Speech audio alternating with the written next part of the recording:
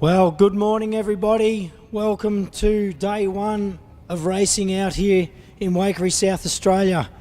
I'm Sandy Bowman. I'm here with Cameron Nash. You'll have to listen to my husky voice for half the day until I break down, and Cam for the day.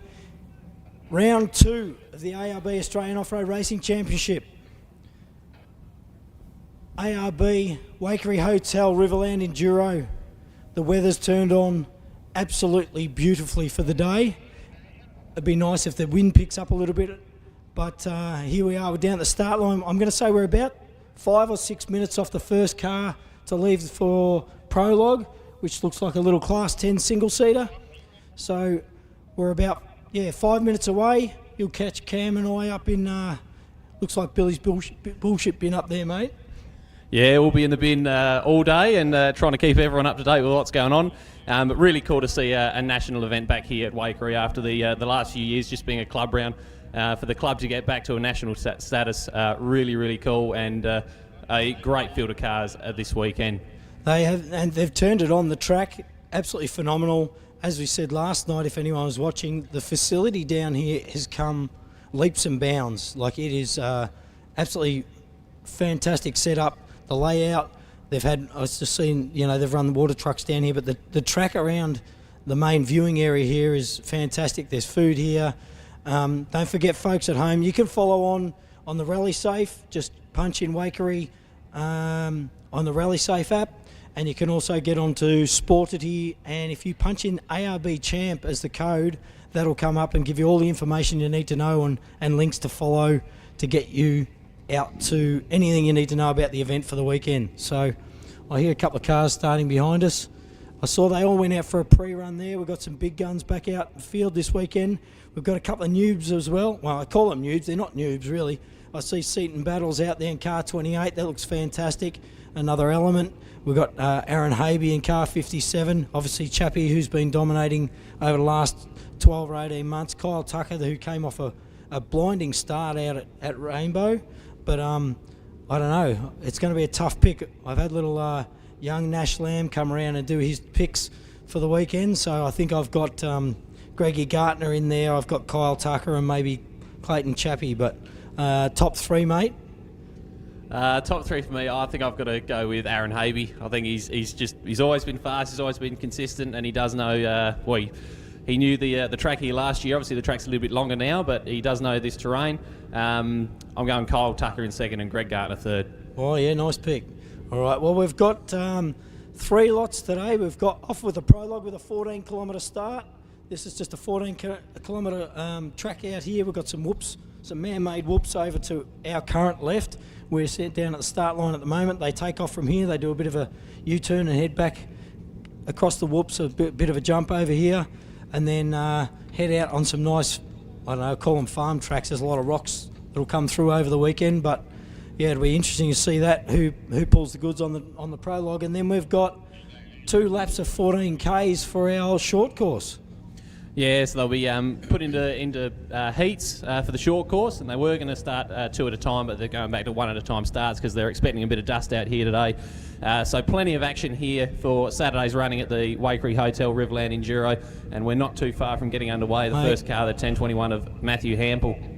We're at 8:59, folks, so we're about a minute off. So I might just, we might start wandering back up to our little hot box up there, and we'll have a good yap throughout the day as Hampel lines up. I tell you what, we've got a massive amount of sponsors here this weekend. We'll go through them out throughout the weekend, but it's a huge amount of energy to put this race on. They've done hours and hours of work behind the scenes, so that's it, folks. Our first car away.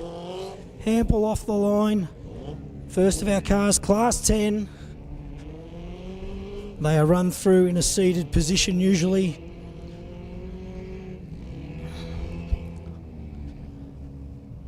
We have a few cameras out there today.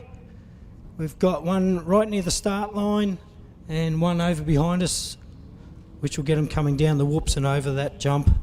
And I think we've got another one out on the track as well. That's it. Round 2. First car over the whoops.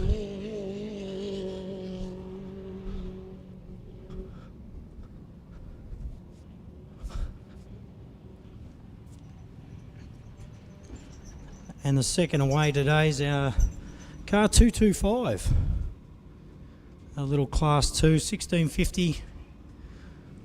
A couple of class 2s lined up here.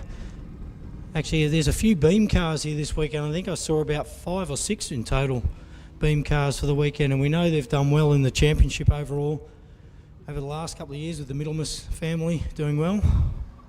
Yeah, the obviously ARM the new way to go, but yeah, plenty of beam cars out here this weekend. And Connor Henderson in 225 will be the next car away. Whew, we just ran from the start line, and we're not the fittest of fellas, so bear with us while we catch our breath. Once again, the ARB Championship, ARB 4x4 accessories, Mickey Thompson tyres and Raceline wheels supporting this championship for a little while now, and we'd love it if you support those guys.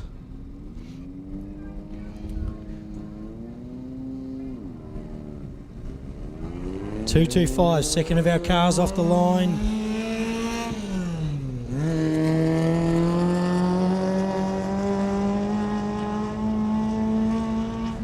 Remembering that some of these cars aren't actually chasing the overall ARB Australian Off-Road Racing Championship. Some of these guys are chasing the Southern States Series or the South Australian Championship. So there's a few different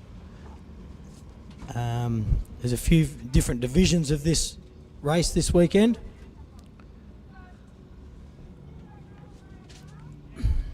And another class 2. Yeah, the 222 of Troy Purcell. His first race in this car last year, another South Australian competitor. And back out again for the Waikerie Hotel Riverland Enduro in the class 2.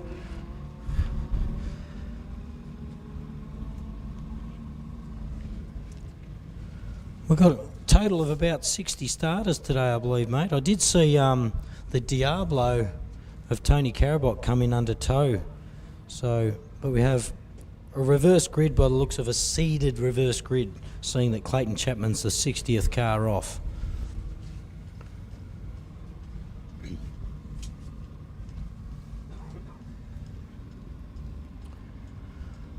Well, isn't the weather spectacular? I tell you what, there's no breeze out here at the moment, which is fine until it dries out where the water truck's been and gets a little bit dusty. I think they might be sitting a little bit of dust. As long as that picks up for tomorrow, I think for the main course, they should be right. But we are leaving in 1 minute gaps, and that'll give them, on 90% of the people, a dust-free run.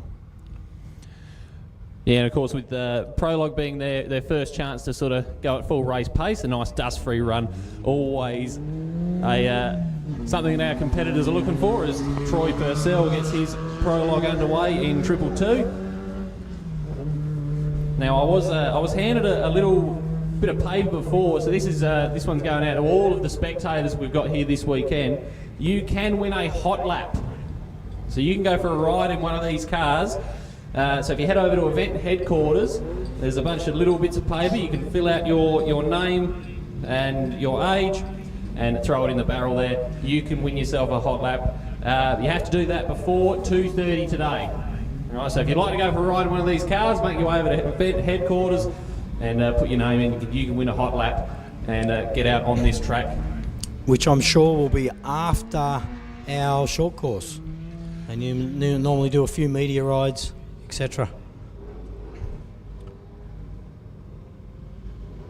So 6:30, 6:55, 6:35, 6:55. So Rob Knight in car 655, the first of our class 6s away this weekend. And as always, Sandy, a lot of class 6s here at this event. Yeah, I think we saw, was it 12 entered last night when I saw?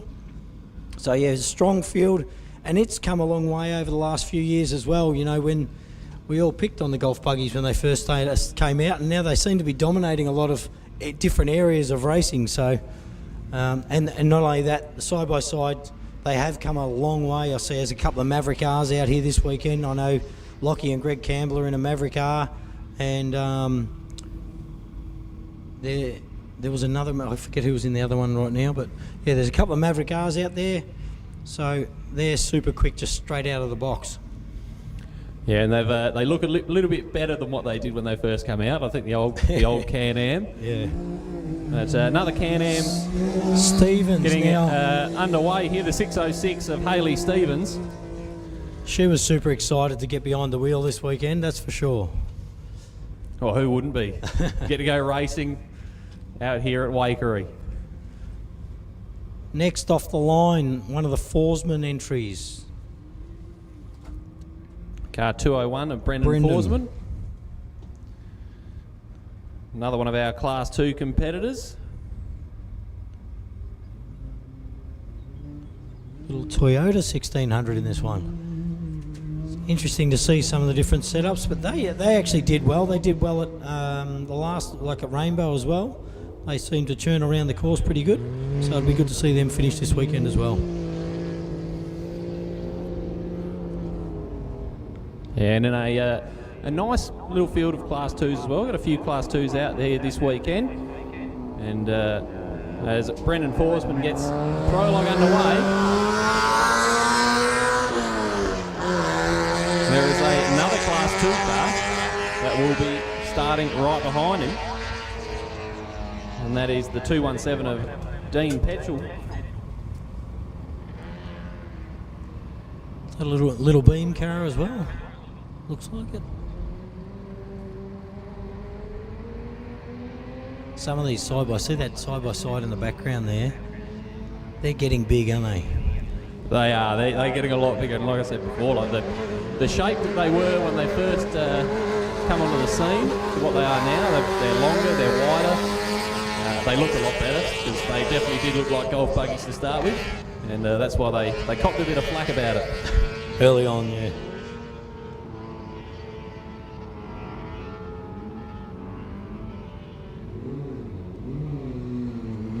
Little clutch stab to get it going. A lot of these cars aren't geared for this lower takeoff stuff, so 217 safely off the mark. Got a good variety of classes this weekend.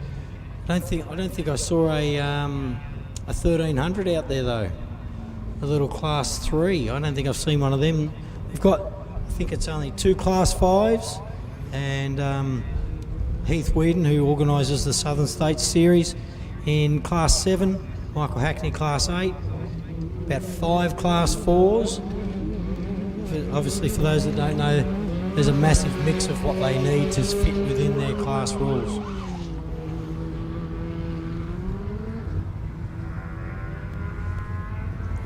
It's a short little Class 2 on the start line. Here's the 276 of Billy Coombe.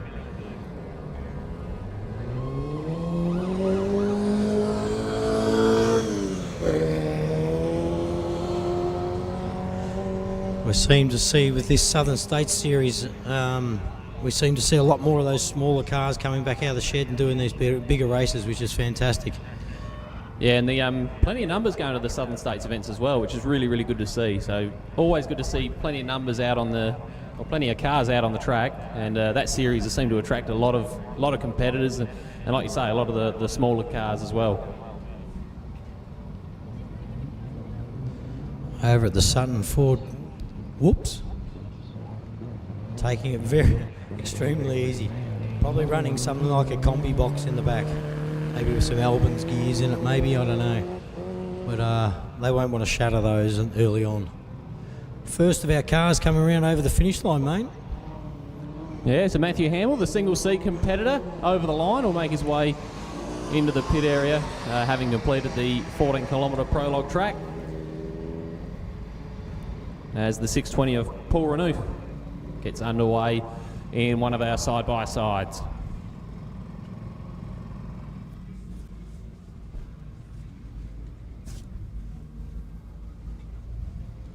see on your screens there, folks. Like I said, we've got a few cameras out there. The one you're on right now is the one coming up to the whoops, right near the spectator area. I think we only have one drone out here this morning. And they'll head out on the track tomorrow, a few different spots. Heath Whedon on the start line. Once again, folks, this is the fella that implemented the Southern States Series. Comprises of 8 events, our only Class 7.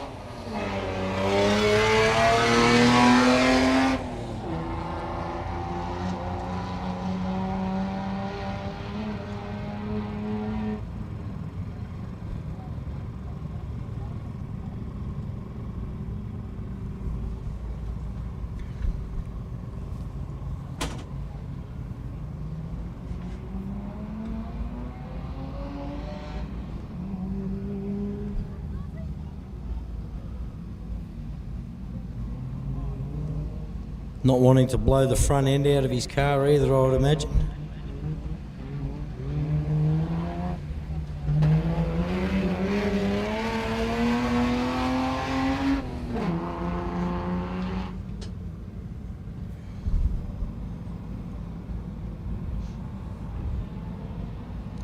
The next car on the line, the first of our Class 5s. The Vandy Isaac entry. Vanderwood driving this weekend in 5:54.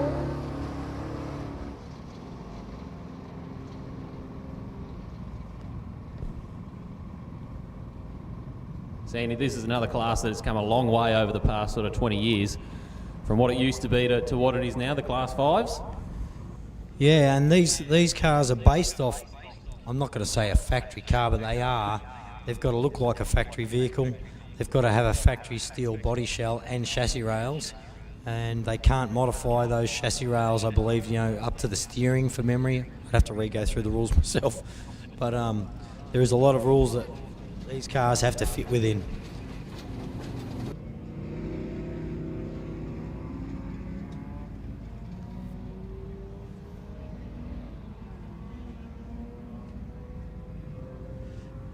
Mark and Mark in car 88 on the start line.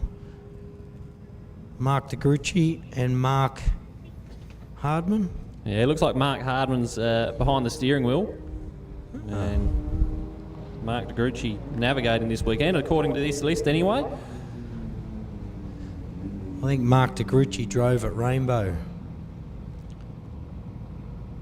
Great little car, twin turbo V6 Buick motor, I think, from memory.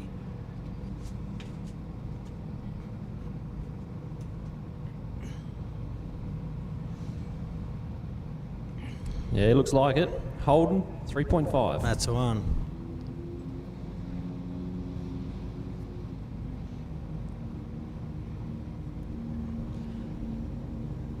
This car's been around a long time, but it hasn't done an amazing amount of races. It's they put it away for a couple of years and fixed a few little issues they had, and now back, and we should see it too. It's actually quite a capable car.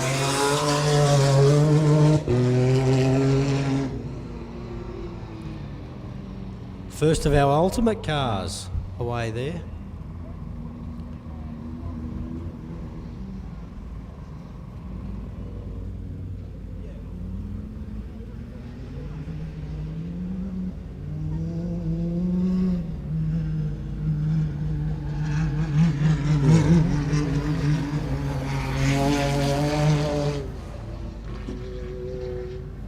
Unloading the suspension and loading it, off the top of that jump.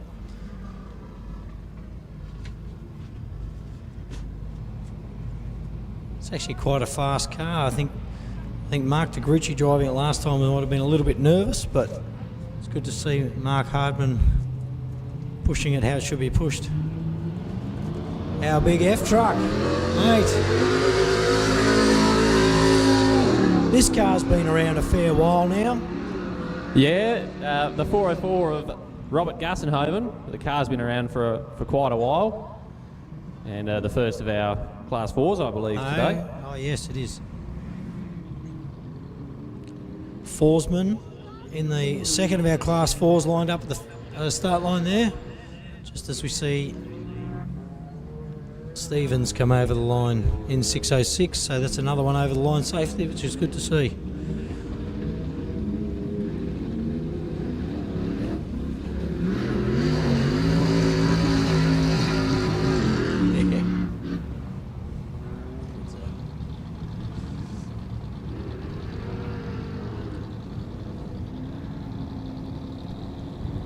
And thanks to Screenshot Big Screens, we have a big screen down here. There you go, Brendan Forsman off the line. Sorry, not Brendan. Brendan's already left the front line.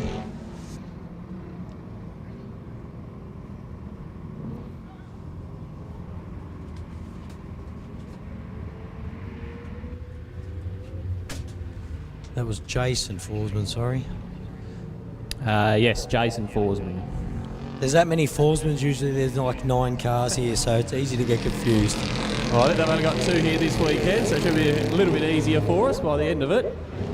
But that track looking really nice over the Sutton Ford whoops.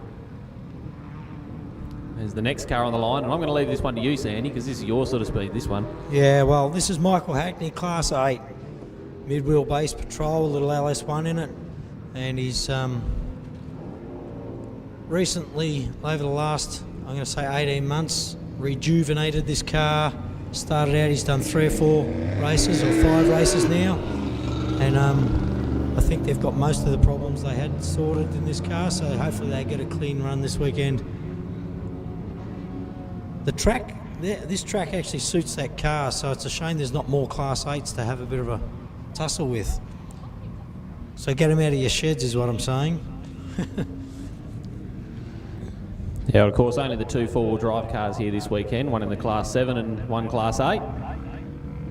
And Class 7 certainly a very good class to get into if you're looking to get into off-road racing. Get yourself a factory 4-wheel drive, put yourself a roll cage in it, a couple of race seats maybe, and you can go racing out here.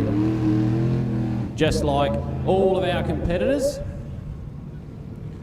As the next car on the line is the 607 of Taylor Apostles.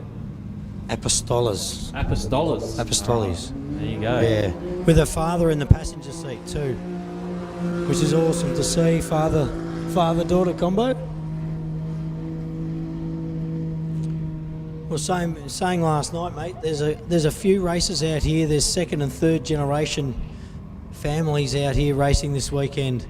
You know, the Tuckers, Simon's a 2nd gen, and then Kyle's 3rd generation, which is awesome to see. I know we've usually got the Burrows out here. There's other teams out here. Obviously, Clayton and Stu Chapman both out here. Their parents been a long time in off-road. That thing's skimmed across the whoops quite nicely.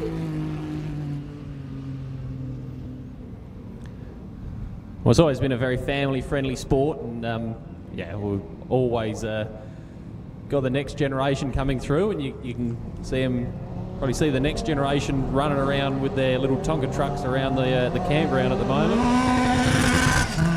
As the 264 of Brian Bradford gets his prologue underway. That's that little Tatum that I think that used to be I can't remember. There was about 3 of those cars that came in from the States at the same time.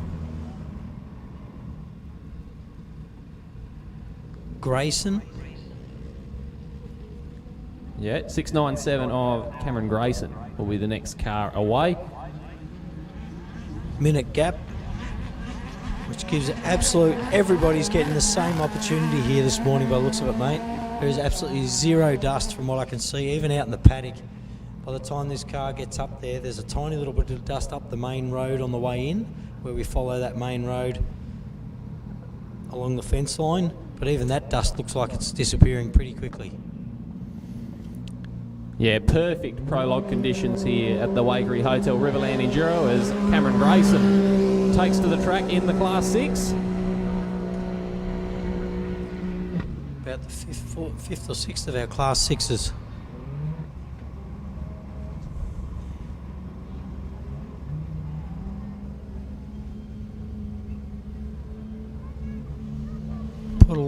lot of effort into running power and running timing cables, the whole lot here this weekend. I see they've got their own starting posts.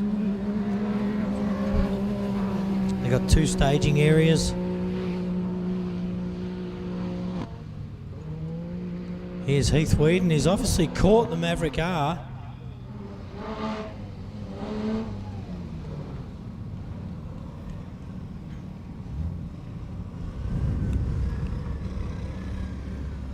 Yeah, so Heath started 1 minute behind Paul Renouf. So he's obviously made up a minute. That's a big gap out in 14 kilometres. See a P plate on that car, mate. That means they've only either their first or second event. You've got to run a P plate out here for your first or second event, just to so others that catch you know that you're a little novice.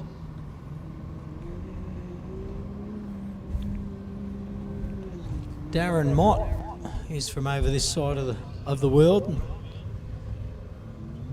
Motty lined up at the start line, car 405, little LS1 powered nickel fab. Look at that over those whoops, the suspension's come a long way in those little things too, haven't they? Absolutely. The development that's gone into Class 6 over the last sort of 10 years has been absolutely phenomenal. And you can see with Michael Leske in that Class 6 over the Sutton Forward whoops. Motty. Performing flawlessly. There he goes. Darren Mott gets underway in the Class 4.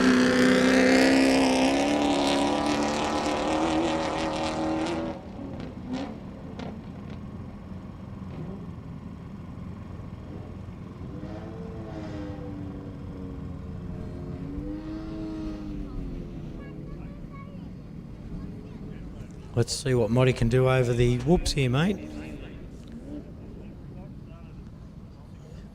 Might be getting a little bit timid in his old age. Yeah, well, you can't win the race in prologue. So we'll see how. I'm interested to see how these competitors handle these whoops in Section 1. Yeah, very much so.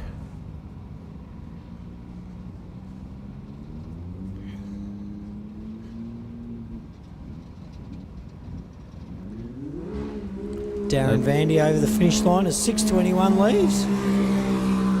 Yeah, the 6:21, Tim Wilkinson underway. Another one of our Class 6 competitors. So 21 cars have now began or finished their prologue.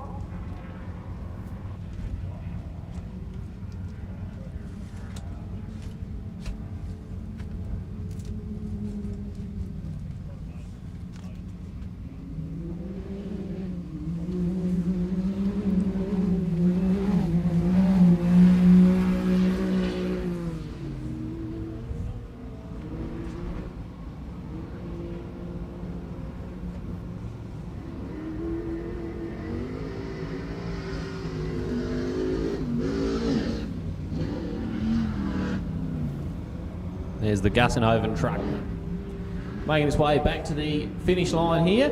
He got in the groove quite quickly, didn't he? He did, very much Look at so. that. Beautiful. That was a very nice finish from him, wasn't it? Yes, very, very good finish. And I think that, correct me if I'm wrong, Sandy, the truck's relatively new to Robert? Yeah, I believe so, yeah. I think it's only in the last 6 or 8 months. And of course, take you a couple of events to sort of get used to the car and learn the car. So we'll follow his progress over the weekend. Once again, folks, you can follow live if you get onto any of the AORRA, AASA, ARB, or even the ARB Waikerie Hotel Riverland Enduro pages. You'll be able to get any of the links to the live feed. Share it round so other people can see it on socials. That'd be great. And also you can follow on live timing on Rally Safe. You can watch them going around the track.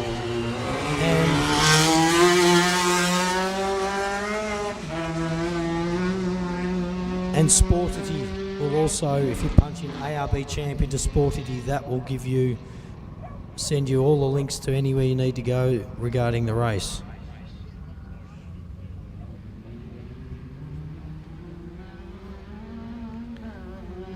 So on your screens now will be the 1082 of Jesse Duke. Man, that's awesome. Another one of our beam cars this weekend. Didn't even see them. Didn't even see the whoops, eh? There's a lot of different attitudes heading those whoops, isn't there? You know, there's attitudes like that just like, we're getting to the end, and then you've got other guys that are very, very cautious. Obviously want to hold the car together. It's very early on. They've got to go over those whoops, about 8 or 9 times for the weekend at that pace. So Franklin.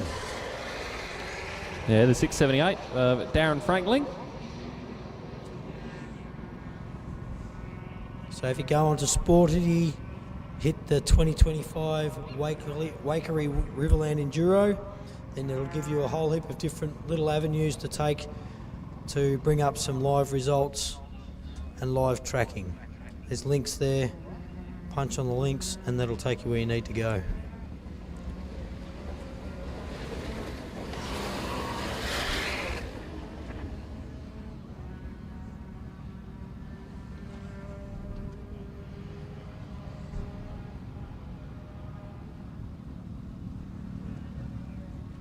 Another side-by-side up, then we're followed by Matty Hummer.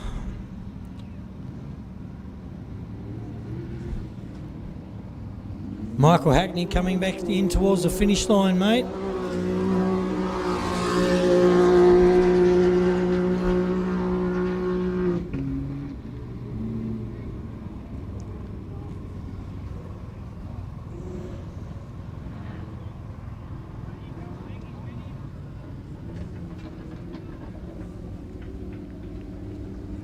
Awesome to see our one and only Class 8 Triple 8 Michael Hackney cleanly over the finish line.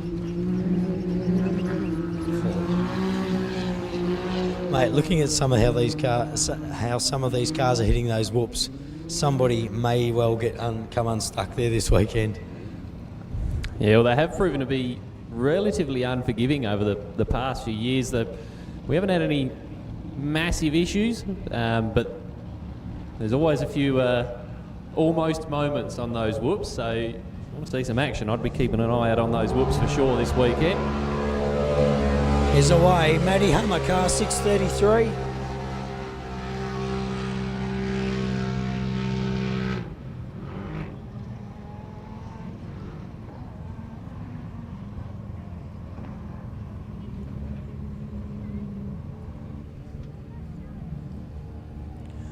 Trying to get you up some results here, folks.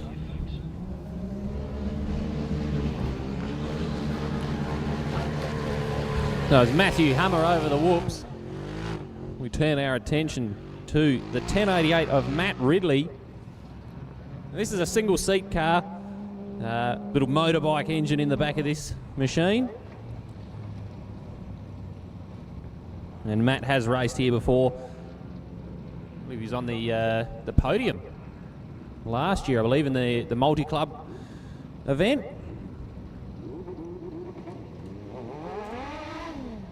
So Matt Ridley underway in car 1088. And it is a little Suzuki engine in the back of this Rids race frame Joker.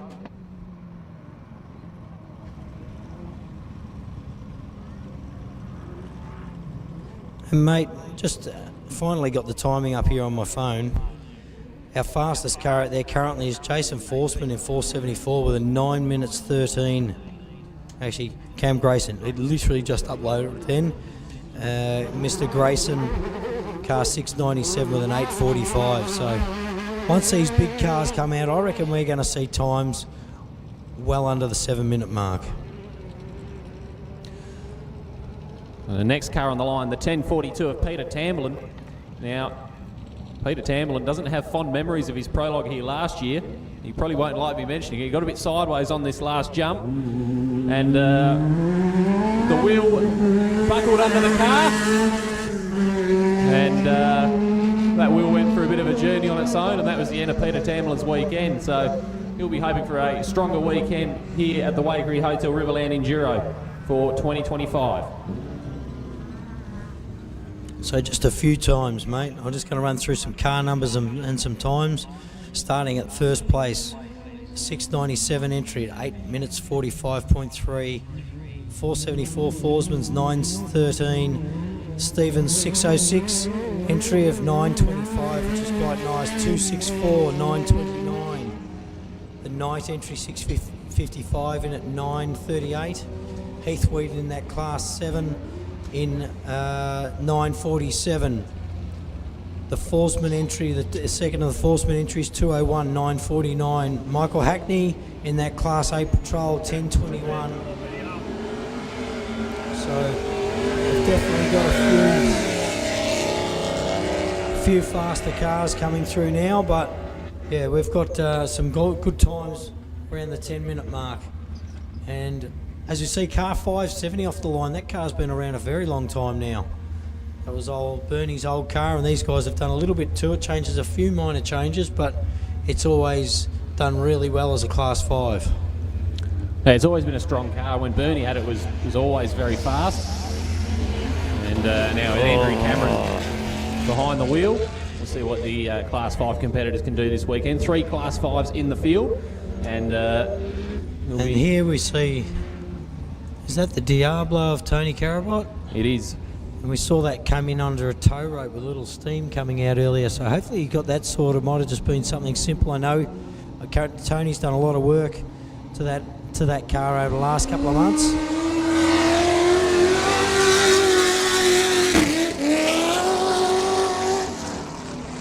Tony's got a lot to do with our first round of the ARB Australian Off-Road Racing Championship out at Rainbow, so good to see him back in a car. Maybe he'll get to do a few different races this year. I've got a feeling he's just put a 7-litre in that. That's their drone chasing him down toward the whoop section.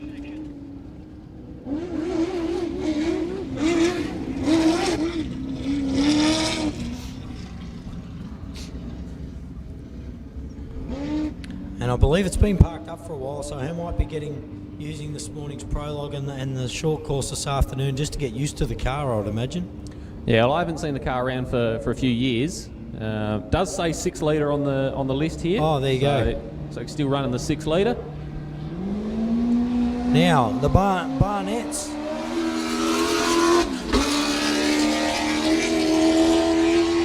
As we know, Craig Barnett's sold the old Cougar Racing car and he's in a loaned car. Mr. Towers has loaned him this car for the weekend, and they reckon they'll have their new car out next race, so that'll be good to see. Once again, these guys know what it's all about. They're very, very super reliable team.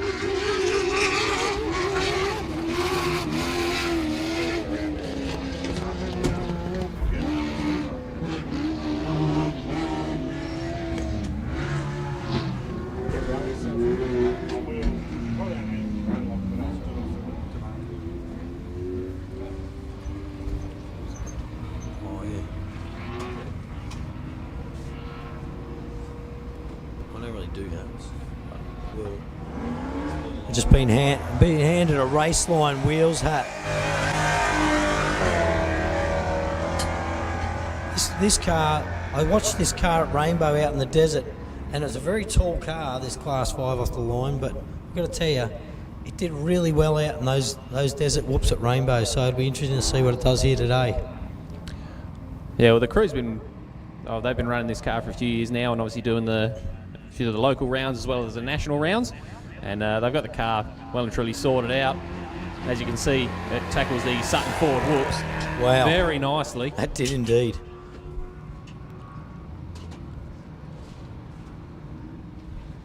Yeah, we've just been handed a race line wheels hat. They've obviously seen my bald head and said this guy's got no chance for the weekend. So thank you, Mr. Hummer, for protecting my noggin. And more importantly, thank you for sponsoring. We very much appreciate. They put a lot of energy and dollars into the sport.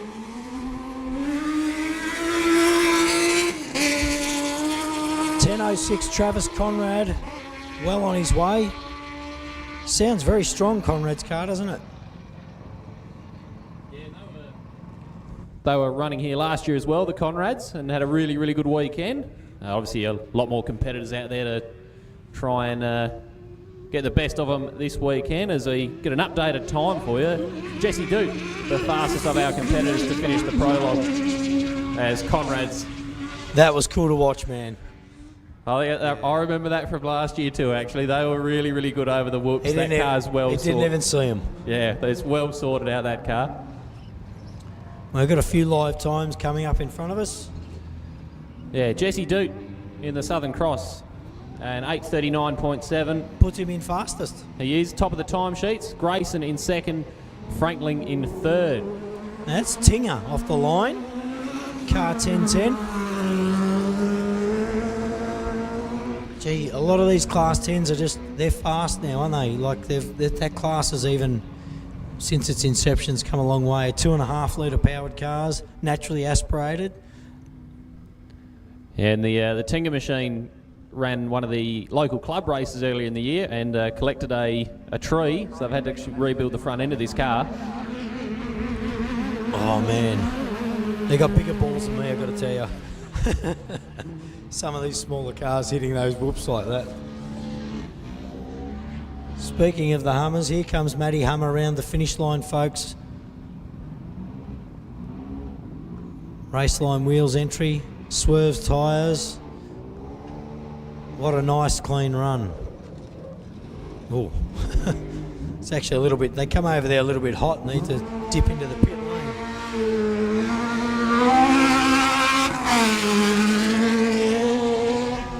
That was Sean Ratcliffe, another of our single-seater Class 10s. We've got a few single-seater Class 10s, all three off in a row here. We've got the Pup down the back there lining up, and who's on the start line there? 1074. Yeah, it's David Adams in car 1074. He's had this car running for a few years now.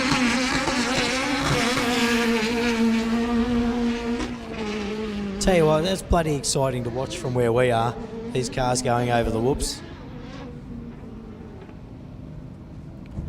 As we've got a car being escorted back in here, Sandy. That was like car 88, Mark. Mark Hardman. And Mark DeGrucci.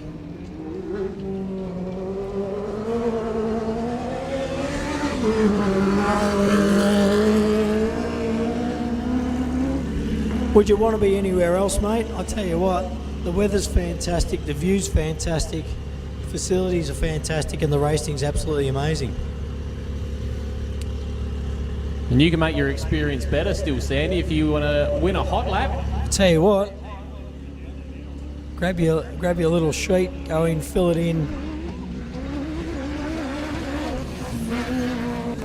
Oh man.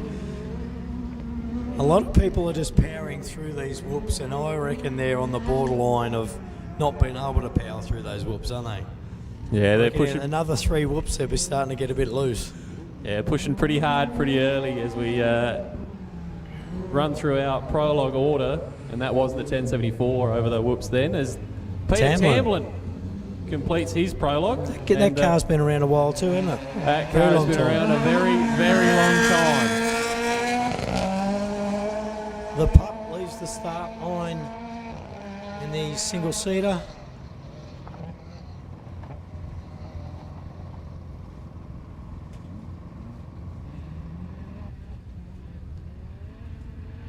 There's certainly a lot of cars out here that have been around for a while, but also a lot of competitors that have been around for a long time as well.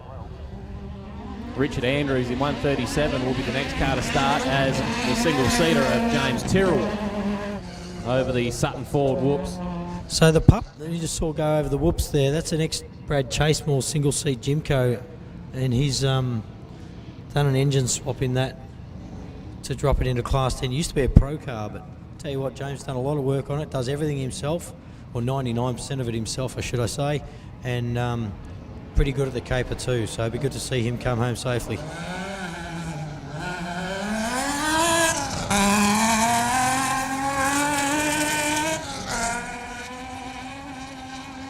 One of our Class 1s away. And mate, I don't reckon there's a massive amount of Class 1s here this week, and I think I only saw half a dozen.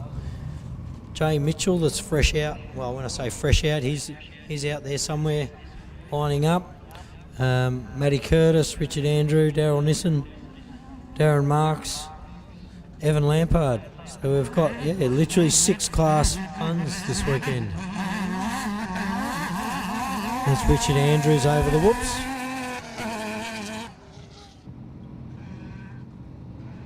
It's amazing to see the difference in how some of these cars handle those whoops, and some of the that you wouldn't expect to skim across the top do, and very smoothly.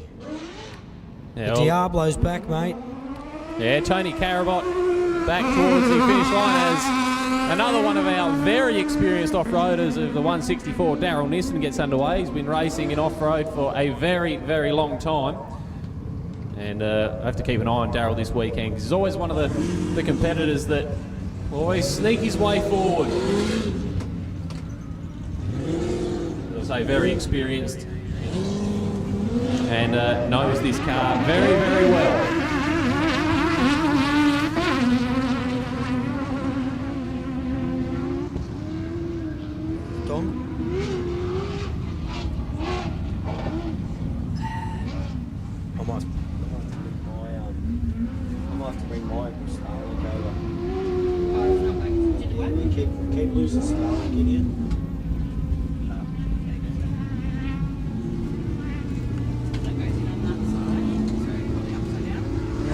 When our internet refreshes again, we'll give you a few times.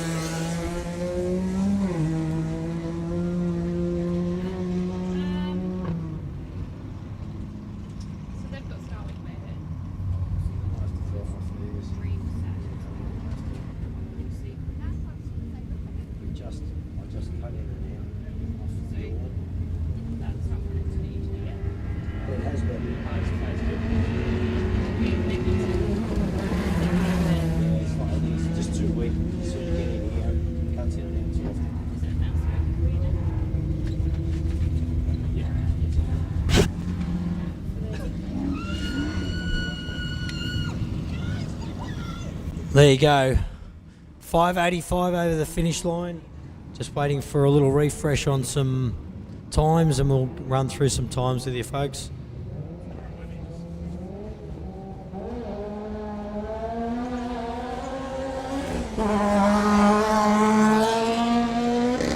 The next car away, the 1012 of Russell Hartnett.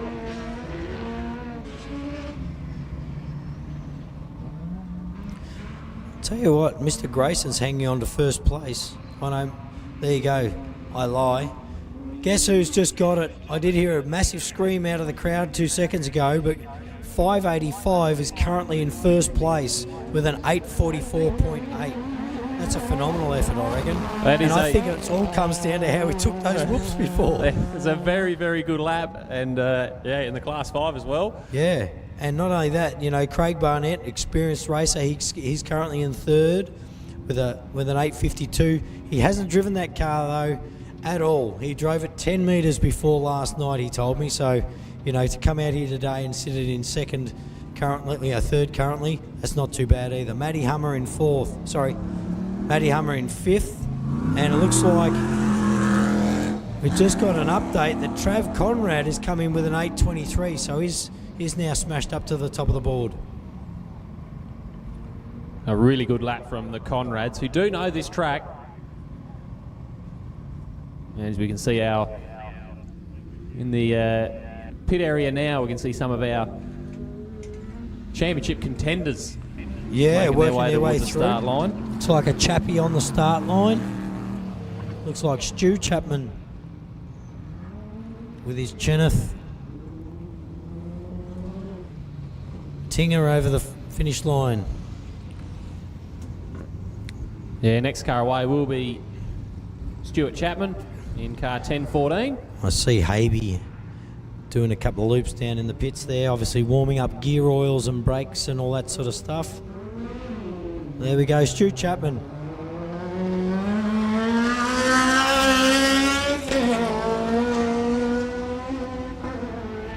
For a gentle giant, he sure gets angry out on the racetrack. I tell you what, to Stu Chappie.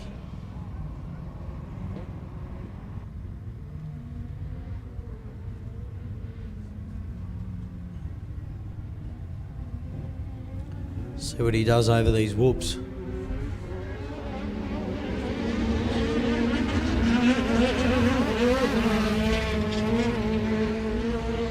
A little bit heavy in the front suspension there. Peter Sibbo on the start line. As our single-seater Sean Ratcliffe over the finish line.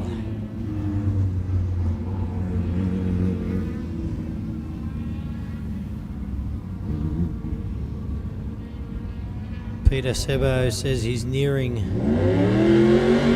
He's hanging on year by year. He said he's nearing the end of his career, but he wants to keep going, so he's going to stick it out until he just last minute. It's one of those things, though, isn't it, Sandy? You talk about retirement, but these guys are addicted to racing. Yep. David Adams over the Waikerie Toyota infield jump. He come to complete his prologue. We can watch the Simpson truck over the Sutton Ford whoops and make his way over the Burson super jump. That's huge. Wow.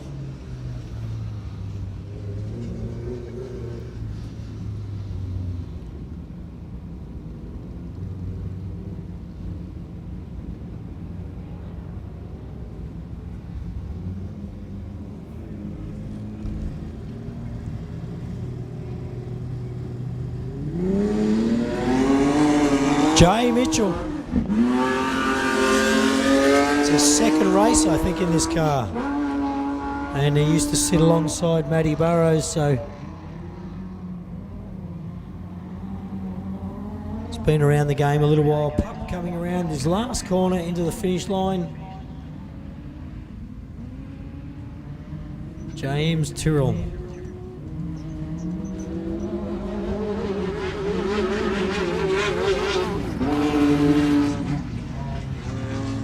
Very clean run.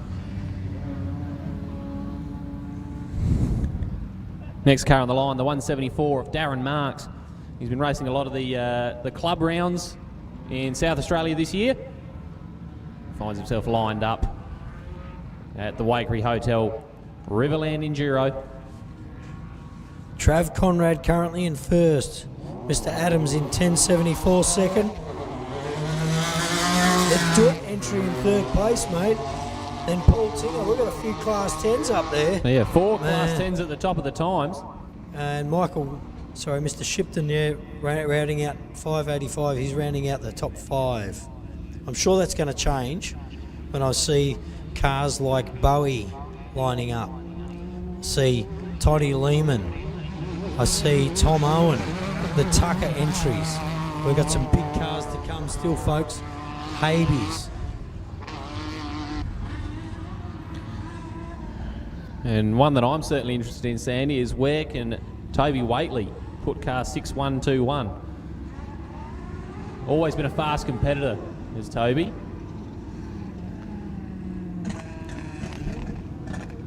And he's not too far from here either, is he? He's only an hour or two down the road.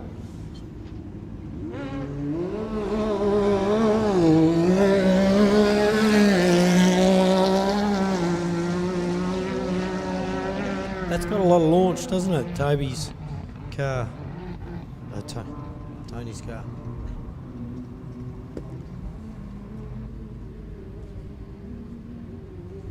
Mr. Nissan back over the finish line, car 164.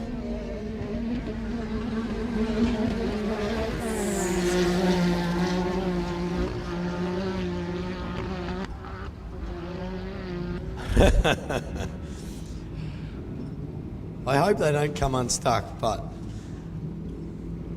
a lot of people are pushing the boundaries with those whoops, I think. I've got to tell you, with an 8.11.1 and currently in first place, Mr. Nissen in car 164, folks. We have a snapped axle on the start line. If recovery or someone can get that off straight away, that'll be grand.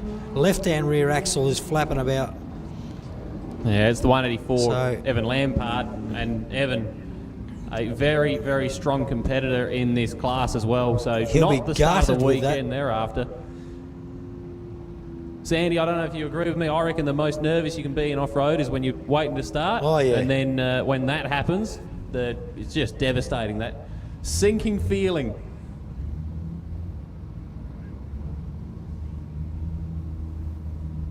So your top three, Daryl Nissen, Travis Conrad, and James Tyrrell. So an 8:11. Oh, we've got an update. Lockie Campbell goes to the top of the times. An 8:09.6 for Lockie Campbell. So the Class 6 competitor at the top with Daryl Nissen in second and Travis Conrad in third.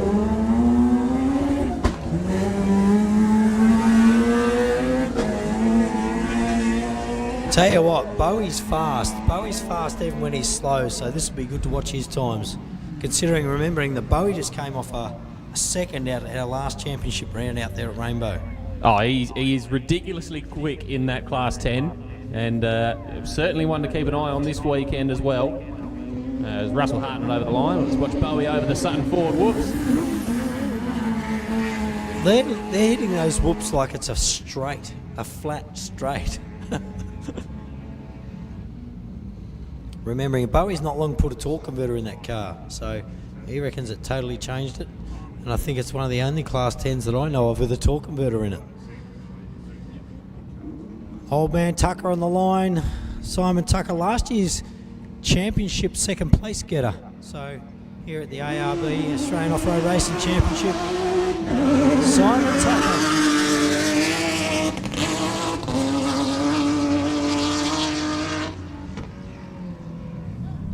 Toddy Lehman's lining up behind him, but be good to watch some of these bigger cars hit these whoops. Simon Tucker. Remembering this is a Class 1 car, not an ultimate car.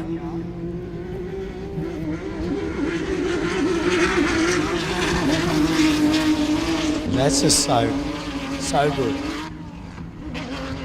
Makes me smile watching those cars come over that, eh?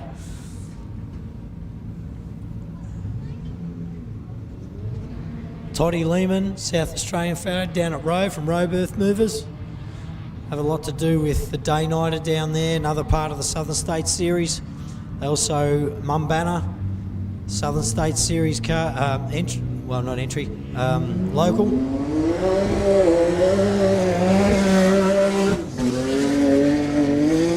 Twin turbo VQ. Oh, certainly one of the competitors that we need to keep an eye on. He'll be at the top of the timesheets this weekend, Sandy. And also did extremely well at the Pines last year, so. He's a very fast competitor. As the 607 of Taylor Apostola's under the back of the tow rope. Stu Chapman across the line. So what's happening now here, Sandy? Lockie Campbell at the top of our times at the moment at 8:09.6. We'll wait for that to update. C607's just come back in under escort here.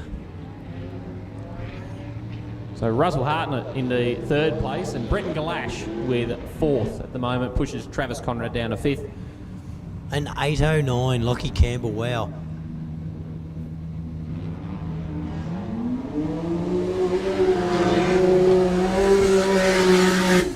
Sibbo leaves the line. Sibbo comes over the line. We've got Tommy Owen away in another ultimate car, another boosted V6. A lot of these guys around the 700-800 horsepower. I believe some of the cars we've got competing, maybe not even a couple of them here this weekend, but I know some of them are pushing well up around the 1,000 horsepower.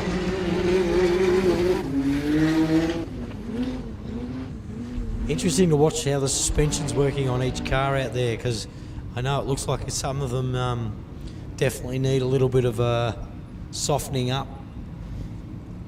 You see the front end's bucking up quite hard.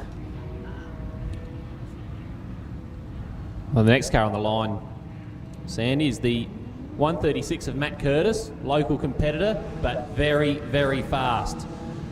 This Class 1 will be quick this weekend. Keep an eye on Matt Curtis in car 136. And that sounds like a clutch car by the sound of that. Or it's got a big shift cut in it. A lot of these transaxles obviously running shift cuts on a sequential box.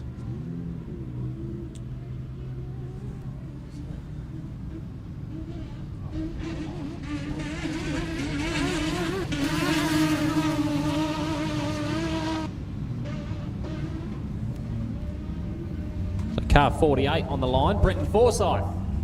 Another competitor that's been racing in off-road for a very, very long time.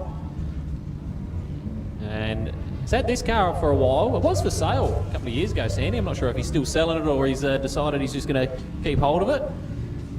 Why would you sell an off-road race car, hey? He was a two-seater for a couple of events, now a single-seater. A little bit of a misfire off the line. Yeah, we've got a couple of big dogs coming up the line there. I see Mr. Habe.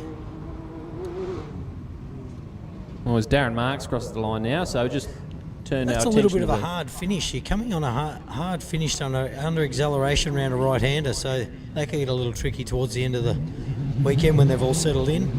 So, Habees, Tucker, Gartner, Seaton Battle, Clayton Chappie. There's just the last, I'm going to say the last 5 or 6 cars lining up here, but also probably the quicker of the last, the quicker of the cars too. Well, before we get our attention all stuck into Aaron Habe, Peter Simpson has gone to the top. Sibbo, first place, 8:02. I'm saying we're going to see a sub 8 minutes. Absolutely. Aaron Habe in car 57 gets underway. Winner of the event last year, obviously before it was a national. So a lot of stronger competitors here this weekend for the Habees. But these element cars, always beautifully presented. Remembering that this car you're watching go over the whoops, folks, had the front end punched to pieces at Rainbow. Little issue they had out there with power steering and pulled him off the track. So they've had a lot of work in the front end. He's been a very busy man, so he's struggled to get out and get the car fixed. But here they are, and we know he's always a strong finisher. Yeah, usually very, very consistent. And obviously with the front end rebuild, it's uncharacteristic from the Habees to not get a finish.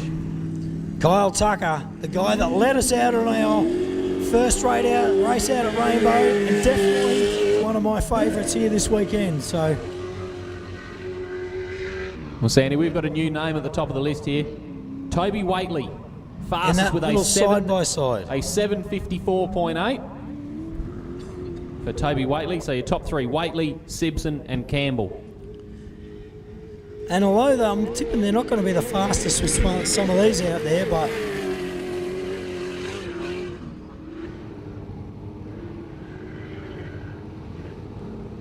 he's fast. Kyle Tucker's fast. He is very, very fast. And I believe they had the car for about a year now, if I'm correct, Sandy. Yeah. So, and this is a fella on the start line, folks, who's had a little bit of a hiatus, and it's good to see him back. We welcome him back. Very much a crowd favourite and a crowd pleaser. So, Greggy Gartner, we wish you the best, mate.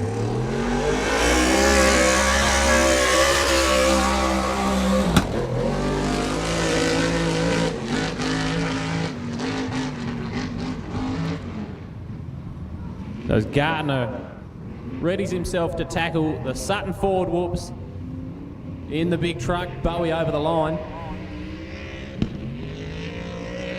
And have a look at this, Sandy. This is going to be beautiful to watch.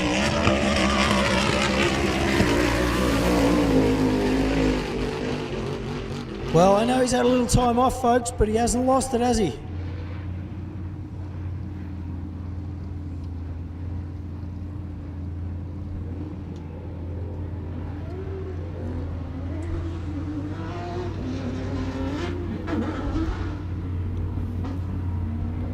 So next car on the line, Seaton Battle. Fresh element, and this will be exciting to see now. He's done a lot on dirt bikes. Down from Townsville, like I said, he's done a lot on dirt bikes, so he's recently jumped into a four-wheel car. See Toddy Lehman screaming to the finish line here, so let's keep our eyes on the times, folks. I think we're going to see in the next 5 or 10 minutes some super quick cars. What a car. Those elements are fantastic. Have a look at that. We've got Stephen Bowie Graham into third. And Tucker has just moved into third, pushing Graham down to fourth. So Waitley from Simpson and Tucker, they are your top Let's three. wait for Toddy Lehman's time to come through, mate, because I reckon it's going to be in that top 5 also.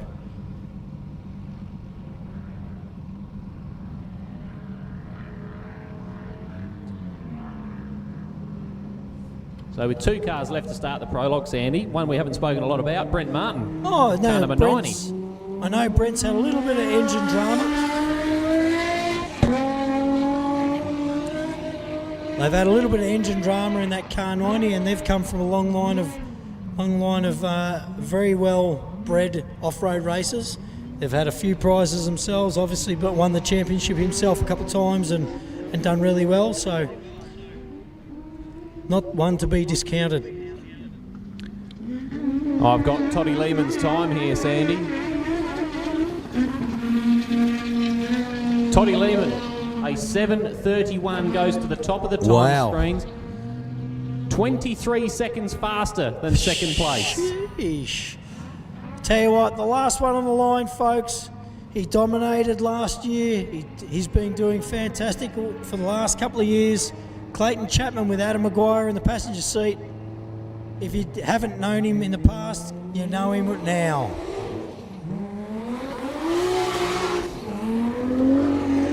So Chapman's underway. I think I can see Brenton Forsyth coming back in very slowly.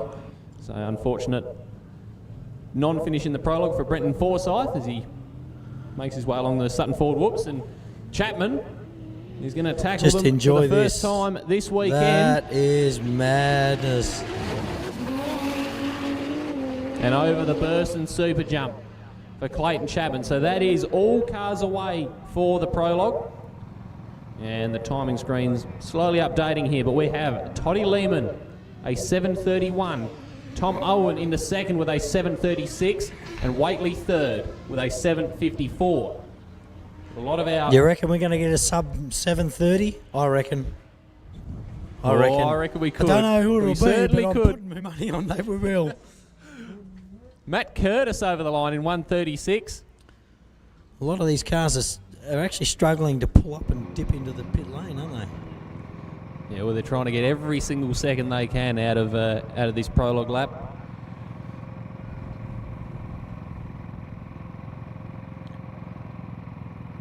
So we'll wait for this times to update. See where Matt Greggy Curtis. Gardner in the distance, mate. Yeah, certainly can. The unmistakable sound of the big truck.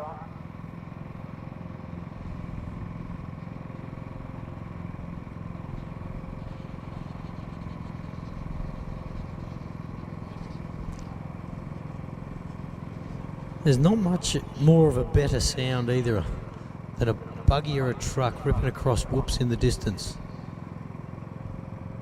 Similar to waking up to the boats at the Southern 80.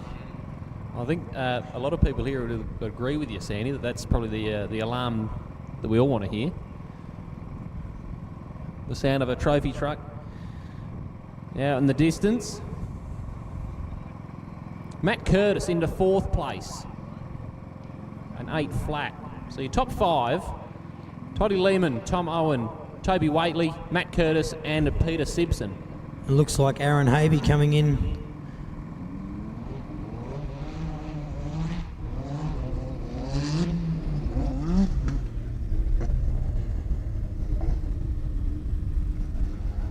Could this be our first sub 7:30, Sandy? Oh, if someone's going to do it, it's going to be him, isn't it?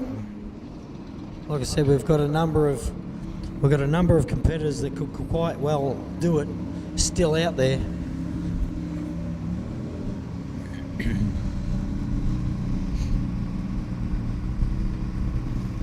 So Lehman's time is 7:31.8. Wait for the times to update here to see where Aaron Habe settles into the order. Because it's funny, because sometimes Aaron doesn't look fast, and you'll look at his time, you're like, man, he's just punched 3 seconds off the top of everybody. He's always very smooth, though. Yeah. Very, very smooth competitor.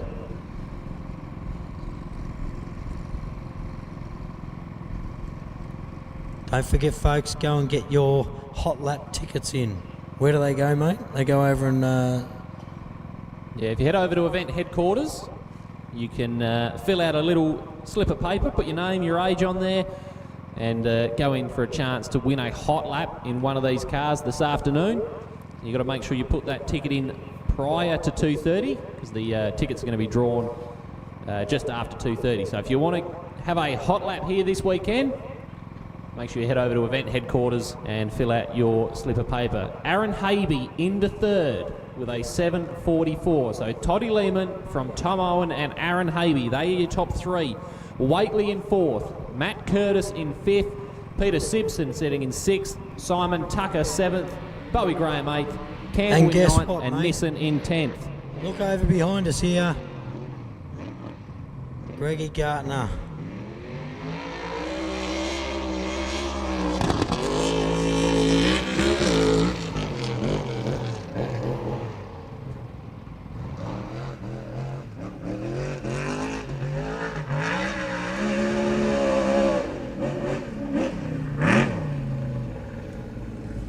So Gartner over the line. Could we see a truck at the top of the times here, Sandy? I'm gonna pick. I have put him down as one of my top three, I believe, but I'm gonna say we're gonna see a turbo buggy up there.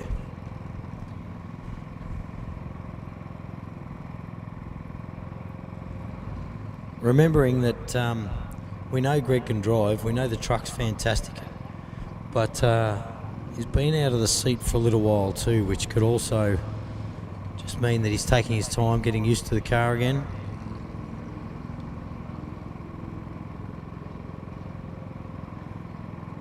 So Lehman's time is 7:31.8.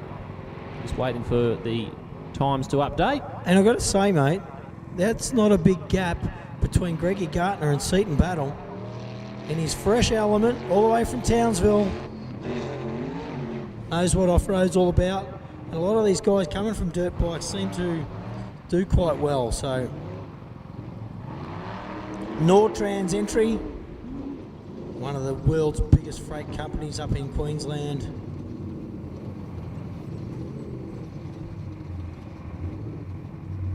Don't know where his brother is. Not here, that's for sure.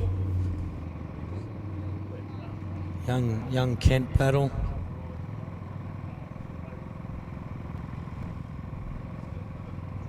There you go, we've just been told by the Grand Poobah himself, there's chopper rides here, folks. And I've got to say, that's an awesome way to see it from the sky. They're over behind the toilet block. They're down in the quarry there. And you can get yourself a little zing up in the choppers, follow one of your favourite cars. Be interesting to see Seaton Battle's time, because that looked super fast.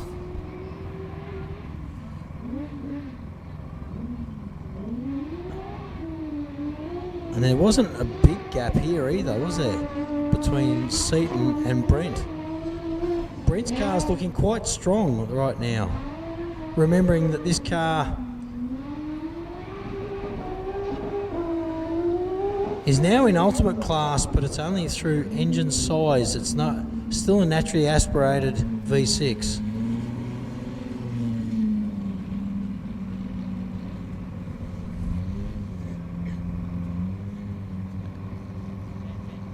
All right, some updated times for you here, Sandy. Lehman at the top still.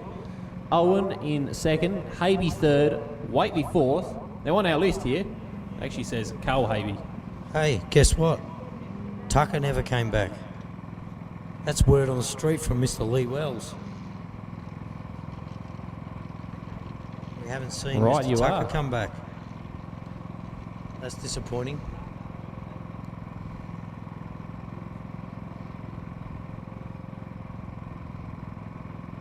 Martin in 10th.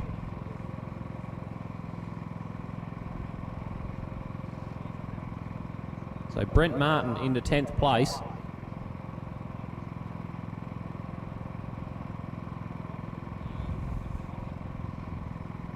Now, Sandy, I've got to confirm something with you, mate. It says in 5th place here is Carl Habe. Well, that's Seaton Battle's car.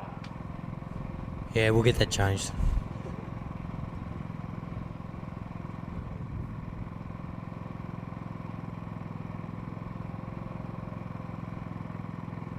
It's possible that that could be who holds the logbook for that car. May not have made a transfer at any stage or something, so...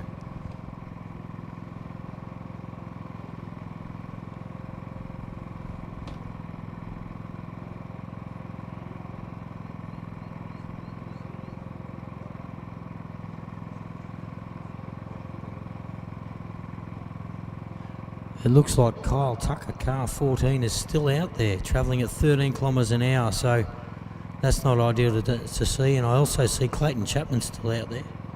We punch on his. We're following this on Rally Safe too, folks. You can all do the same back there.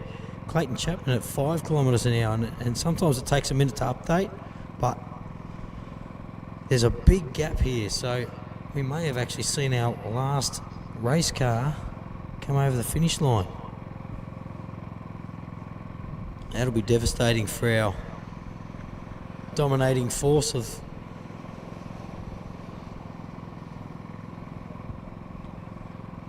Clayton Chapman and Adam Maguire, car 15, and the Tuckers.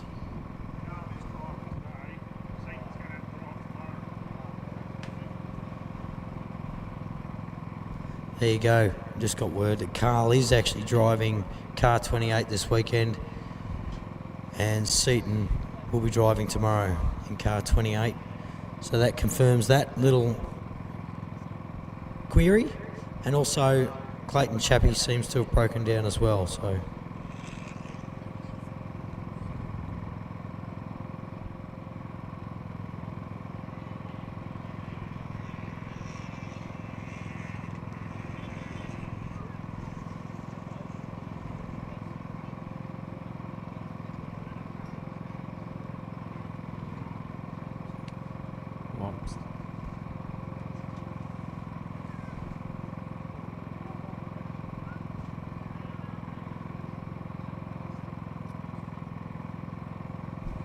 Currently got Toddy Lehman in first, Tom Owen in second, and Aaron Habe in third.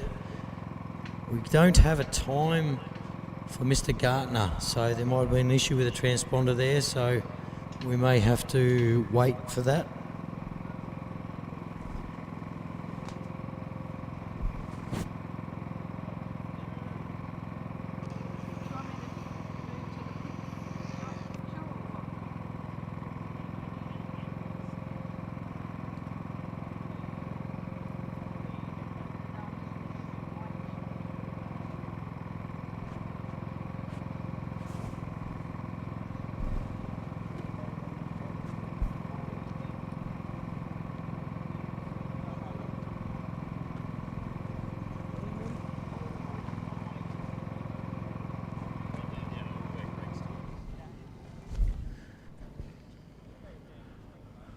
I'm sure they're looking to find Greg Gartner's time, but we're going to try and wander down and have a quick chat.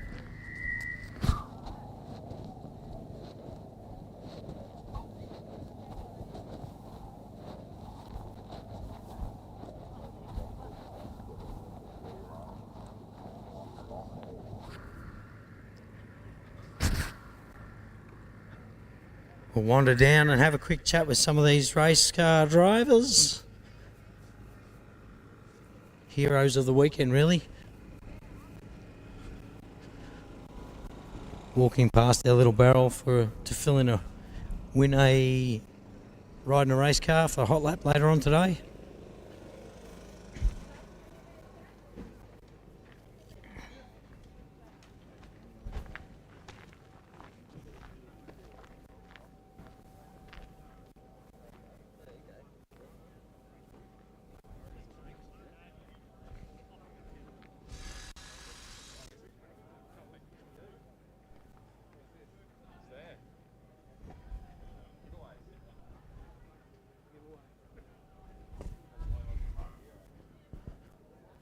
Not sure how far down in the pits we can get, folks, but we do have a camera. Go for a little wander.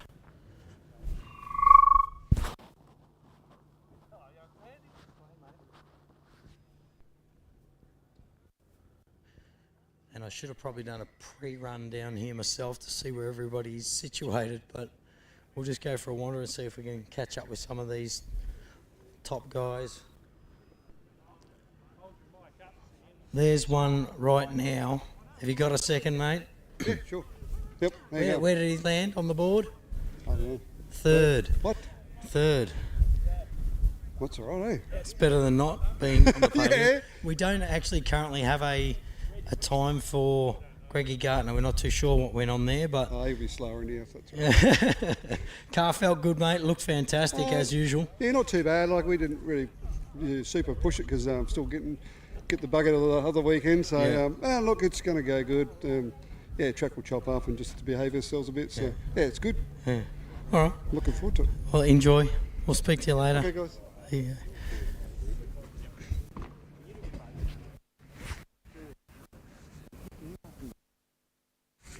Yeah, just I need to have a chat to him later. The crew of car 620, could you return to your pits too? We need to, someone needs to have a yap to you, the crow. He's down here wandering around. So car 620, if you guys could return to your pits, please. I'm trying to see, I don't know how far we can get down with the camera, but I'm trying to see where everyone's situated. Right here's Toddy Lehman's car, so he was in first place from what we can tell currently. Folks, this is your leading car.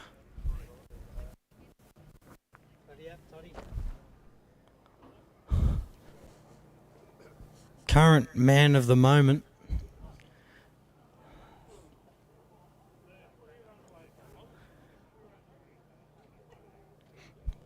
Hey mate, I tell you what, that was a phenomenal effort. The only time we haven't been confirmed is Brad Geller,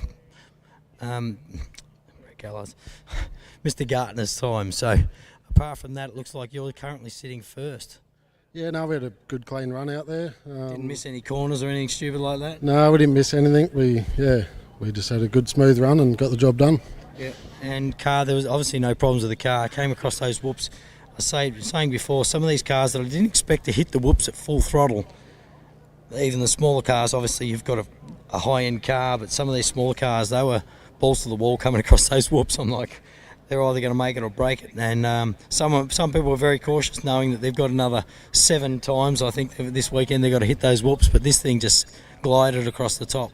Yeah, you just try and get that nose up and get up on top of them and have a bit of a crack, but would have been a bit of a different story last year because they were a bit more brutal, but they've tamed them down a bit just to make them friendly for everyone. Now, out of there is obviously a 14-kilometre course. What's the track like? Because no one else got to see the prologue track. It does use parts of the main track, but what's the prologue track like as a whole? It's probably one of the best prologues you'll do. It's quite fitting to the field. You know, the big cars can stretch their legs and it's probably more even for everybody. Big, long, fast straights and nice flowy corners and, yeah, good. And as far as nothing really to catch you out there on the prologue track, remembering we've got 2 more laps of it this afternoon. Yeah, there's plenty of shit that'll catch you out, but just keep your wits about you and, yeah, just keep going. All right, well, currently I'm going to say provisionally first, just to keep ourselves safe on that. So well done, mate, and good luck for this afternoon's round. Thanks, mate. Cheers. Toddy Lee, folks, car South Australian fella down at Robe Earth Movers.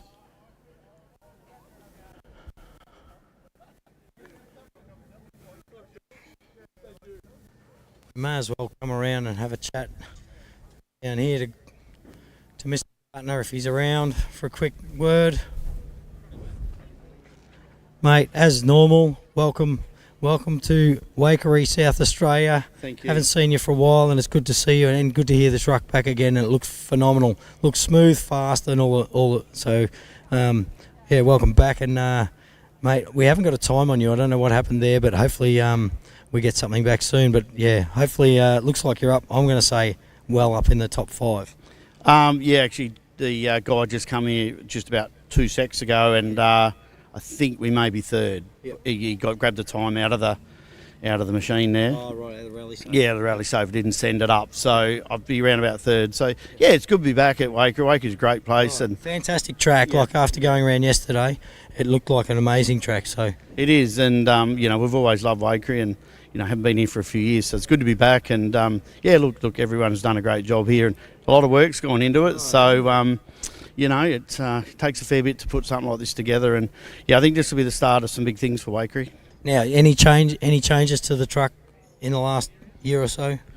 No, look, we started rebuilding it. We got all the suspension redone in the States, and then we run Waikerie, and unfortunately the the cam gear that went onto the cam, we had one lap to go, and it broke the dowel off. It's something that's just we've never seen, and we're scratching our head a little bit about it, but that's not my problem. That's my engine builder's problem. And It happens to everybody. yeah, absolutely, and there's always a first, and that is a first for us. So that was a bit disappointing, but look, that happens. We flogged absolute crap out of it. So, you know, it's still a 6-litre, and, you know, it's at the limit all the time. But look, we had a good run then, and got a bit of vibration in it, so we need to have a look at that. But yeah, we're looking forward to going out for the 2 14K laps and see where we end up. All right, well, mate, thank you. We'll speak to you throughout the weekend. Thanks, Greg Mike. Gardner, folks. Well, good to see him in a third. We've got Aaron Havey, got the Havey entry, got Carl and Aaron over here. They're going working on the car, so I won't go over and interrupt those folks, but you can see the two Havey entries. Like I said, Seat and Battle will be in the seat of car 28 tomorrow. I actually thought he was out there this morning in it, but I can't see any of our other top guys. We might actually cut back to you up there. We'll do a wander down this way and see if we can speak to anyone down here. I don't like to interrupt too many people down here, but I do see a belt off underneath this vehicle. They're not fueling up, so I'm sort of safe to come down here and get in their noses. Another single seater. Smell of coolant. Smell of hot engines still, and we're 10 or so minutes after prologue finish. It's a very calm pits this morning. That obviously tells me there's not much damage going on around the place. So we've got a little while to go before they start lining up for the 2 rounds this afternoon of the short course. Once again, it's the same track as the prologue track. See, there's just not much work going on, which is good to see. Actually, it means these people have prepped their cars phenomenally at home. It's nearly better to see that than the other. And I do see the Chappie camp is a little bit emptier than normal. You got a second, Rob? Any word on what's happened out there to Clayton, mate? Don't know. No idea. Yeah. Well, here he is now, Clayton Chapman, Adam Maguire. The car's still running, so it's unfortunate to see. We know that Chappie has a phenomenal run nearly every time. So I see a little bit of concern on Clayton's face.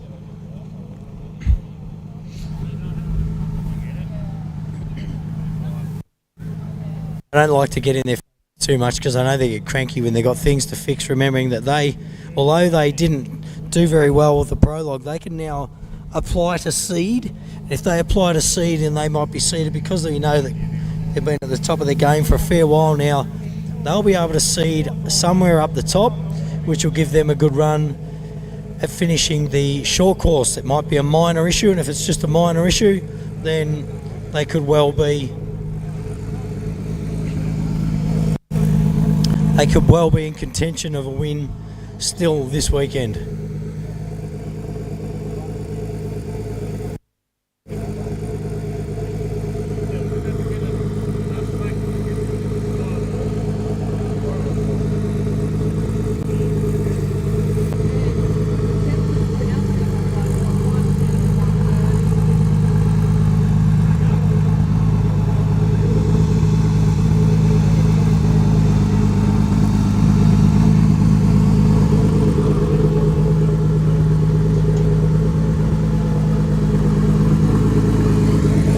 The motor sounds healthy.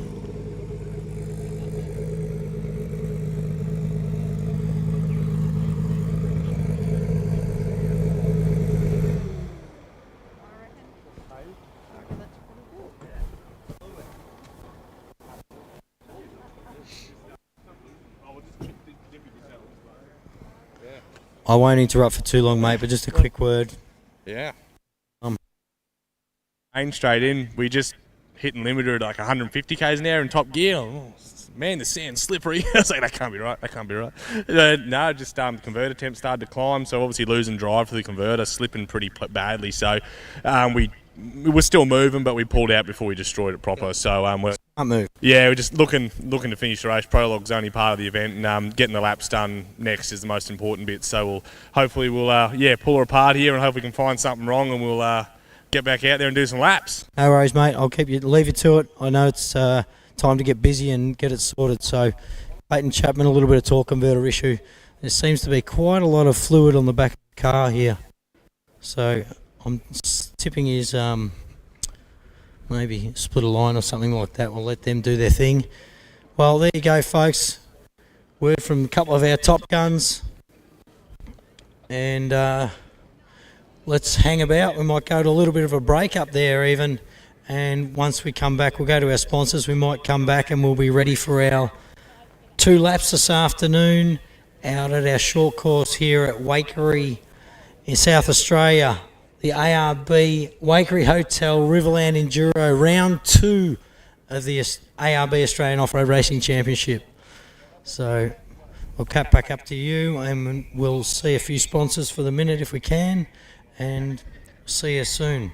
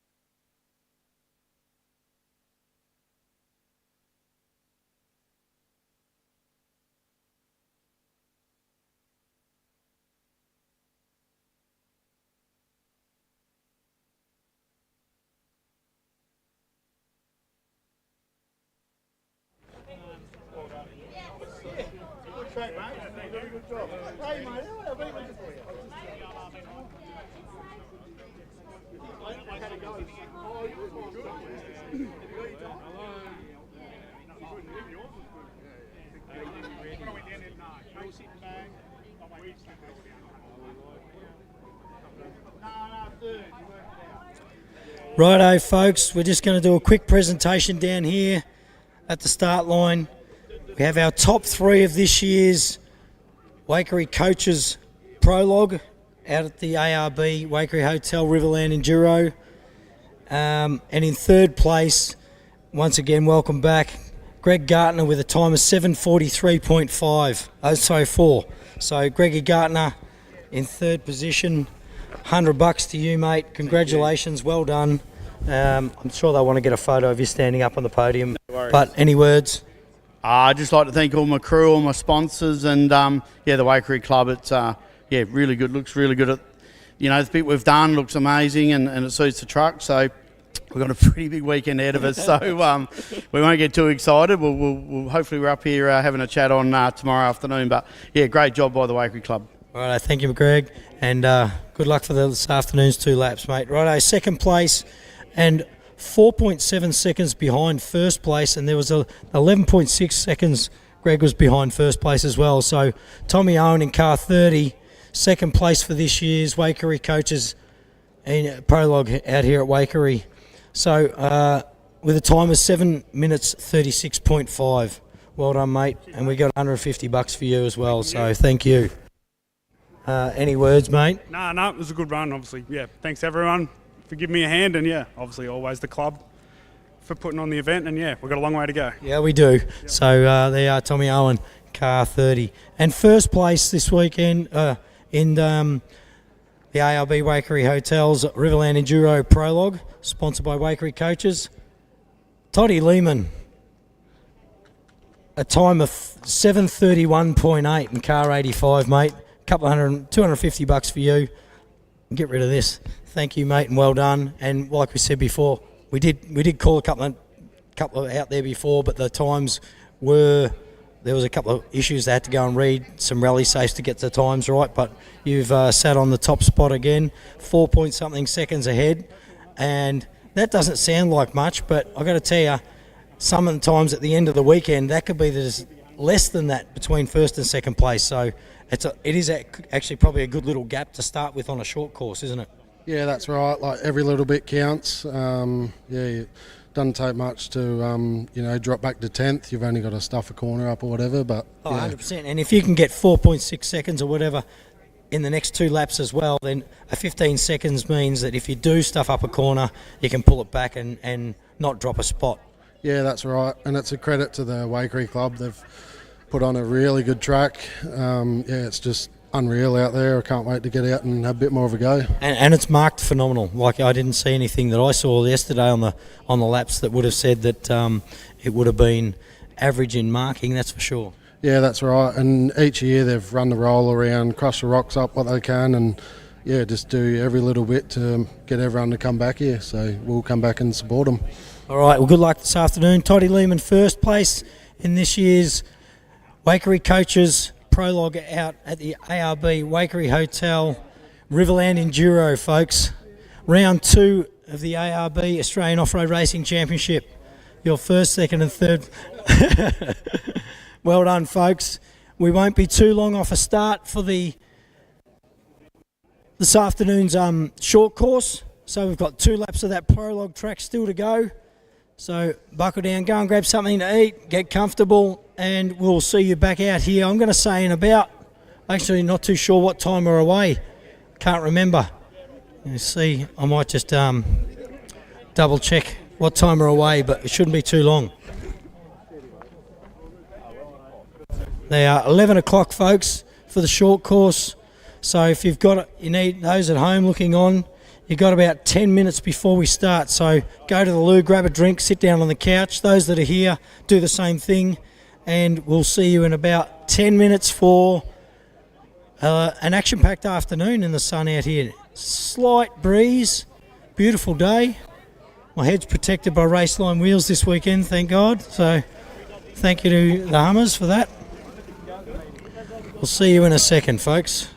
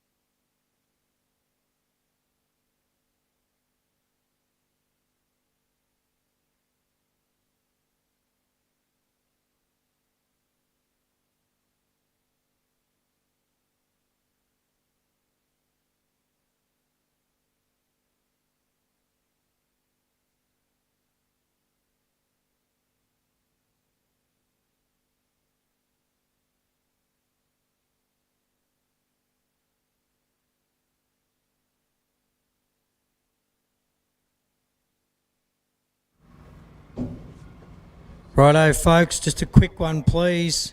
Car 201, I'm going to read out a list of numbers. These guys got to line up for the first heat, please. These cars for the first heat for this afternoon's short course. Car 201, car 657, 88, 1021, 222, 276, 888, 620, 225 and 554. Can you guys please get to your cars and get around to the start line ready for your first lap of this afternoon's short course. Thank you. Righto, once again, car 201, 657, Mark Hardman, Mark DeGrucci in car 88, car 1021, car 222, car 276, Michael in car 888, car 620, car 225, and the Vandy car 554. Please get around to the start line up for the short course. Thank you, and we'll call the rest of the cars out as we get them.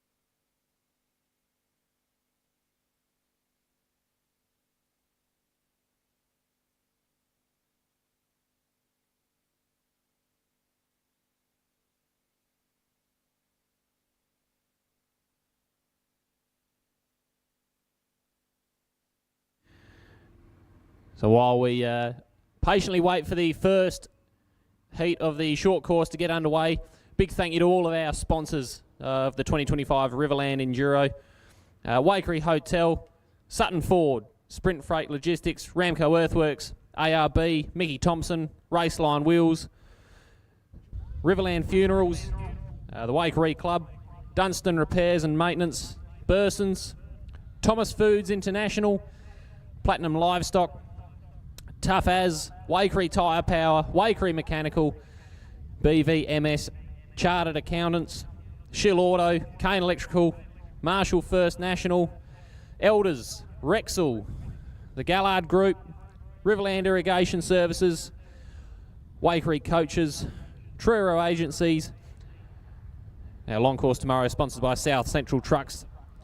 The Super Jump, thanks to Bursons, the Sutton Ford Whoops, Waikerie Toyota sponsoring our infield jump. And of course our class sponsors, Element Off-Road, RMAW, Rollies Automotive, SC Tucker Transport, Dunstan Repairs and Maintenance, SS Race Tech, Waikerie Machine Hire, and GRC Motorsport, and of course Solon SA as well. So massive thank you to all of our event sponsors for coming on board this weekend. And of course without these sponsors, these events wouldn't be possible. So massive thank you to all of those sponsors, as well as our officials and recovery crews here this weekend, doing a fantastic job, keeping everything running as smooth as possible. As the 201 of Brendan Forsman is sitting on the start line, waiting for his time to take on the 2 laps here of the 14-kilometre track.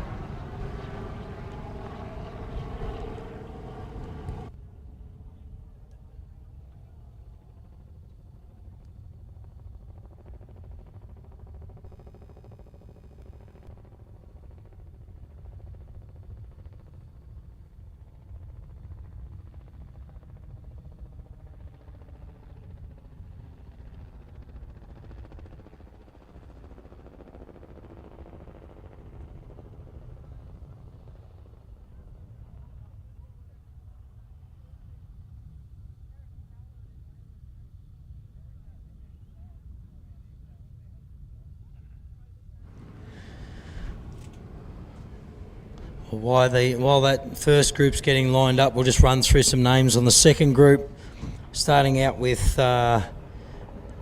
first car out on the second group is car 404, car 81, 474, 606, 6119, 217, 264, 655, 607 and 779. That'll be rounding out our second group of cars in the short course this afternoon. And remembering, folks, their times in their short course this afternoon will be added onto their total race time. So it's pretty imperative they still do a good time here this afternoon. It's not just for show, it is also for a total race time. So they want to be doing some good times this afternoon. Yeah, this is where it all starts to count towards the overall race time. So the 2 laps this afternoon, very, very important. And of course, we've got 6 groups. So we've divided the cars up into 6 groups. The slowest group out first. Our fastest cars from the prologue will be the last cars away later today.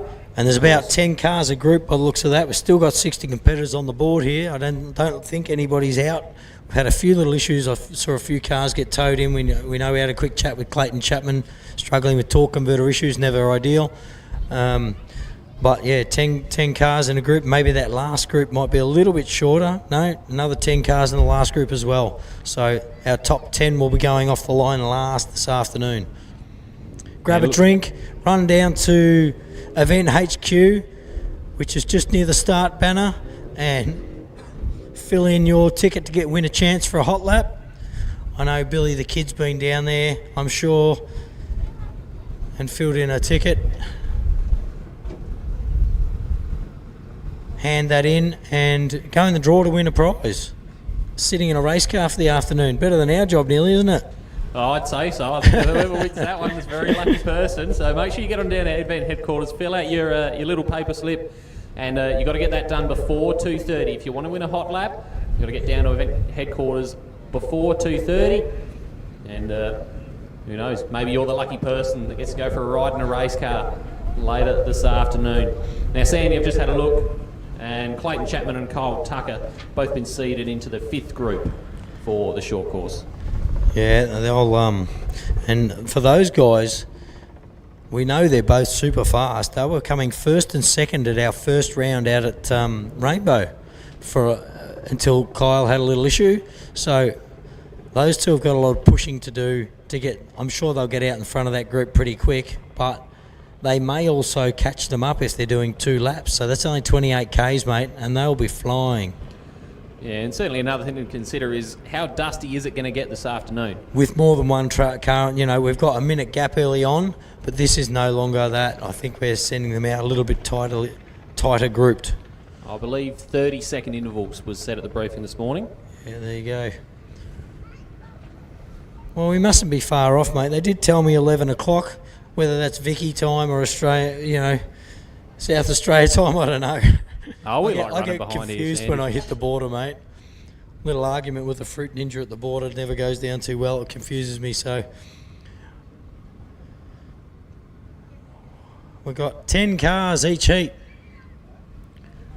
and a good mix of cars too. They're not just seated in class anymore, folks. They're seated in their finishing times for the prologue. So yeah, well, first 4 cars away are going to be all from different classes. Class 2 of Brendan Forsman. The Class 6 of Daniel Gibson will be the second car away. Mark Hardman or Mark DeGrucci, still not sure who's actually driving that car. I think Mark Hardman was driving earlier on. So he'll be away in the ultimate class, and then Matthew Hampel in the Class 10. So those are the first 4 cars away, all from different classes. Of course, moving through the rest of the field here for the first heat, Troy Purcell in 222, Billy Coombe in 276, Michael Hackney in 888, Paul Renouf in car 620, Isaac Vanderwood in 554, and the 225 of Connor Henderson. So they are the 10 cars that will be taken to the track for this first section. There is a big mix of cars, isn't there, in some of these groups? So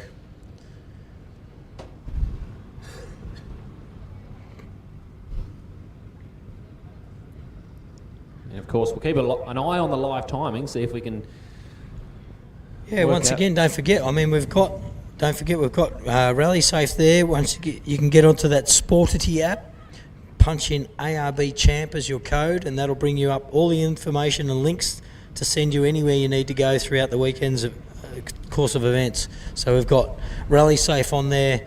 We also have the live timing on there, and we have any information regarding times of things happening throughout the weekend. Tell you what, we've got a good year this year. We started out at Rainbow, out here at Waikerie this weekend, and then off to Gundy 500 in a few weeks' time.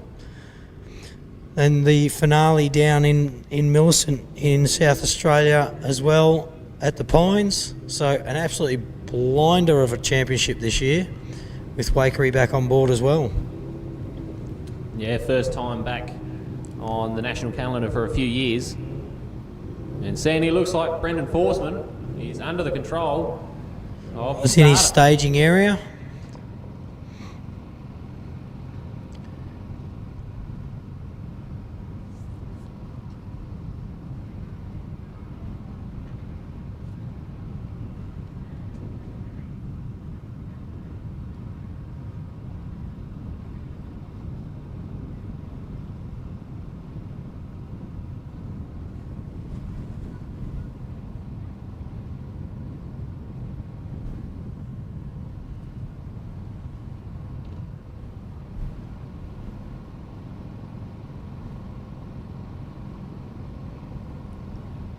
So if you haven't already, folks, get down along the fence because we are about to go short course racing at Waikerie for 2025.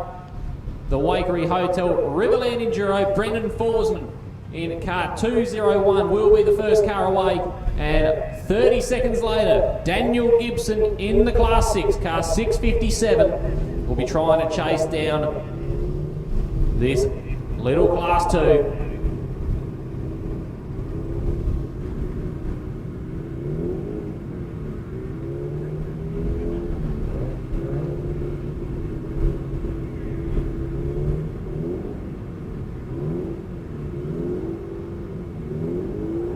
Revs are rising for Brendan Forsman in 201. Clean run for him.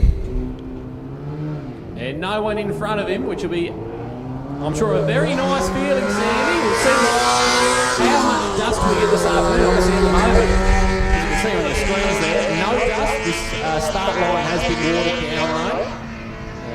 And we saw earlier, just as they were heading out the back, you can see a little bit more dust. So unsure how dusty it's going to get throughout the afternoon. Obviously, it's going to get dustier and dustier with the more cars that run over this track. So for our top level cars, might be dealing with a little bit more. It's Forsman. 30 seconds apart. Gibson is also underway in car 657. It's got me, some of those cars out there hitting the whoops. Car 88 off the start line and within 1 minute, 30 seconds apart, don't forget, folks. 2 laps. So they will be, I'm sure there'll be plenty catching dust out here. That looks like car 88's got a little issue. Yeah, you're So right. they're back to an idle already.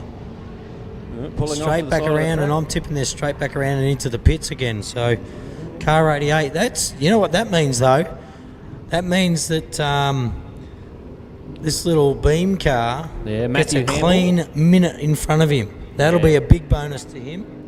Absolutely, and single seat as well. So Matthew Hampel in 1021. And don't forget, if we can get recovery. Underway for short course racing.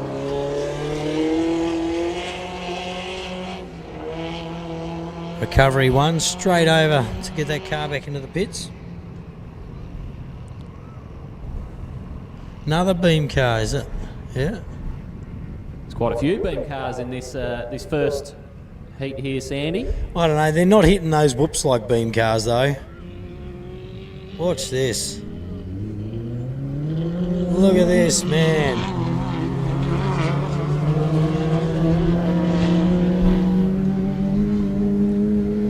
It's on your screens now, the 222 of Troy Purcell.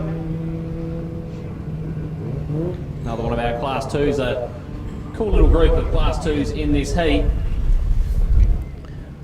Don't forget, you can race down and grab a chopper ride. The chopper's out there at the moment, but you can race down over behind the toilet block there, just in the quarry. You'll wander down and grab a ride. You can follow your favourite car around or your team around. I'll tell you what, Sandy, as Billy Coombe gets underway, that'd be a nice place to commentate from, the chopper. They've obviously had an issue because they're very, very close together, these two. Yes, they must have had a drama. The 222 of Troy Purcell. Back on the track now. That might mean an early overtake. Yeah, we'll keep an eye on it. That's Michael Hackney, car 888. They're starting to refine this car. Had a few little issues with suspension, he was saying, bottoming out, which I didn't think it was a thing, but they this should be perfectly suited to this Class 8, this track.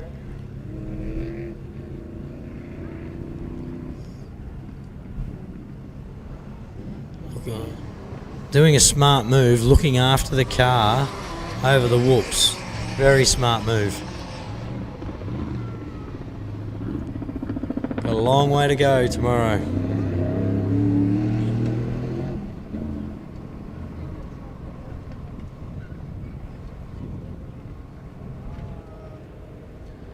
So on your screens now with the 620 of Paul Renouf. The Vanderwoods. I think Isaac's driving today. And then I think Millie's in the passenger seat tomorrow.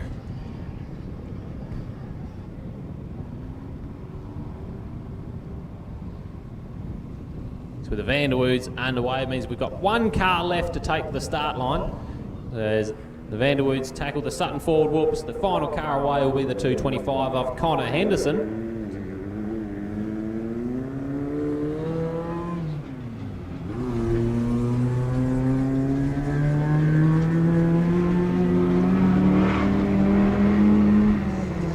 There we go, the first 10 cars for short course racing here at the Waikerie Hotel Riverland Enduro are out on the track. Of course, we had the 88 of Mark Hardman getting recovered shortly, or a short time ago. Considering they had a fairly clean run at Rainbow, they've it's obviously a new gremlin poking its head out of that car 88.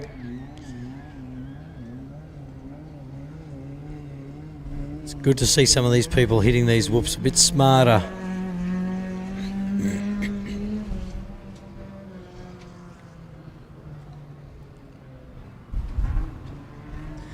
Once again, thanks to Screenshot Big Screens for putting our screen that you got in front of you. You can see a couple of shots from our cameras and our drone while they're watching. So we're up here in what do they call this little box? Billy's Shit Talk. What was it called? Little hot box up here. It's fantastic. Yeah, we've got a fairly good view from up here. Yeah, the old ferry cab. Fondly named after old Billy Gower. Commentated in South Australia for a very, very long time, did Billy.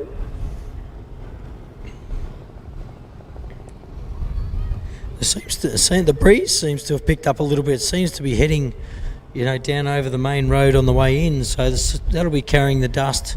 If there is any dust, that'll be carrying the dust away, I would say, at a reasonable pace. So surely we're not too far off seeing the first of our cars. We've got 10 cars. That's 30 seconds apart. That's 5 minutes. 5 minutes on the track, and I reckon we'll be seeing them starting to circulate back around just out.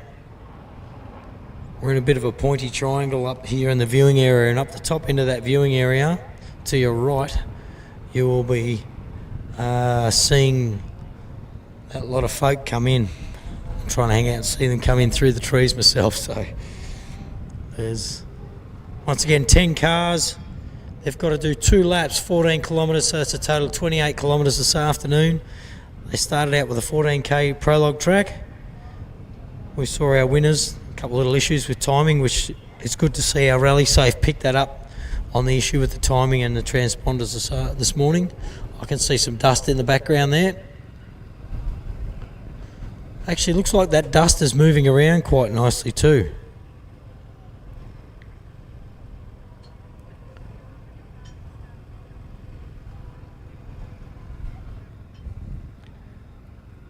Of course, Sandy, we've got to thank our short course sponsors, Truro Agencies, come on board to sponsor the short course this weekend. As we know, it takes a lot of energy to put on a race. There's a phenomenal amount of sponsors this weekend for each individual race, series and championship going on here this weekend. If you don't know, you can enter the whole weekend, the Australian Off-Road Racing Championship. You can enter the Southern States Series, which is one of 8 events. I think this was event number 5, I think they said. And you can also enter the South Australian Championship. So there's a few different divisions of this race. Some guys won't do the full 400 something kilometres this weekend. They'll do a couple of laps short of that, of this 55k course that the guys will be doing tomorrow.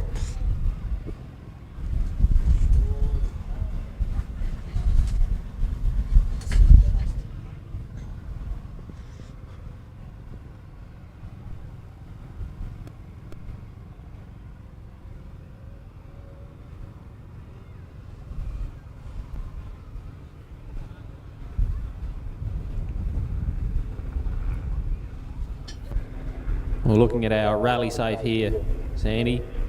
We are not too far away at all from seeing the return of our first car, which here he is now. There it is, the Brendan Forsman.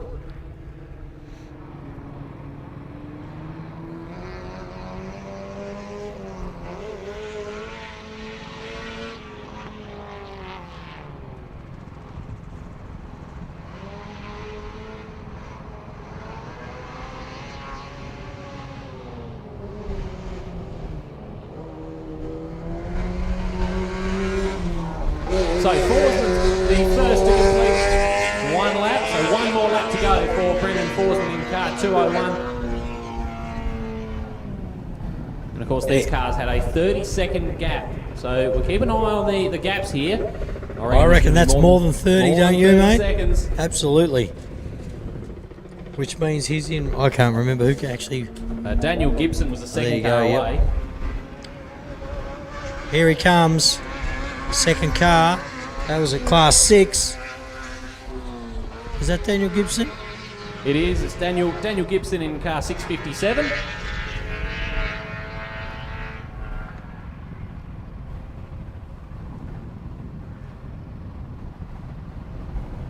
So Gibson across the line.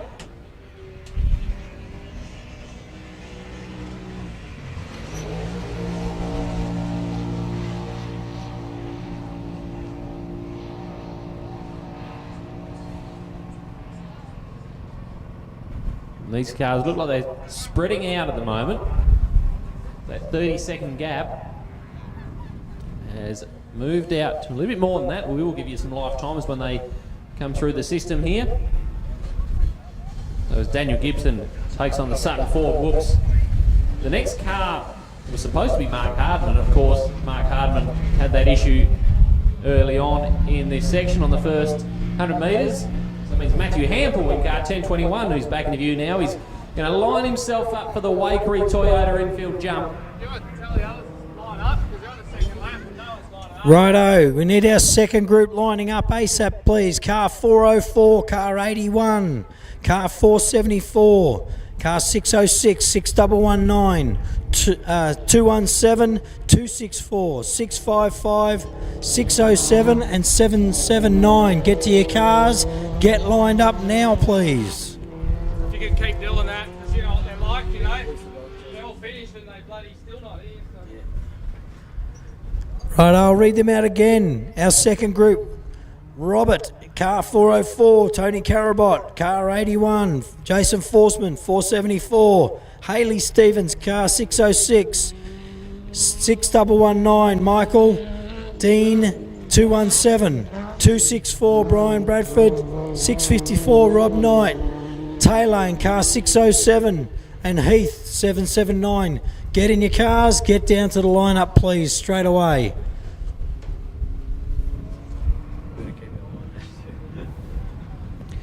That was probably partly our fault for not doing our job right. That happens. Perfect amount of breeze and sunshine this afternoon. The only thing we're not allowed to do, mate, is have a frosty one. That'll come later. Hopefully revive my sore throat for tomorrow. Michael Hackney has made a gap, a big gap. That little class 2. And we had Troy Purcell in triple 2 start in front of these. Actually, he's not there at all, is he? So I reckon that's Troy Purcell just coming through the dust now. There you go. These guys might have rounded him up. Michael Hackney, and I'm going to say Michael's going to round him up. That's it. Get in the rev range. I'm going to say Michael's going to round him up after the whoops, because Michael's not really fast over the whoops, and I reckon he's conserving the front end. Absolutely smart choice.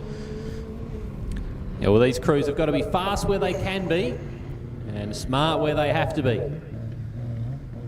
But it's going to be a nice incentive to try and make a pass here, Sandy. He won't do it in the whoops. But after that jump, I'm sure the legs of Michael's Class 8 will reel that little Class 2 in, no worries. Another car 620 for their second lap. Also catching that little 222 car. Yeah, so I'm unsure what happened to Troy Purcell. It was the car we had stuck on turn 1 for a little while there, but he's obviously back now look at our fastest lap, 9:48 by the Forsmans in that car 201. Vandy on his way around, still with a lot of clean air in front of Vandy. Surprised. They should be probably ready to start winding it in.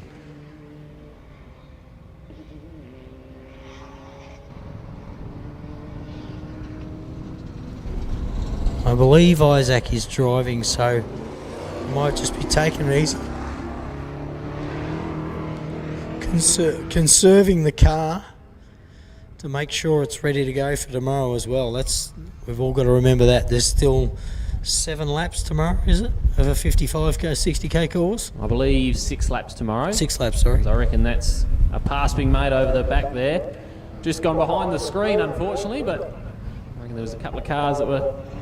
That would have been Michael rounding up. Vandy's car handling the whoops pretty nice. Vandy's car handling the whoops pretty nice in front of us. So Vanderwood with a 10:47. So Purcell with an 11:52. Now, we know that Troy Purcell was stuck in turn 1 for a little while there. So keep an eye on his second lap time to see how much time he lost there. We might just give another shout out. I know there is some crews lined up here, but if you haven't heard before, get to your cars. These cars now. We need them lined up for the second round. Car 404, car 81, 474, 606, 6119, 217, 264, 655, 607, and I see Heath already lined up there in 779. If I just called out your number, get in your car and get up to the start line straight away, please. And for any others, be on the listen out. Make sure your crew's on the listen out. If we call your number up, get to your car and get up here to the start line ready for the next round.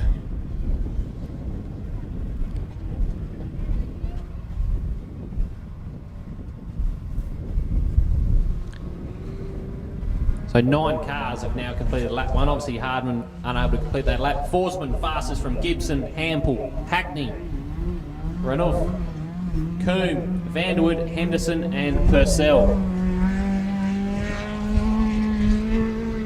A 9:48. So Brendan Forsman's the only competitor going under the 10-minute time for this heat.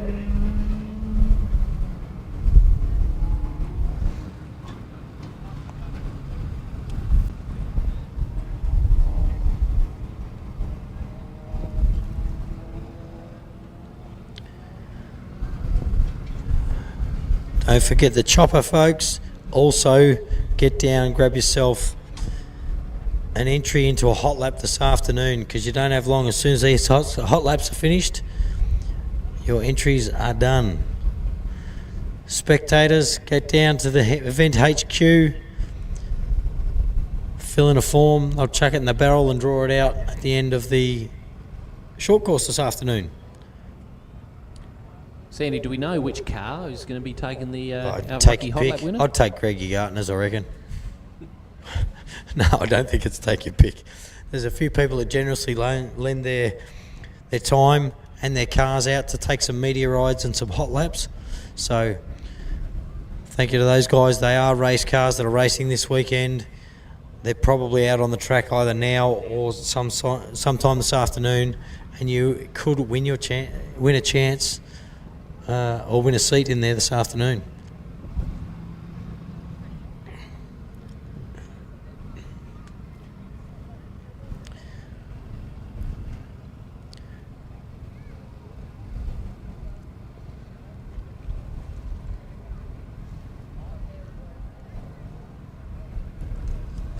Grab yourself a coffee. The Rotary Club of Waikerie down there. You can grab some food from those guys as well. So in between heats, or while the cars aren't there, run down and grab yourself something to eat, something to drink.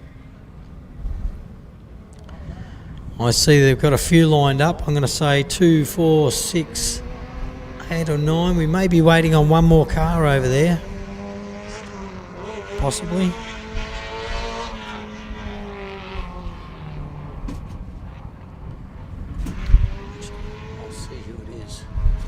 So the first car to complete the short course running here at the Waikerie Hotel Riverland Enduro is the Forsmans in 2:01. Brendan.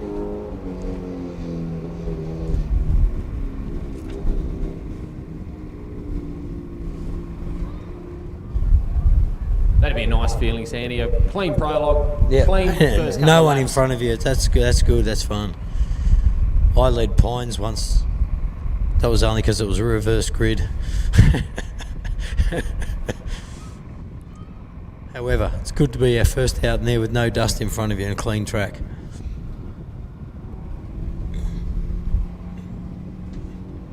I'll tell you what, that's something we've got in common, Sandy. I've led a race once too, but it was also reverse grid. Bit of a theme there, mate. If you're the slowest in prologue, you're commentating? Something like that. Right, see, I think that's the last of our second group all out. The Forsman car rolling out into our staging area. Then once that last car's over the line, I'll start sending this second group.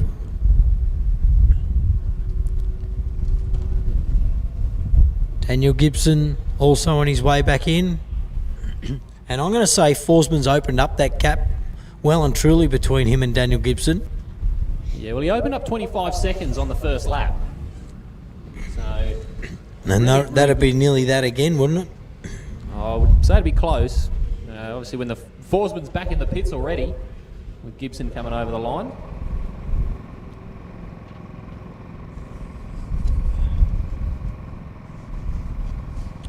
Well, we've got a minute. Our third group out, and you don't have to go right this second, but once you see these guys leave the start line, it might pay to get your cars ready. The third group will be car 666, car 137, car 68, 1042, 633, 1088, 678, 621, 570 and 435. That'll be our third group. So once this second group leaves the line, be prepared to get in your cars and start rolling up. Looks like a lot of wheel shake out of that little 1020 21 car. That's Matthew in his single seater. Across the line, safe and well, which is good. Yeah, and that's the thing all of our competitors have to keep in mind today, is that tomorrow's the big day. So you can certainly end your weekend a bit too early by pushing too hard and making a couple of little mistakes out there. Tomorrow is where it all counts.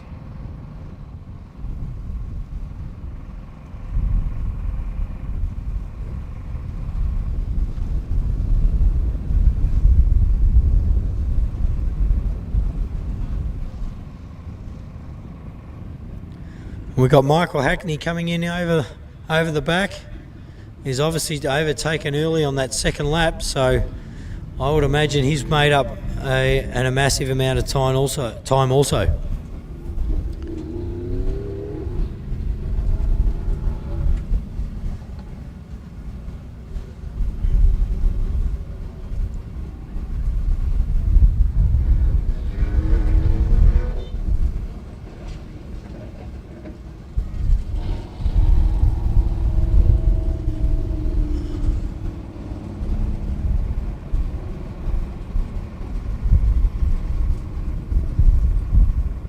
And there's our man that he overtook.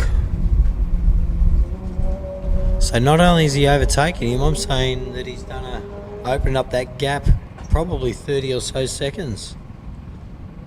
Yeah, Hackney made the pass on both Billy Coombs, who we can see crossing the line now, and Troy Purcell. I reckon... Oh, that's not Purcell, that's going to be the 620 of Paul Renouf, making his way through the tree line there. It is. There's another Maverick car.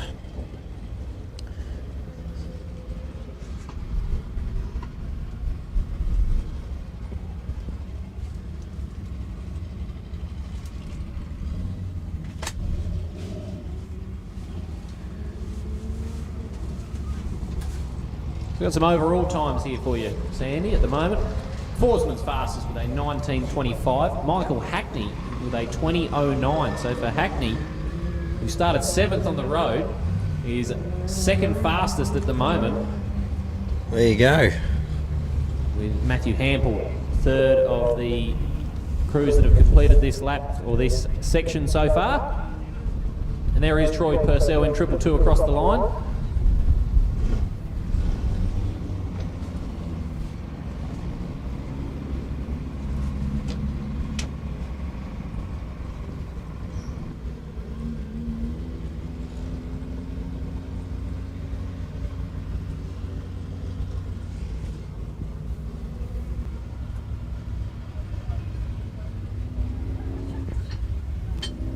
And over the Waikerie Toyota infield jump is Isaac Vanderwood in 5.54.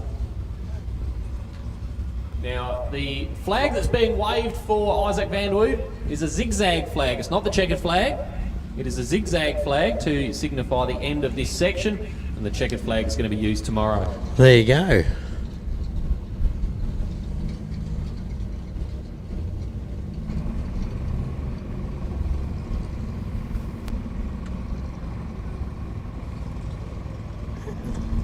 The first couple of cars off in this second heat. Tony Carabot following the 404 Roberts F truck. This will be a good one to see as well. There are a couple of reasonably well seasoned cars. Yeah, the third car away, the 474 of Jason Forsman. So a cool little battle we're about to witness, with the second group readying themselves to take on the 2 laps here of the short course track. Now, Sandy, personally, I always thought that waiting was the most nerve-wracking thing in racing. Almost less nervous when you actually get underway. I don't know. Having that 81 Diablo behind you might be a little bit nerve-wracking too. It can be a bit scary when somebody that you know is faster, and I'm not saying Tony is or isn't faster, but I've had where we've been before, we've been seated and we know the guy behind us faster than us, so you're like, we're going to have to look in our mirrors.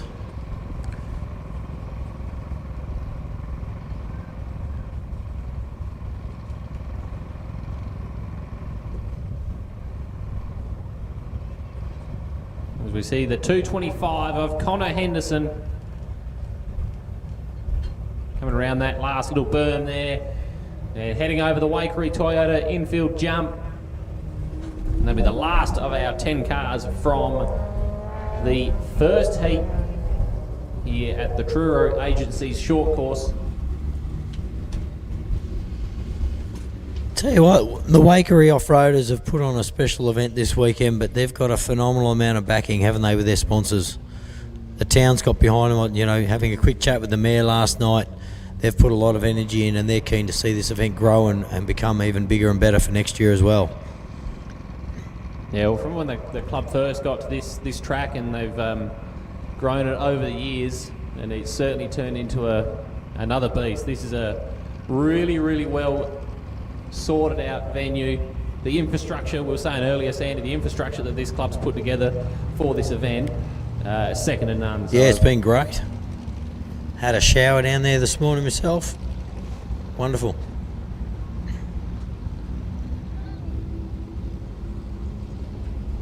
we look down to the line now. The 404 of Robert Gassenhoven will be the first car away for Heat 2 of this section. And 30 seconds behind him, Tony Carabot in car 81. Hungry? Hungry? Bloody oath. How good's that? We got a food delivery up here.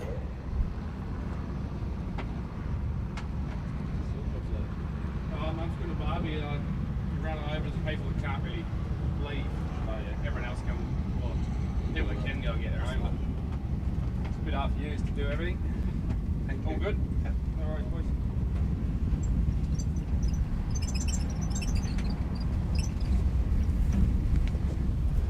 Going to be hard to talk and commentate with a mouthful of sausage and bread. Thank you very much. And I did say in bread.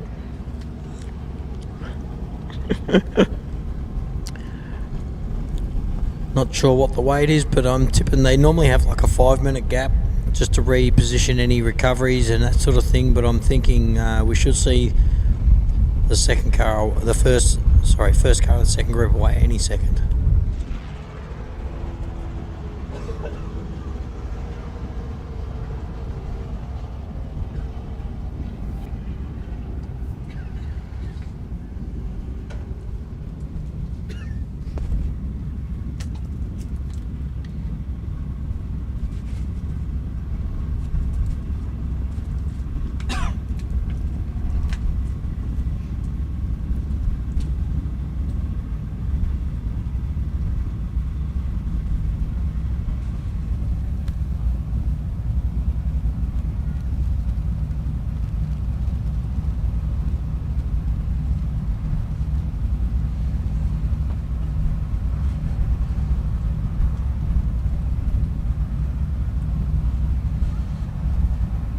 As we wait for Gassenhoven to take to the track, of course a reminder, you can go for a chopper ride. If you want to get in a helicopter and go for a look around this track, you can do that.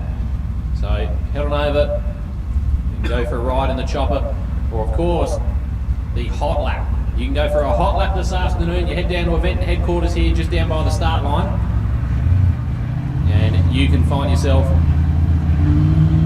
in the navvy seat of one of these cars as Robert Gassenhoven in 404 gets his short course racing underway.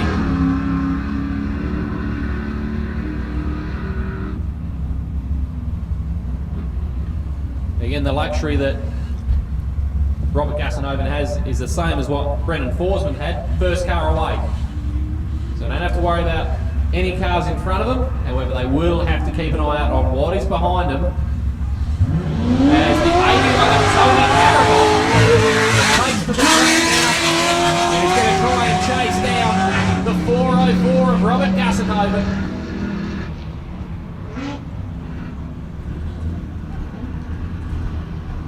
We were saying earlier that car 81, we haven't seen it around for a while, but back out on the track here at Waikerie this weekend. And it's a buggy in a truck sandwich. Because the next car to take to the track is the 474 of Jason Hare. So Gassenhoven, Carabot and Forsman all underway.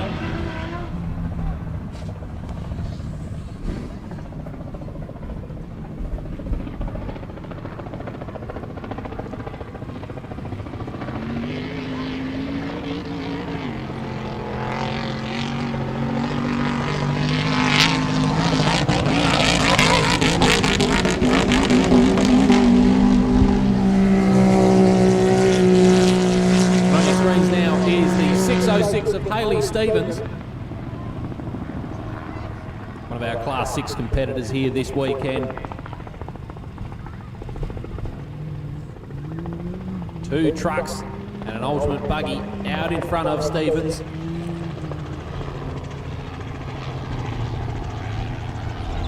The next car away, Michael Lesky in 6119. With our first 5 cars away for this heat. And Sandy, we're now turning our attention back to some more beam cars. I know. Sorry, mate, I had to take a hiatus just to have a little snack.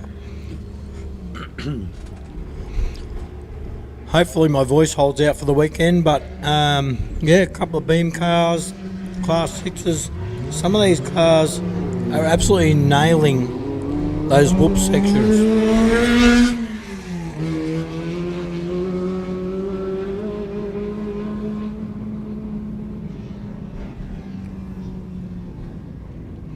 It's good to see that we're still after a prologue. Sometimes we have some cars drop out altogether, but it looks like we're going to have another 60 cars start this race again in the afternoon's activities in the short course. Car 264.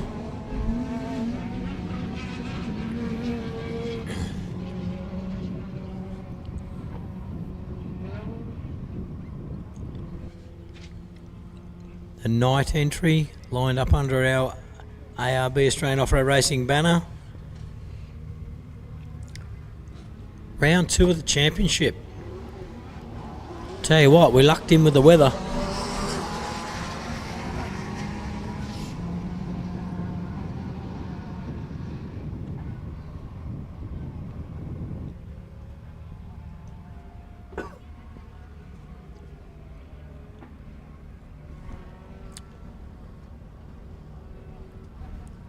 Taylor in car 607 at the start line will be away any second now.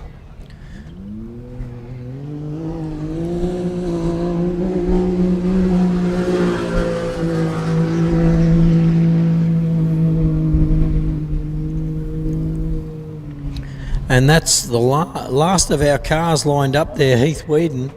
So I'm going to say, folks, I'm just going to read through that list again for our third group. As Heath leaves the start line, I'll run through our third group of competitors.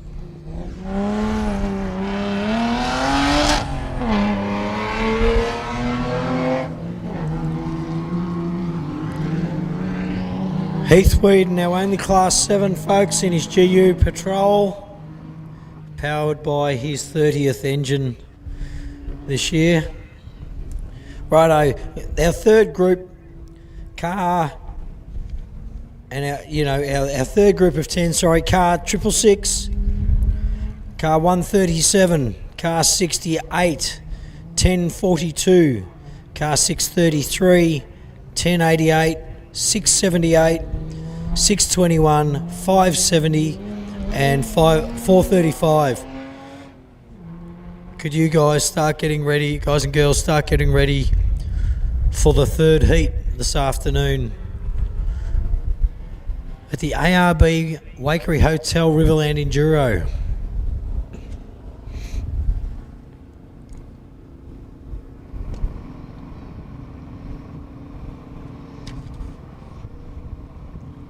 Six heats, 10 cars a heat.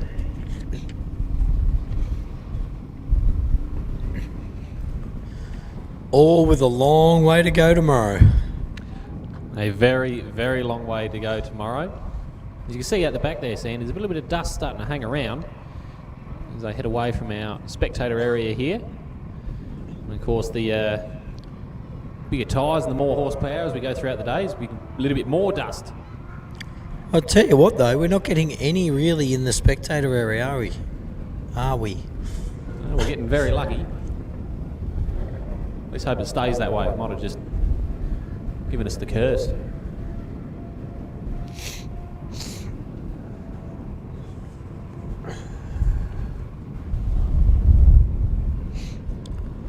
Chopper's still in the air. The chopper's been fairly busy this afternoon already, hasn't it? Or this morning, sorry, should I say.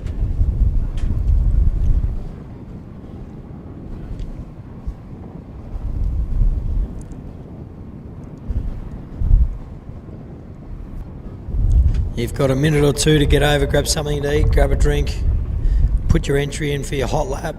Are we eligible for that hot lap, mate? We've got a ticket up here. Let's fill it in, put it in. Yeah, we do have You never one know. ticket.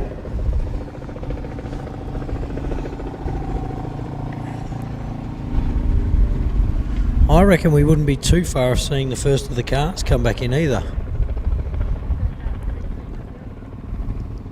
Another few minutes. So, once again, car 666. If you want to slowly wander down, get your stuff ready to go and get into this third heat. Car 666, 137, Craig Barnett, 68. Peter Tamlin, 1042. Matthew Hummer, 633. Matt Ridley, 1088. Darren Franklin, 678. Tim Wilkinson, 621. Andrew Cameron, 570. Darren Mott, car 435. Motty, get ready. Start getting ready, should I say.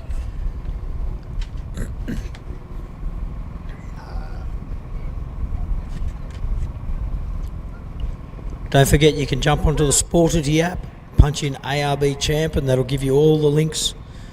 Navigate your way through to all the links you need for Rally Safe, for your live timing, any other info you may need about the weekend.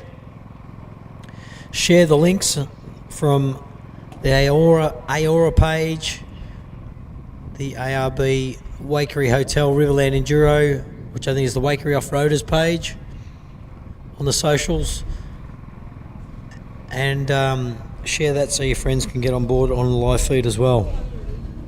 There you go, I can hear a bit of noise of our 404 coming back. Robert Gussenhoven. Yeah, the first car back into view and over the Waikerie Toyota infield jump, the Gussenhoven machine. Started 30 seconds in front of Tony Carabot. And as we were saying earlier, we will get the live times for you as they update. So Gussenhoven over the line begins his second lap of the short course here. And the True Road Agency's short course. Getting chased down by the drone. And I see a little bit of a flicker through the trees, mate, and that looks like Tony Carabot coming in also. And I thought there wouldn't be as much of a gap there, hey?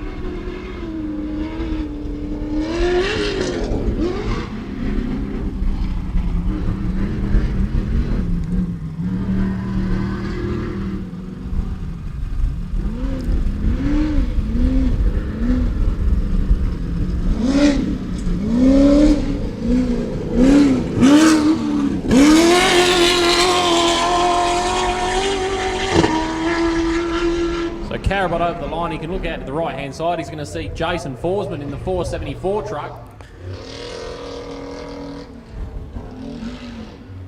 He seems to be doing reasonably well in that truck now, Jason Forsman. They've obviously refined it a little bit more since the early days. Seems to be fairly consistent.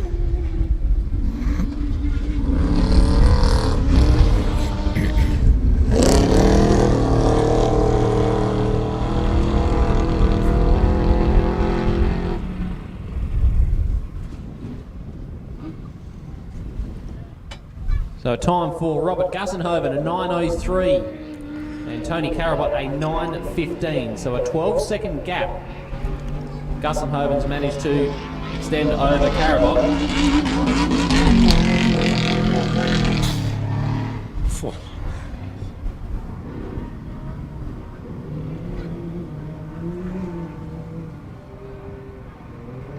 Is that Haley? Is that Haley? I think that's Haley in that second group coming over. 6:06, about to come over the finish line. Jason Forsman with a 9:17, 2.2 seconds off the pace of Carabot. Yeah, that is indeed. Haley Stephen and Toby Stevens.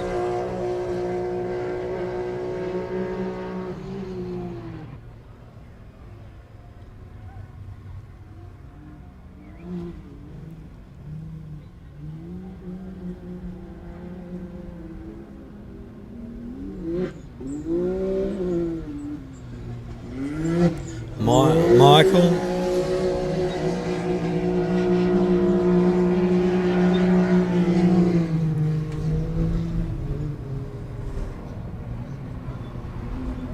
Ellie Stevens with a 9:45.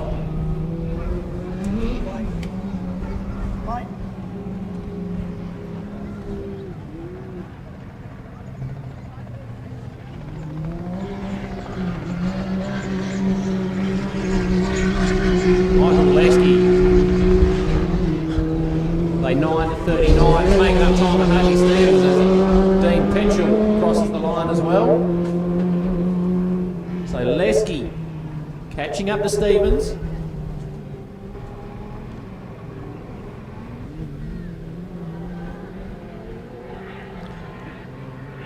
This will be the 2:64 of Brian Bradford.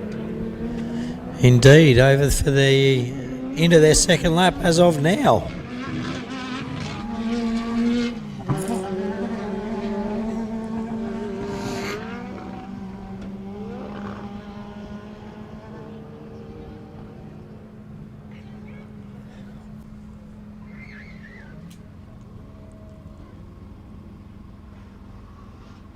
Interesting to see that gap between first and third, a 9:03 from Gussenhoven and a 9:15, so 11.9 seconds first to second place currently.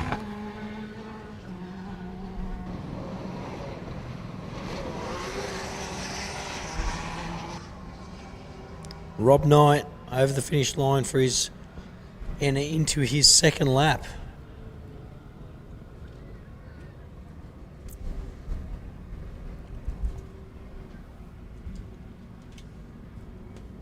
Dean Petchell with a 9:45, just beating the Stevens time. So Petchell was the 6th car away, Stevens was the 4th car away. So Dean Petchell making some moves here, as is Michael Lesky in 6:119, putting some decent times down early on in this short course racing. Once again, I think I've seen a few line up down there, but a quick call out to 666, 137, 68, 1042, 633, 1088, 678, 621, 570 and 435. Moddy, last of our, we can get all you guys, if you're not already down there or someone knows of them, just double check they're getting in their cars ready for this third group to come out. Taylor Apostoli's over the line. Heath Whedon, a very small gap between her and Heath, and I'm going to say that Heath was last off the line in that last group, so he's made up some time on Taylor. Yeah, the only Class 7 here this weekend, chasing down one of our Class 6s. And husband and wife team, Heath and Michelle Whedon. I'm going to say local just because they're not too far away on the South Australian side.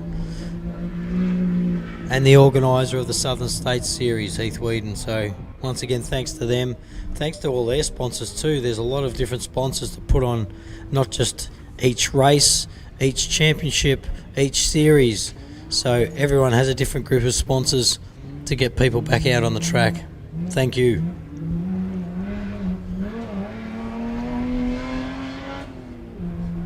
Well, in Sandy, a very good class to get into if you want to start off-road racing. It as is. well, It's a Class very simple class to get into. Basically a production four-wheel drive. You could go and get the car that I drove here this weekend, a GU Patrol even, which is what Heath is. Put your safety equipment in, roll cage, harnesses, rally safe unit, fire extinguishers, seatbelt cutters, all that sort of stuff, engine cuts. Get yourself a suit and boot and some undergarments, etc. Helmet, Hans device, and you're basically away. Off-road racing is not really a cheap sport, but at the end of the day, you can get into it cheaply. You can get a good entry-level car. There's plenty out on the market. Come and have a go. Jump in with a mate. Jump on a crew.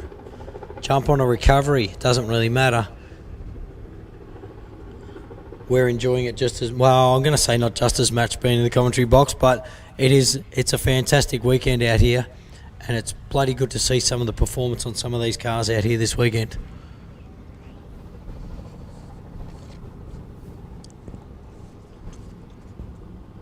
Be interesting to see how Craig Barnett ends up in Tower's car at the end of the weekend, knowing that Barnett's usually around a top 10 finisher. with his old car that's now moved on and waiting for his new car to get built on an interim car. So Do we know what the new car is, Sandy? I can't remember. I do, but I've forgotten.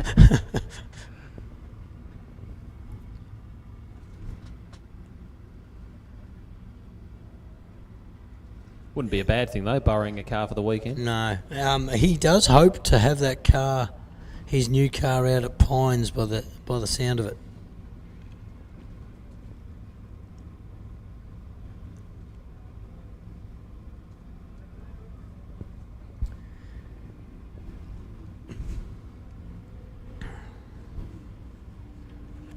Don't know what I can hear in the background. Yeah. Gussenhoven. Gussenhoven in car 404. Still in the lead.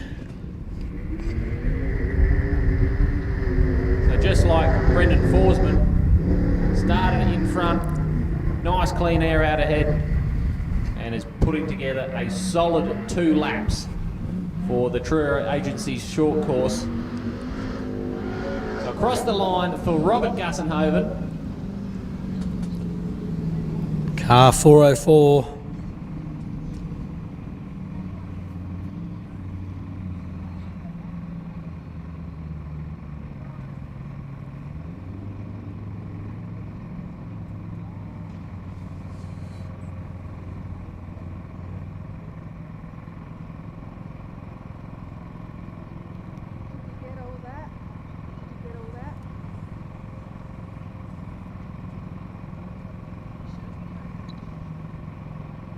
We'll wait for our times to update, but the way that this short course is organised at the moment, Sandy, is that the faster cars should be coming out as the day grows older.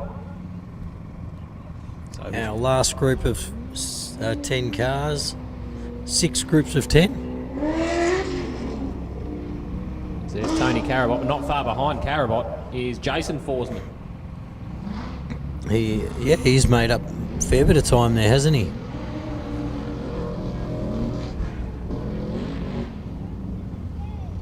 Carabot was faster than Forsman on the first lap, so he has made up quite a lot of time there as Carabot crosses the line, and so does Forsman.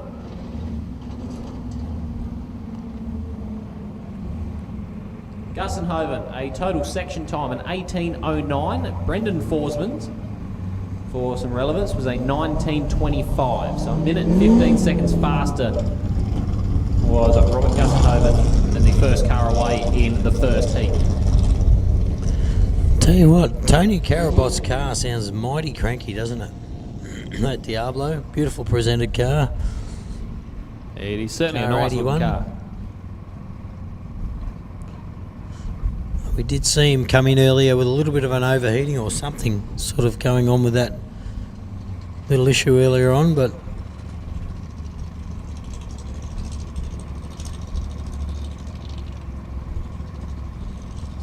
So Jason Forsman with an 18:31, 22 seconds slower than Robert Gussenhoven throughout this 2 laps here at the Truro Agency's short course.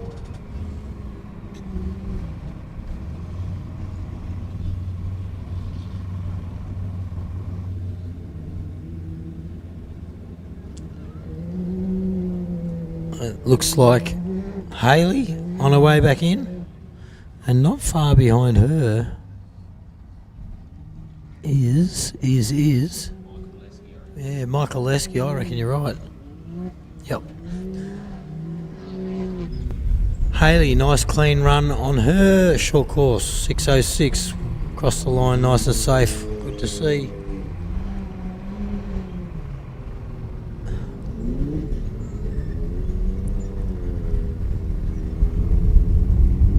.119 across the line, Mr. Lesky Engineering. This will be the 217 of Dean Petchell as well over the Waikerie Toyota infield jump. So as the final few cars coming to complete this section, not far away from the third group. You can see them all lining up there, patiently waiting their chance to tackle this 14 Patiently or kilometre track. nervously? Nervously? Probably nervously. Probably nervously a little bit. I think it depends on where you're sitting in the order too. A little Tatum coming in around the back. 264. Once again, I think they were down from Toowoomba as well. So they've few people have travelled a fair way to come out here this weekend. I actually got a message earlier from Daniel Zimbinski saying it's not a Tatum. Oh, sorry, mate. Danny Thank Wells' you. old Bunderson. That's what it was, Bunderson. I knew that was the car. Yeah, it's done a few races, but they seem to be enjoying it now.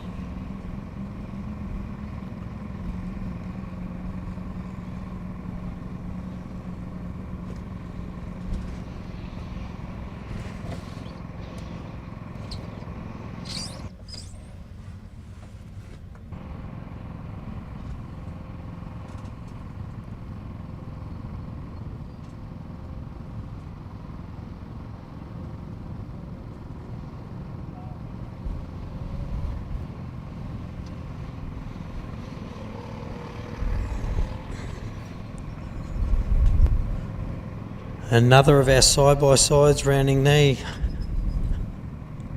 last leg into the pits.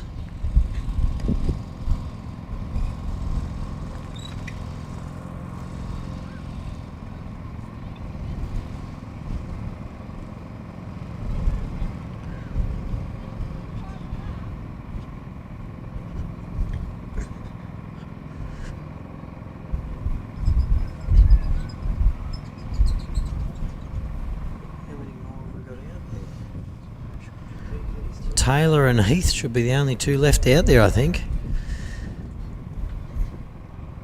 Car 779.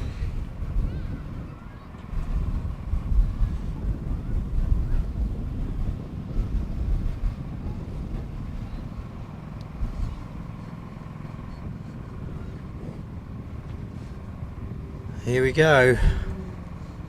Looks like Taylor on her way in now.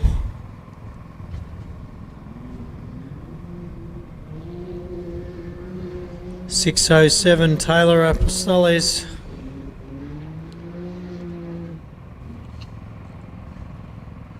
With her father in the passenger seat. There's a lot of parent-sibling teams out here this weekend. Like I was saying, even first and second gen, third gen races out here. So Heath in the background, last of them. So we'll get Heath 3 underway very soon, folks.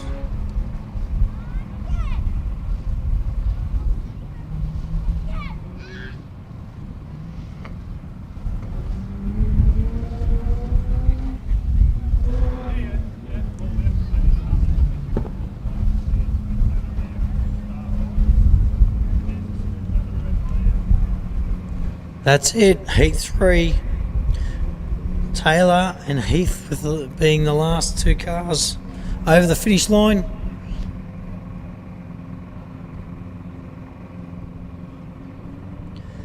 And I don't reckon we've had really any breakdowns, have we? I think we had Mark Hardman come back in, but apart from that, we've actually had a good field of finishes. Well, that's a way to make all the competitors nervous, Sandy. The commentator's curse. Heat 3 will be getting underway shortly, and another 10 cars take the track. The 666 of Aidan Campognolo, the 137 of Richard Andrews, the 68 of Craig Barnett, 1042 of Peter Tamblin, the 633 of Matthew Hammer, the 1088 of Matt Ridley, car 678 of Darren Frankling, the 621 of Tim Wilkinson, car 570 of Andrew Cameron, and the 435 of Darren Mott. They will be the next 10 cars to take to this 14-kilometre track. 2 laps ahead of them. A total of 28 kilometres for our competitors to complete here for the Truro Agency's short course. And can this be the same? Can Aidan Campagnolo do what Forsman did in Heat 1 and Gussenhoven did in Heat 2, and just have a nice clean run out in front and ready themselves for tomorrow's long course section.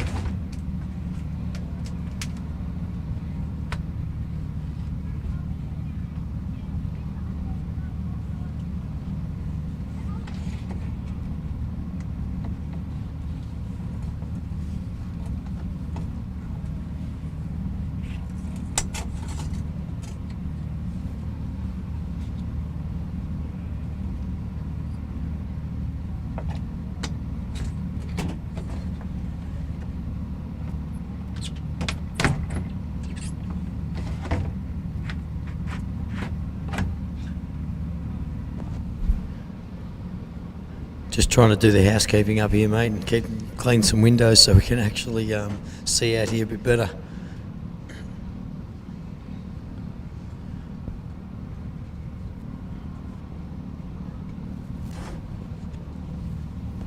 Yeah, well, this little microfiber cloth is going to do a bit of work for us over the weekend, I think, keeping this place clean.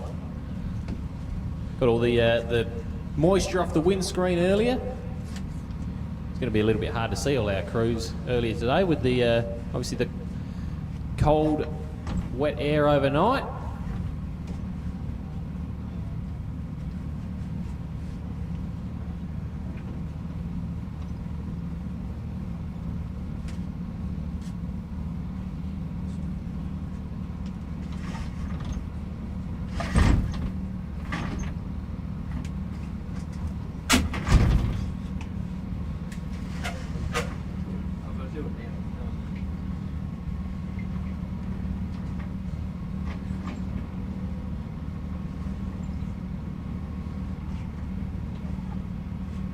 So of the 20 cars to complete the 2 laps, Robert Gussenhoven is the fastest, an 18:09.6. Jason Forsman, an 18:31, and Tony Carabot, an 18:50. They are your top 3 of the 20 cars that have completed the 2 laps of the Truro Agency's short course.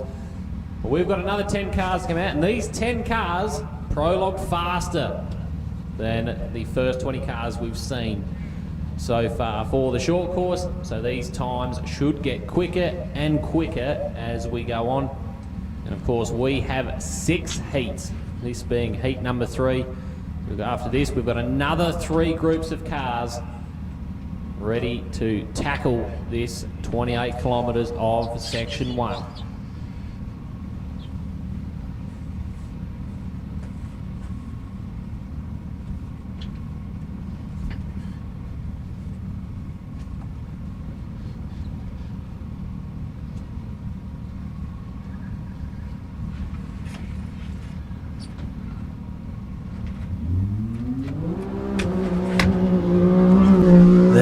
Underway is the 666 of Aidan Campagnolo. First car away for heat 3.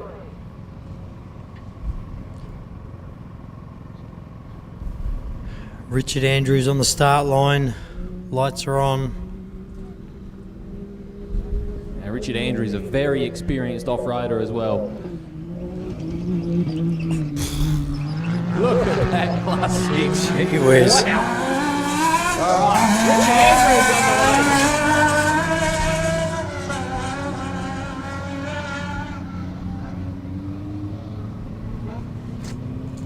One of our Class 1 competitors, Richard Andrews.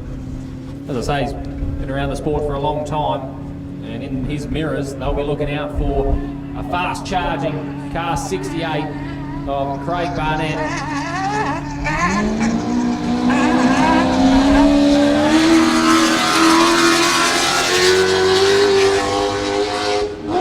So car 68 also underway. I tell you what, Barnett's car sounds quite angry as well, doesn't it? Yeah, there's a few angry sounding cars out here this weekend, Sandy. This will be good to watch.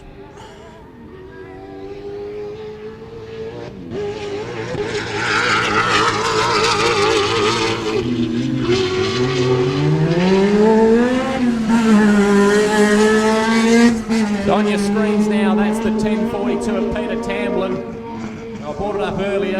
I'm sure he doesn't want me to keep bringing it up, but last year They finished the prologue, but over that last jump, the Tamlins had the left-hand rear wheel buckle under the car, and that was the end of the weekend. So, starting the short course this year, they've gone one step better.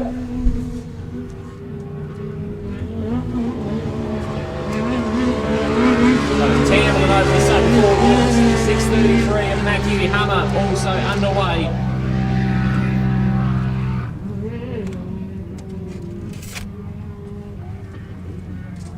I tell you, that's heaps better.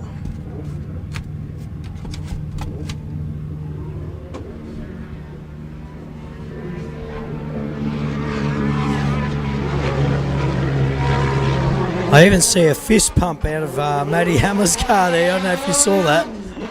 Yeah, I did see A some bit of a movement fist in- pump. I saw some movement there. They were having a bit of fun out there with that one, aren't they? Matt Ridley in 1088 underway. A little motorbike powered Class 10 buggy.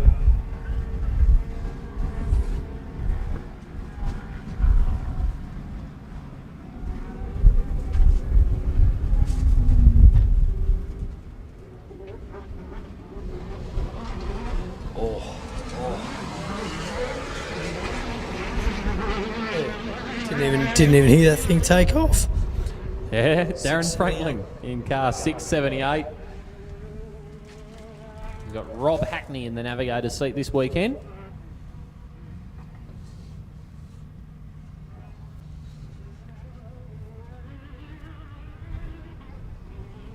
On the start line now, the 621 of Tim Wilkinson. A couple of side-by-sides to keep an eye on as we move through this heat. Andrew Cameron up next in car 570. And then followed by Mr. Mott. Car 435, the last of our two in this group.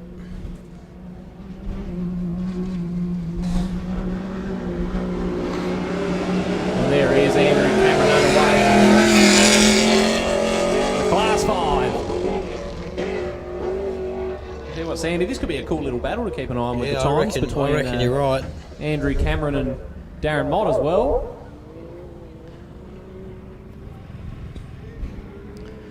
Absolutely.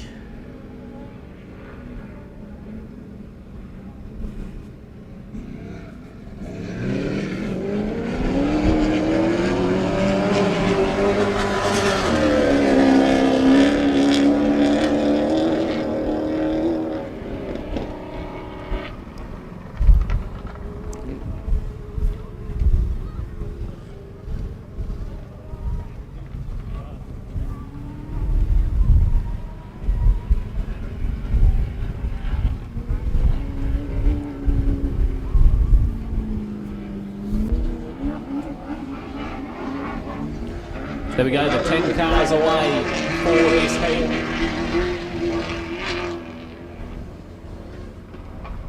And while we have that little 3-minute gap between cars, here's your chance to go and put your name in to win yourself a hot lap or go for a chopper ride.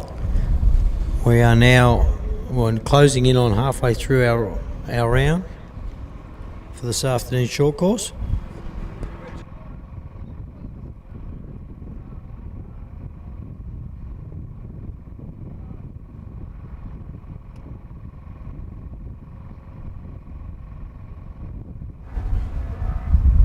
Just had a little question about classes and vehicle setups out there. So, for those of you that don't know, we're around 10 or 11 classes now, starting out at our ultimate class, and those cars are some of the big guns out here this weekend, which is a 3.5 litre turboed car, or up to 7 litre naturally aspirated. Buggies, and then we go down to class 1, which is all of our cars that are basically up to 3.5 litre buggies, engine sized. We go down once again, we've got class 2, which is 1650, class 3, which I don't think we've got a class 3 here this weekend, and they're a 1300 engine, once again a buggy. Class 4, which we saw out there earlier, Peter Sibbo, we just saw a couple leave the line. Basically, the old school trophy truck class now opened up to a 7-litre engine. There's still, I think, most here running 6s. I think maybe Sibbo's gone to a 7 now. But those Class 4 cars are, once again, they're a 2-wheel drive to derive from a factory body shell. You have Class 5, which needs to be an original chassis, I believe, with a steel body shell. Basically a tamed down version of the trophy truck Class 4. Then what do we got after that? Class 6. This gets tricky for me because there's so many derivatives of Class 6, should I say. So you've got Class 6, 66. They've opened that out now. They used to have 66A, which I think we don't have any competitors here in 66A this weekend. Mostly side-by-sides. Some of these side-by-side cars, if they modify them too much, they'll drop into Class 11. Class 11 being basically pretty much an anything goes class. Anything doesn't fit into another class. Then from Class 6 and 66 you go into Class 7, which we see Heath Whedon's Class 7 Patrol out here. Pretty much a production class for 4-wheel drives. You're allowed to do a few different things there. Add a shock absorber, change shockers. Pretty much got to run a factory body, factory panels, everything like that. Then Class 8 you have, which is the extreme version of that 4-wheel drive section. Anything goes. Now opened up the engine size in that Class 8 to 7-litre as well.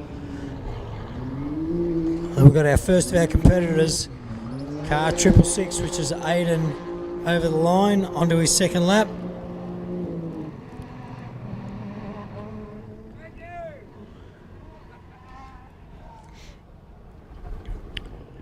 A lot of those classes too are very easy to get into if you want to come and enjoy off-road racing yourself. You don't have to sit at home and watch on the telly. You can be out here running around the car. Car 137. Richard Andrews over the line and onto his second lap, and I'm going to say he's closed a little bit of that gap up.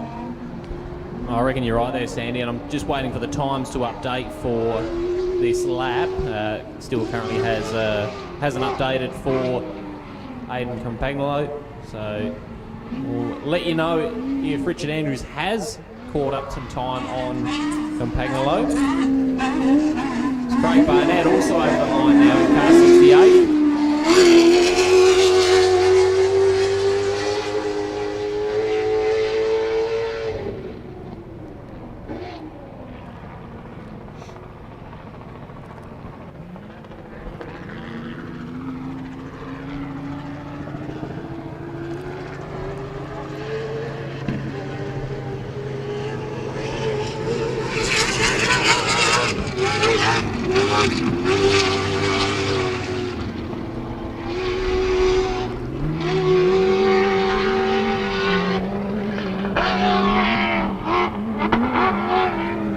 Isn't that car of Barnett's driving sound phenomenal going across the whoops there?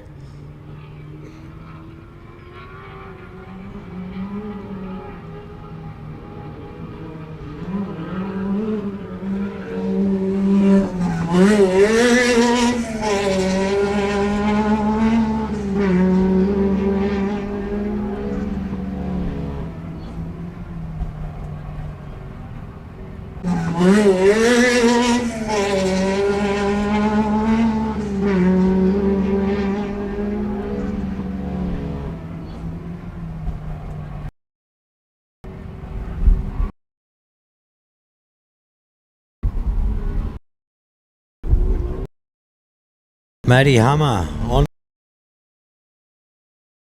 out here at the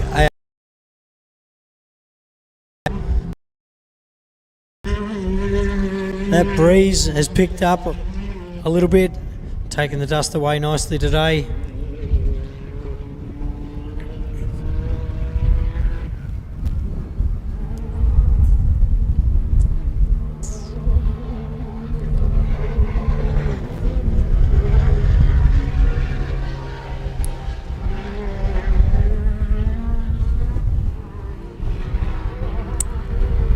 not getting any updated times at the moment, Sandy, so we're going to have to watch what's in front of us. 10:88 over the finish line.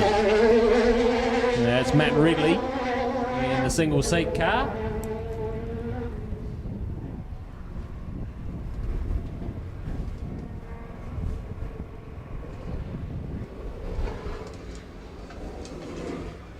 That Franklin entry is silent. You can't hear it, You can't hear the car take off. You can't even hear it coming in.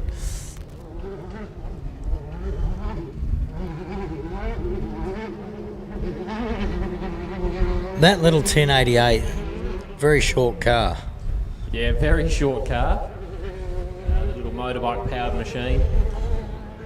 It's a GSXR or something in that? I believe it is. It's a... Actually, I'll have a look for you. I think it was...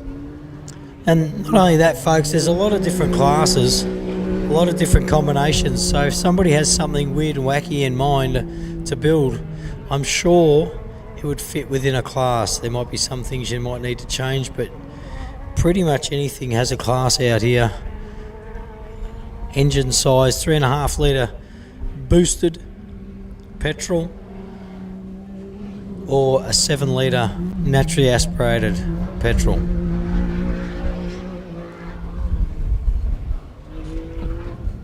Coming over the finish line now. 570. 570 of Andrew Cameron. So we're going to keep an eye on the battle between Andrew Cameron and Darren Mott. See Darren Mott just coming around the final. I don't reckon they've... There, lining himself up for the Waikerie Toyota infield jump. I don't reckon they've changed position time too much at all. No, I think they're very close, actually. I tell you what, for the next group, we might just give a quick rundown on the next group. If you can get ready, please. Car 60, if they're not already. Some of them I see lining up.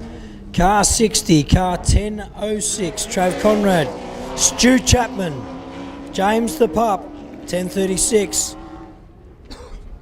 David Adams, Jesse Doot, Paul Tinger, Michael Shipton, Cameron Grayson, and Sean Ratcliffe. Can you guys please get ready and lined up, ready for heat number 4?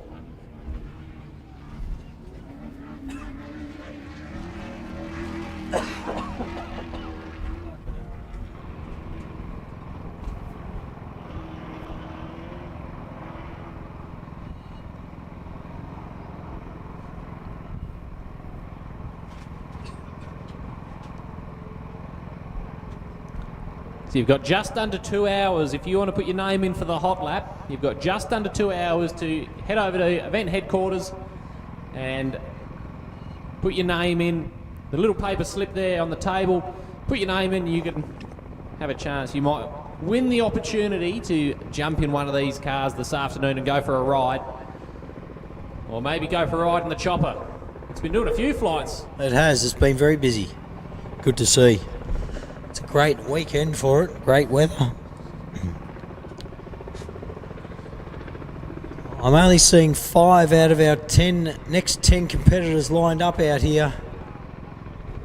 So a reminder to those for the next heat. Brenton Galash in car 60, 1006 of Travis Conrad, the 1014 of Stuart Chapman, 1036 James Tyrrell, 1074 David Adams, the 1082 of Jesse Doot, the 1010 of Paul Tinger, the 585 of Michael Shipton, the 697 of Cameron Grayson, and the 1007 of Sean Ratcliffe. They are the next 10 cars away. If you are not lined up, can you please do that as soon as possible? I think we have most of the cars coming around by the looks of it. There you go. The last couple coming around that spot right now.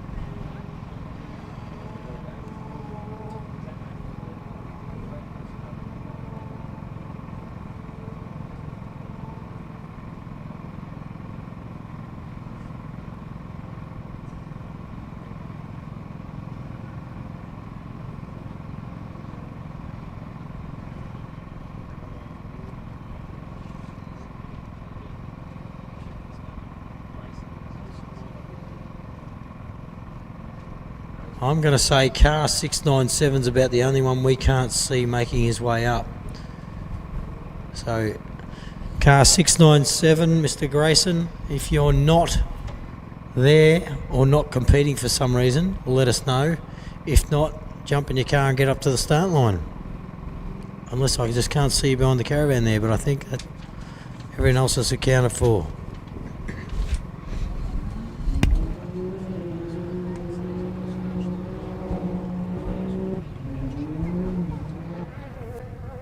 Well, this will be the 666 of Aidan Campagnolo. Again, apologies, race fans, just having trouble with the live timing updating on my screen here.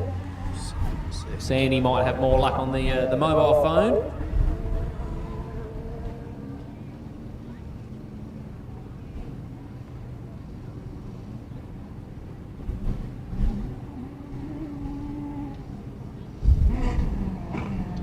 So Richard Andrews across the line as well. I reckon he's made a bit of time on Campagnolo.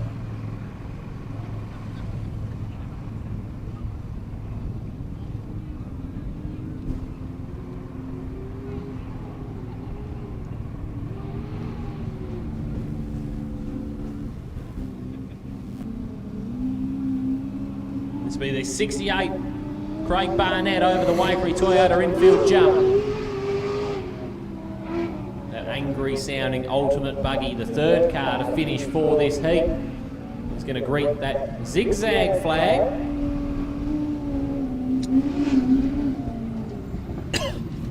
Of course, we're not running the checkered flag today, that are going to be used tomorrow, so we're running the zigzag flag for the short course racing.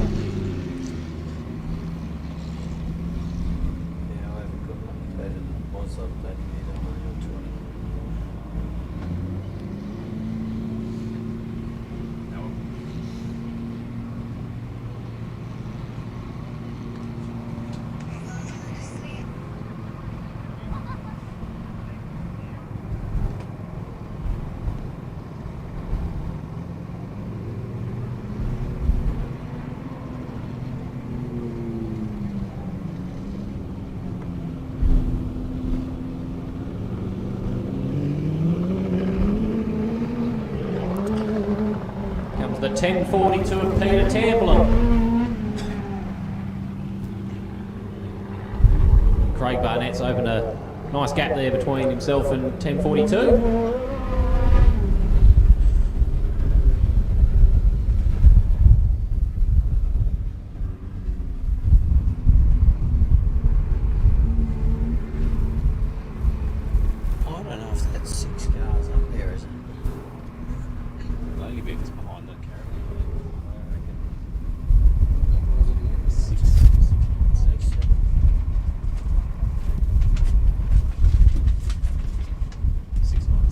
Yeah, Cameron Grayson, I can't see him here unless he's hiding, but Cameron Grayson, if you are running in this heat, we can get you lined up ASAP, please, if you're not already hiding behind the caravan in front of us.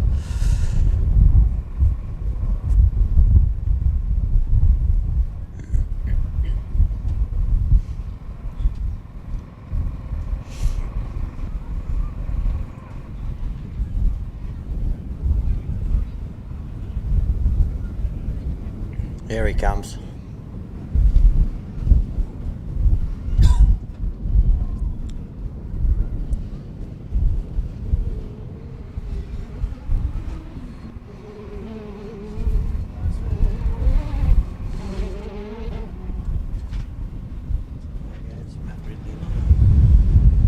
So Franklin started behind Ridley, finishes in front of Ridley. We should have 3 more cars still out on the track after Matt Ridley crosses the line. And that'll be the 621 of Tim Wilkinson, the 570 of Andrew Cameron, and the 435 of Darren Mott.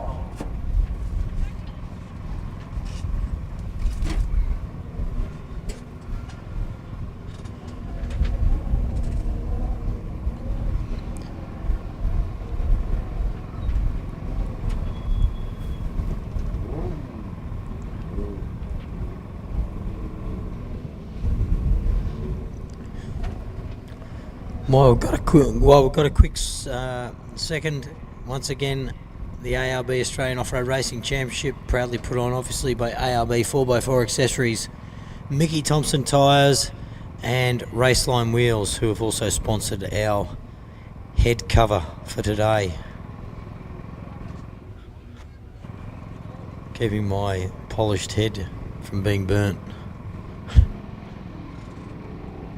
570, Mr. Cameron coming in. Yeah, not too far behind Andrew Cameron is Darren Mott in 435. It's a fairly close gap. Yeah, they seem to be very close together after the lap 1, and doesn't seem to have changed heading into lap 2. So Mott over the Waikerie Toyota infield jump. It's going to be one of our final cars to complete this section. I remember seeing the 621 of Tim Wilkinson though. Set or rally safe maybe. They are Moddy over the line.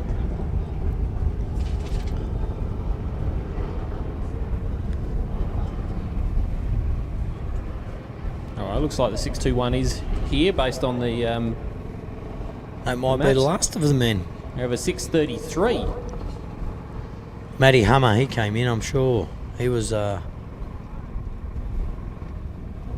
According to this, 21 seconds ago he was over at the other side of the track. There you go, you can see on the screen there. Oh yeah, And up in the top right. Is car 633. Sometimes it takes a minute to update. Excuse me for the voice, folks. Sometimes that takes a minute to update as well.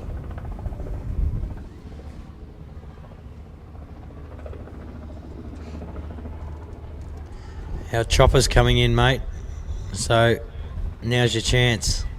Get over, get a ride. Follow this next group out. That'd be pretty cool. Yeah, all these cars getting faster and going out there in the chopper now and following these cars, that'd be a pretty cool experience, one that you certainly won't forget. So if you got some time there, you want to head over and go for a ride in the chopper, or you can start lining up.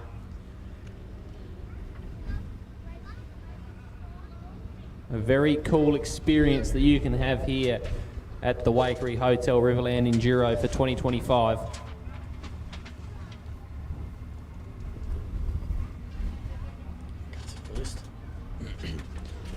Well, we've got a minute. While this other group's lined up here and we're waiting for the last little bit of a track clearance, the next group will be consisting of car number 90, Brent Martin, 651, Lockie Campbell, car 15, Clayton Chapman, 14, Kyle Tucker, 48, Brenton Forsyth, 184, Evan Lampard, Darryl Nissen in 164, 121, that's Jay Mitchell and Matty Burrows, car 1012, Russell Harnett, and 174, Darren Marks.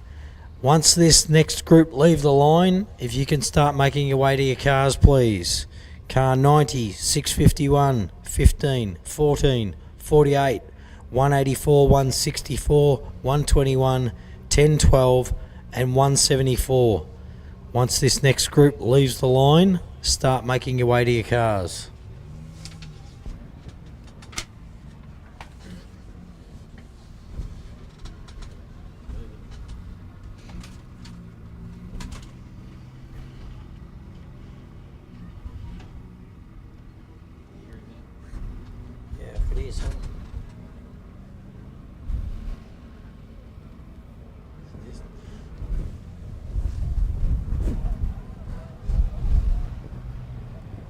It looks like he's mobile, doesn't it?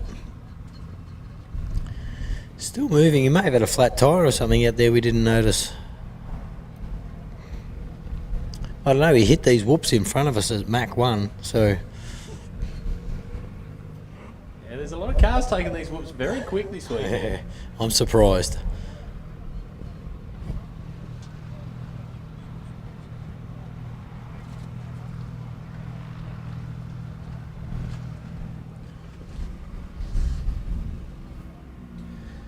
And of course, while we wait for the return of Matthew Hummer in 633, I'd like to thank all of our sponsors for the event this week, and Waikerie Hotel, Sutton Ford, Sprint Freight Logistics, Ranco Earthworks, ARB, Mickey Thompson, Raceline Wheels, Riverland Funerals, the Waikerie Club, Dunstan Repairs and Maintenance, Bursons, Thomas Foods International, Platinum Livestock.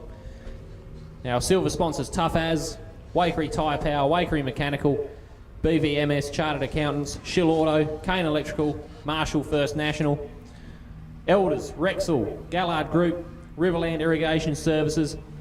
Our prologue sponsors Waikerie Coaches, our short course sponsors Truro Agencies. Sponsor of the long course tomorrow, the South Central Trucks long course will take place. The Burson Super Jump, of course Sutton Ford sponsoring our whoops here this weekend. Our infield jump, thanks to Waikerie Toyota.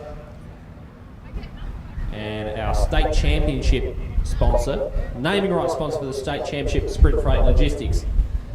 Our class sponsors, sponsoring the ultimate class, we've got Element Off-Road, Class 1, RMAW, Rollings Automotive sponsoring Class 10, SC Tucker Transport sponsoring the Class 2s this weekend, our Class 4s, thanks to Dunstan Repairs and Maintenance, SS Race Tech, proudly supporting our Class 5 competitors, Class 11, thanks to Waikerie Machine Hire, Class 7 and 8, thanks to Dunstan Repairs and Maintenance once again, and Class 6, GRC Motorsport with Solon, also a very valuable sponsor of this event here this weekend. So a massive thank you to all of our sponsors for supporting a great event.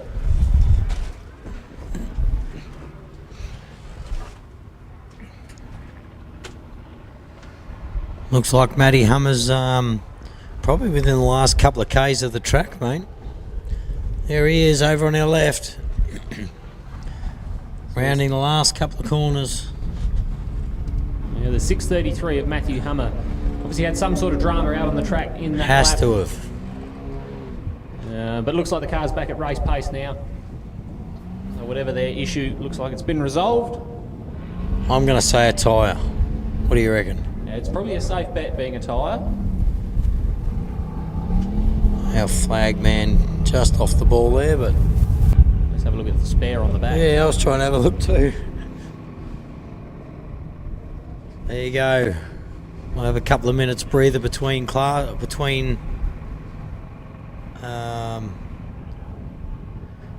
groups. I did just see someone down there. May have been over on its lid. Is that correct?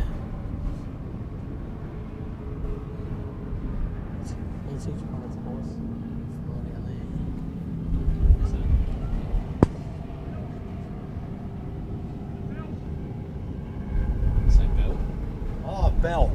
Saying a belt. So Matty's done a belt and had a... Obviously they carry belts. The belt temps in these things seem to get a lot hotter when they're on high speed for a long period of time. So they usually have to back off the throttle a little bit just to look after the belt temps. But yeah, it sounds like he's done a belt. Repaired and back in. So that's good. At least he gets a finish. That adds into his points and his time for the weekend.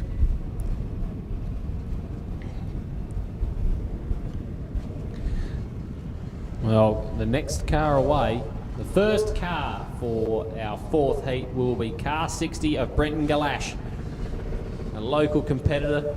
He's run this car for a few years now. Always super consistent. See, there's a few drivers around that are always just very consistent, and Brenton Galash is certainly one of those competitors. And I see followed by Trav Conrad, who we saw hit those whoops earlier. Like he was getting chased by the feds or something, I don't know, but he was on gas down there going over those whoops. So be interesting to see how the classes, I know we're moving up. We've got a mix of classes still all the way through, but we're moving slowly through to the faster cars. So some of these guys are super aggressive on those whoops early on, you know. And however, some of the cars actually ride better at pace over the whoops than they do slower. Yeah, it's certainly very true. It's the got to break that fear of the whoops to actually ride a more comfortable. sometimes. So some of these competitors just go out there and ride them flat out because that's what the car's built to do. They behave better at race pace. And Travis Conrad's certainly one of those competitors that hits those whoops very fast. So keep an eye out for Trav Conrad in 10.06 over the Sutton Ford whoops early on in this heat, with his second car away, and followed by Stuart Chapman in 10.14. So we've got a massive battle pack of Class There's a lot of cars. Class 10s in this next group, yeah.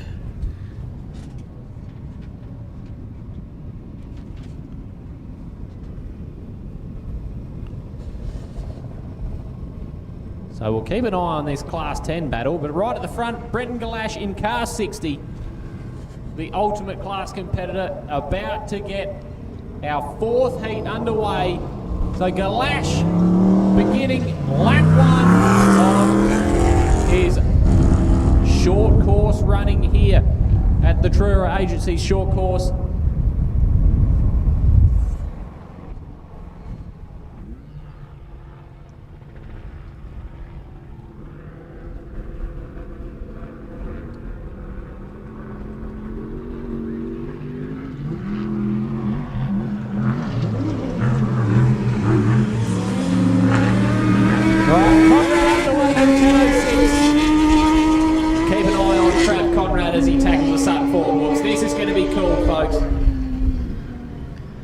Now this is a well-dialed suspension.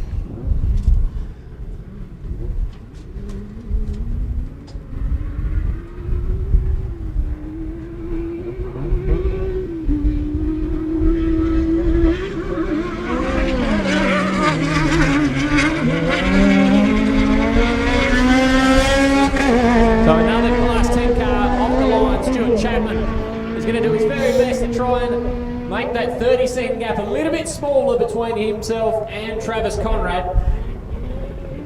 Like we said, there's a bloody strong field of Class 10s in this group, so...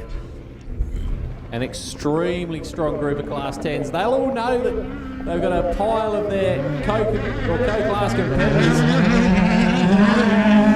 in the heat alongside them. There goes the pup.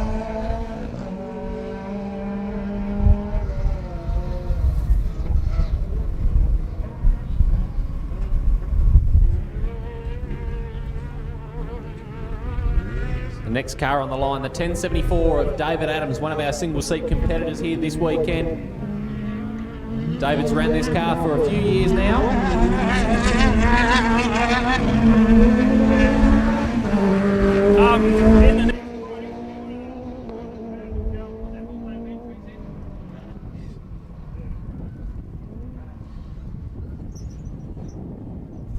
Now the boss man just came and said to me, remind the crowd to put your hot lap entries in.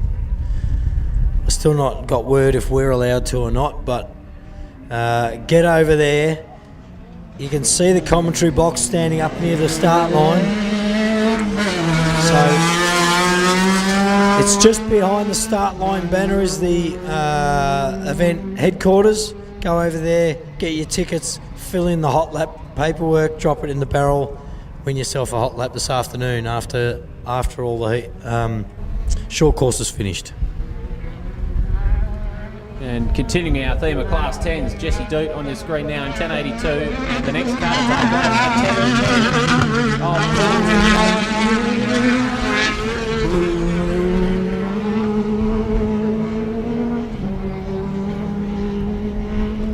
which means we have 2 cars left to take to the track. 3 cars, sorry. 585. Actually, then we have...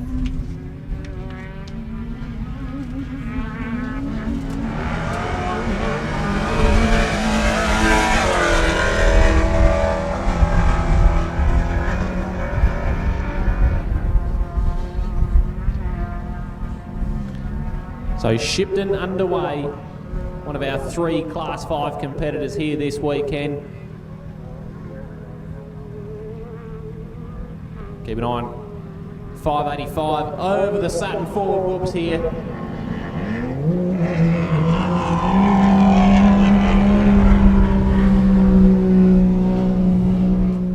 Jay, they look magical, don't they, some of these cars? I'm surprised that some of the suspensions out here are looking great. Sean Ratcliffe, last of this group. Single-seater Class 10.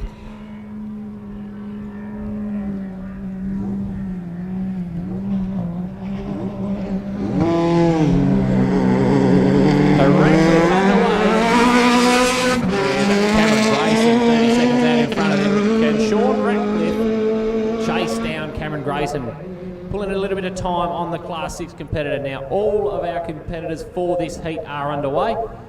And Sandy, the timing sheet has updated, so we can give you an overall time. Read them out, mate. Let's go. First overall of all the competitors to complete the 2 laps, Richard Andrews with a 17:39. Aidan Campagnolo, a 17:48. Barnett in third place with a 17:51. Darren Frankling in fourth with an 18:03. Robert Gussenhoven in fifth place with an 18:09. Peter Tamblin with an 18:28 finds himself in sixth place. Jason Forsman in seventh with an 18:31. Darren Mott sitting in eighth place with an 18:35. Andrew Cameron in ninth with an 18:43. Tony Carabot sitting in 10th place with an 18:50. So these are your top 10. Your top 3, Richard Andrews, Aidan Campagnolo, and the Barnett team.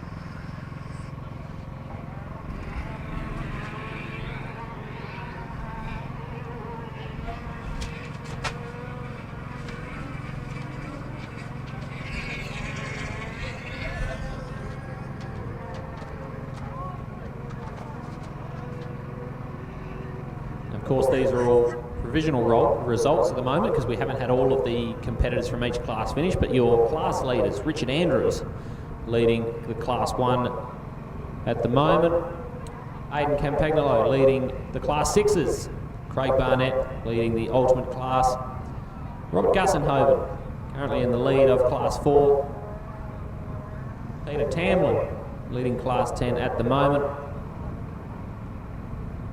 and Andrew Cameron leading Class 5, but we do have Michael Shipton out on the track at the moment, and Shipton was faster in the prologue than Andrew Cameron. And of course, Michael Hackney will be leading the Class 8s with Heath Whedon leading Class 7.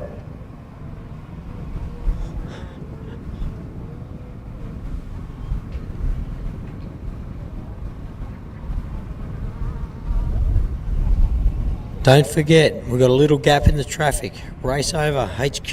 They're just over behind the start line there in the green shipping container area.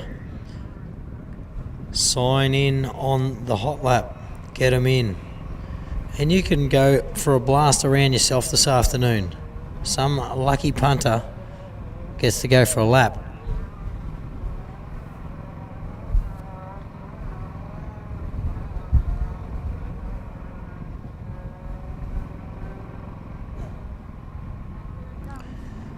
Round 5 of the Southern States Series. First of our cars coming around now. Mr. Galash, car 60.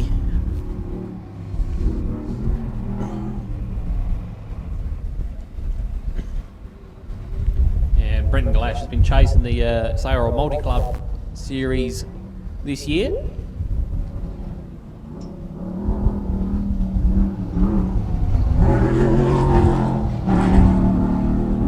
Finds himself out in front of this heat.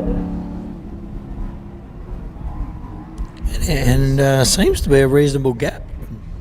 So I'm going to say Trav hasn't caught him whatsoever, has he? No, he's... if anything, fallen behind. I think Brendan Galash has definitely built a bit more of a gap over the 10.06 of Travis Conrad.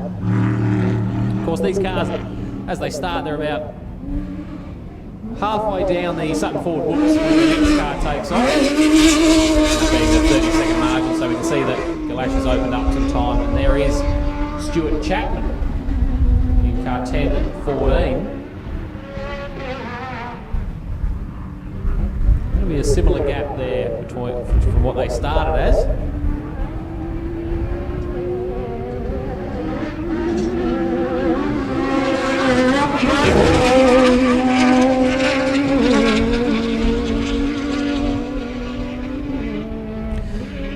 So Galash with an 8.27, Conrad an 8.33. So Galash has made about 5.4 seconds on Conrad in that first lap.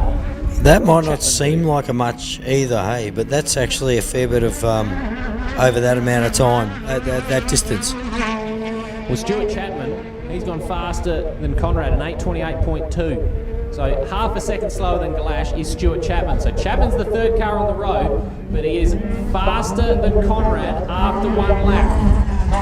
And of course, this is for the class battle, Sandy, as well. Yeah, it'll be interesting to see after this. I think what do we have? 6 or 7? Actually, 6 or 7 class of 10s in this group.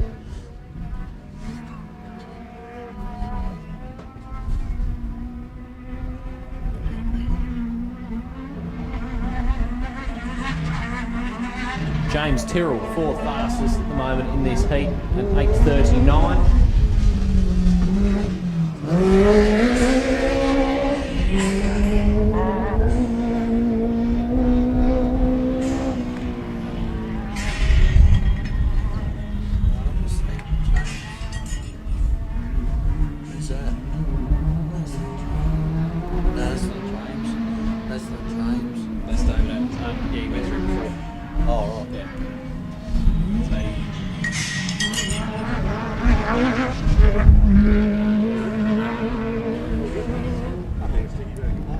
So Jesse Duke over the line now, 10.82. David Adams also crossed the line before, an 8.42 for David Adams, put himself into 5th place. Where does Jesse Duke find himself after one lap of this heat?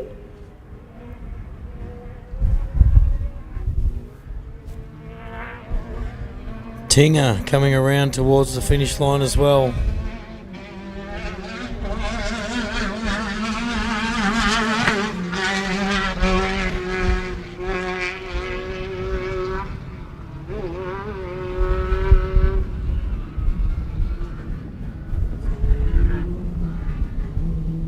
So with Paul Tinger over the line now, Jesse Duke's time, an 8.49.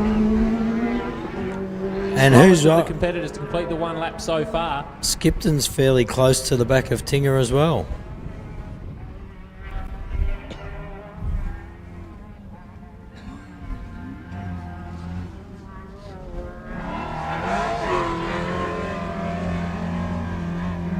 So Paul Tinger with a 9.01. Where does Michael Shipton find himself?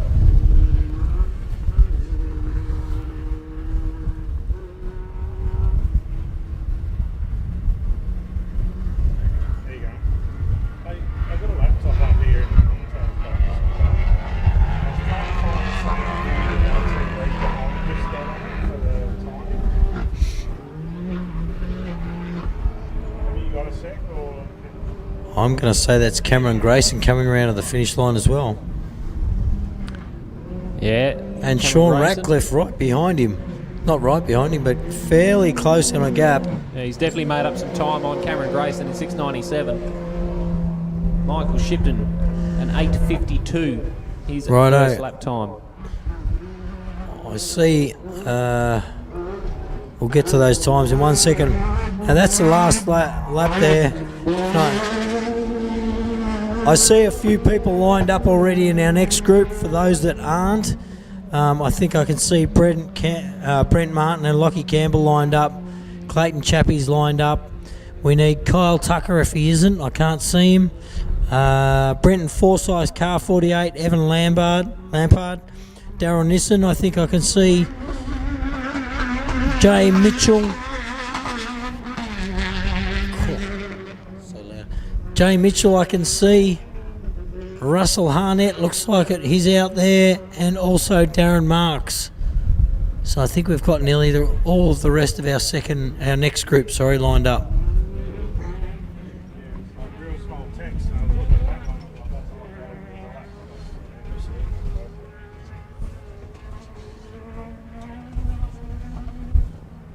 Yeah, so that text size is based on your screen, where your screen's set up. So we'll change that.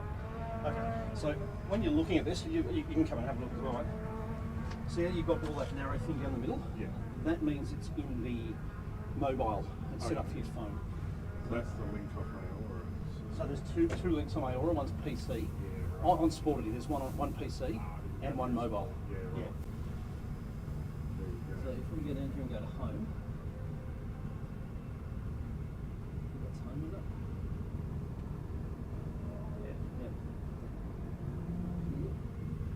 There's a thing for desktop.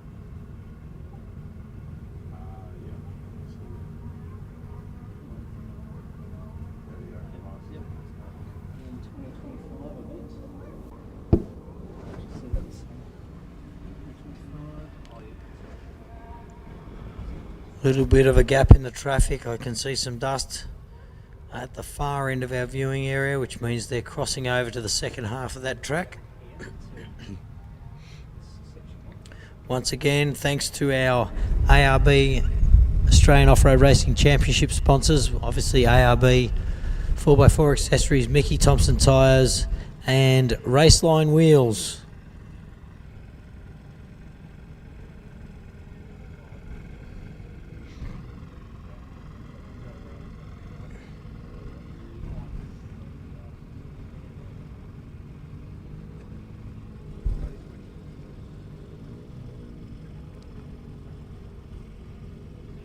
You've probably got only a couple of minutes to race down and put your Joy Ride entry in before the first car. Oh, there it is. Too late. Before the next car comes round, and I'm going to say that's car 60 again.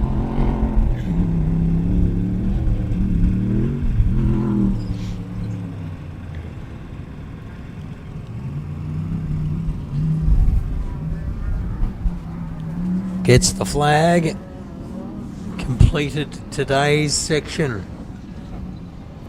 Mr. Galash, car 60.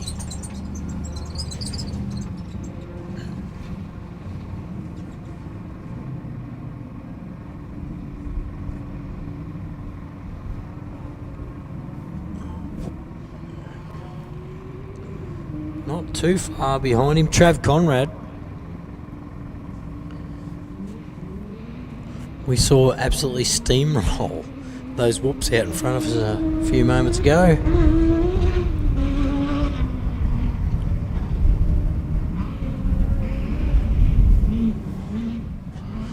Fairly close gap between Trav Conrad and Mr. Stuart Chapman too, might I say. Yeah, well, Stuart Chapman was faster on lap number 1 than Trav Conrad.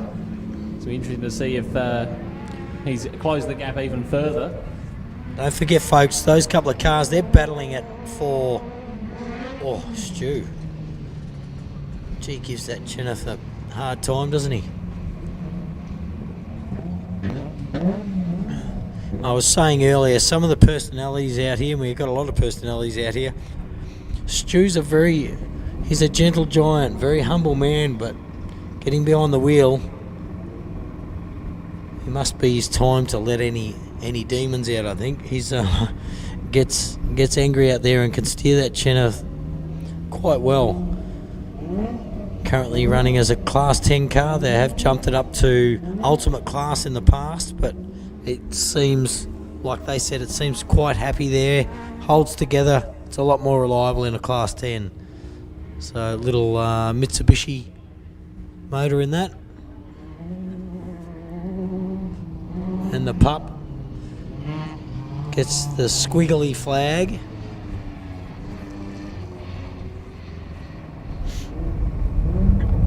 10:36, James Tyrrell over the line.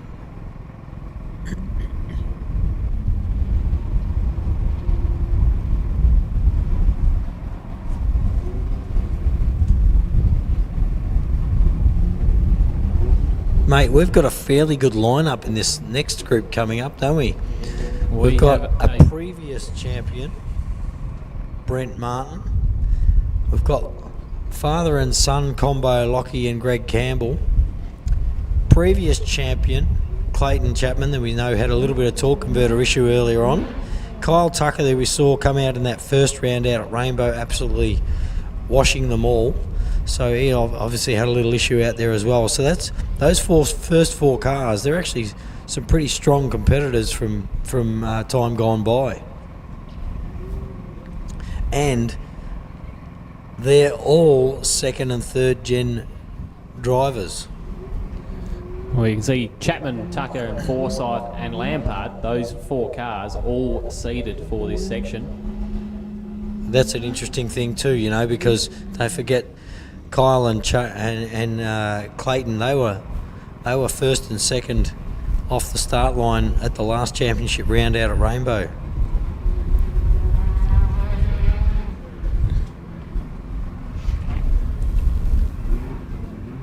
Now I'll get you some times when I can, Sandy, but at the moment I can't work out how this how to update this screen. You might be a bit more clever than I am though. As Jesse Duke in 1082 is going to come across the line now. You can see on your screens, folks, some of the countryside these people are racing through. We did a look lap yesterday, went around and pre-ran the main track.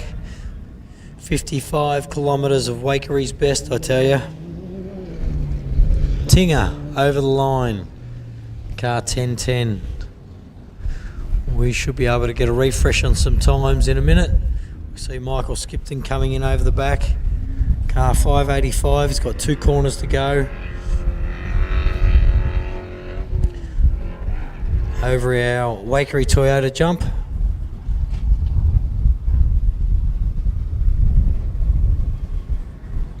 Yeah, so Shipton across the line. And we do have some updated times for you. Brenton Galash, a 16:49, goes to the top of our timing screens. Stuart Chapman, second fastest in that heat, a 16:49. Travis Conrad, third fastest, a 17:04. So Stuart Chapman did make or bring a bit of a gap there to his fellow class competitor. James Tyrrell, fourth, with a 17:13. We'll just wait for the rest of these times to update with as the rest of our cars cross the line.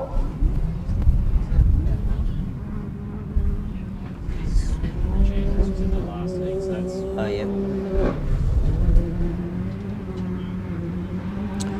I see Sean Ratcliffe coming around over our Waikerie Toyota jump.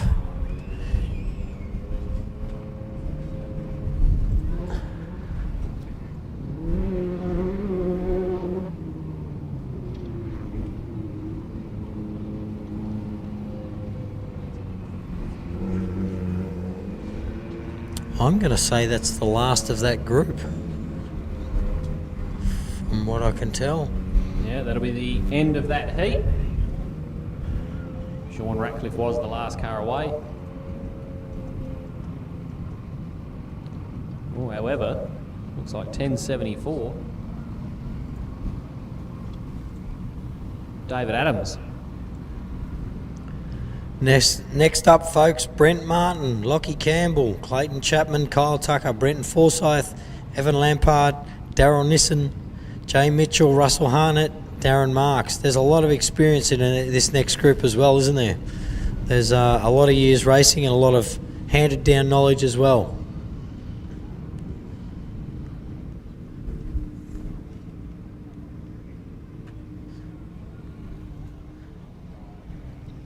Brent Martin and Andre De Simone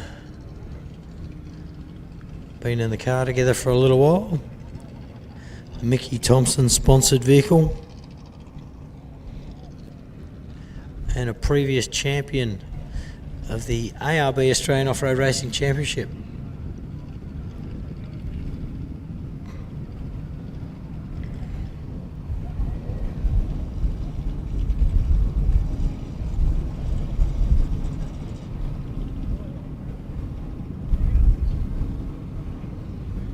So it looks like we still have David Adams out there on the circuit in 1074. He's completed 1 lap.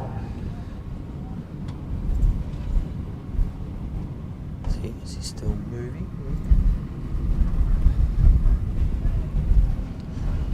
Might be idle. Refresh that.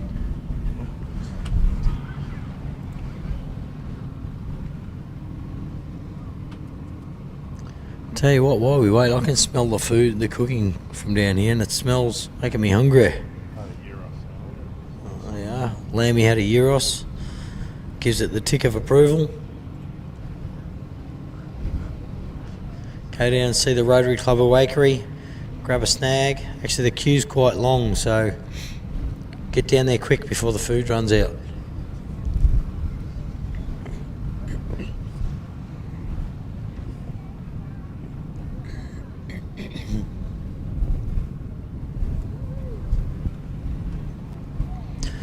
Don't forget, while we've got a little bit of break in the traffic, if you want to have a joyride, get down and fill in the ticket and get it in, because not many opportunities in Australia to jump into some of the fastest cars in the country and go for a lap, that's for sure. That'll all be happening. We've got 2 groups to go this afternoon's short course, and then we'll get on to some media rides and joyrides. So. With 40 cars having completed the first, or section 1, Brenton Galash leads the way with a 16:49, but we still have the top 20 cars to take to the track. You've got to be happy with that, Sandy. If you've got 2 to go and you're sitting at the top of the timesheets, can't get much better for you. No, not at all. We'll see if, I'm surprised. I know we've only had prologue, but we've still got 60 cars out there circulating. That's fantastic, which means the track is obviously not hard on the cars, and it seems that the only issues we saw out there were very minor. I saw Darren Vandy. We went for a walk around earlier after we shut off, and we saw Darren Vandy's got a little drip of oil on the oil filter he was a little concerned about. What else did we... You said you'd remember these, mate. Yeah, well, we walked around there and we had, obviously, Evan Lampard replacing that axle from snapping off the start line. Who else did we chat to? You were going to remember. I'll remember the issues if you remember the cars. We chatted to a few people. We had most of them were minor, very minor issues, you know. Yeah. Well, Forsyths were working on the car. We didn't chat to them too much. They were a bit busy. There was a belt off. There was a belt off under a car. Yeah, there. I believe that was the Forsyth entry. Oh, there you go. Yeah. Yeah, I don't think it was anything major anyway. I think everyone was fairly well sorted and getting excited to go and cut some laps this afternoon. It looks like they're calling up Brent Martin to the start line. He's in the staging area now. One of the cars they were working on was the Campbell car.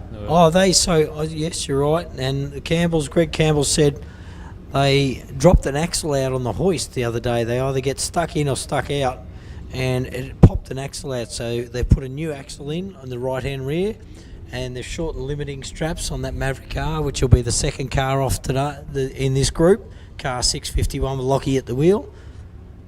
And of course, the Chapmans were working on the car. Well, we saw Clayton get towed in with torque converter issues. Not sure if they've fixed it. Maybe it was just a line off. There was a bit of oil spray up the back of that car, so we know they're at their top of their game, and hope they get out there with a clean run.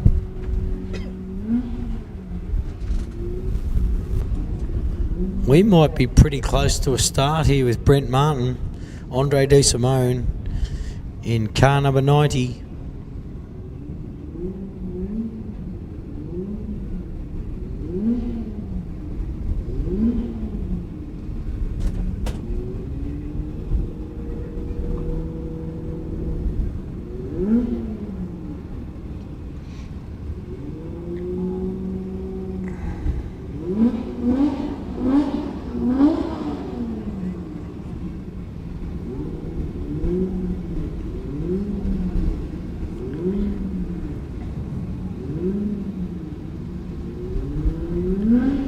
It's a highly experienced group here, Sandy. Ready to tackle the 28 kilometres ahead of them. 2 laps of this 14 kilometre short course track. I believe our last car from the group has just pulled up, so Darren Marks is now at the back of the line.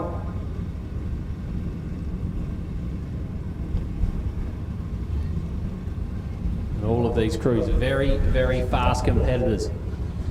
And anyone that hasn't been out for the short course, don't forget after this group goes, you are next up. Starting Toddy Lehman, Tom Owen, Greg Gartner, Aaron Habe, Toby Watley, Carl Habe, Matt Curtis, Peter Sibbo, Simon Tucker, Stevie Graham. So Brent Martin off the line in car 90. First car away for heat number 4. And I think he'll be wrapped to get a bit of clean air and no one in front of him. We know he had a little bit of a troubled year last year with engine issues, but it's good to see him back.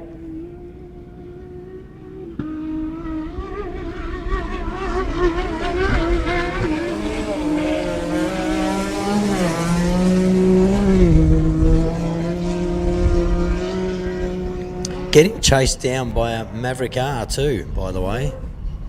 Remembering that they did get seated. Oh no, sorry, they didn't get seated. No, they Not weren't at all. seated. No, the seated crew couple got seated. The seated crew begin right now. Clayton Chapman on the line. So these 2 cars that have just started, they are as they finish the prologue. Clayton Chapman, car 15 is underway. The first of our seated cars in this group after the prologue. A couple of previous champions, Clayton Chapman, and also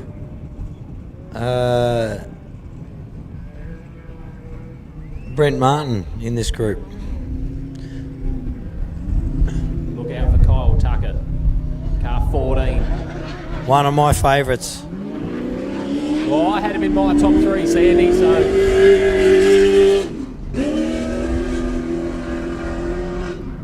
He's certainly very, very fast. A little bit out of shape there going off the start line, wasn't he?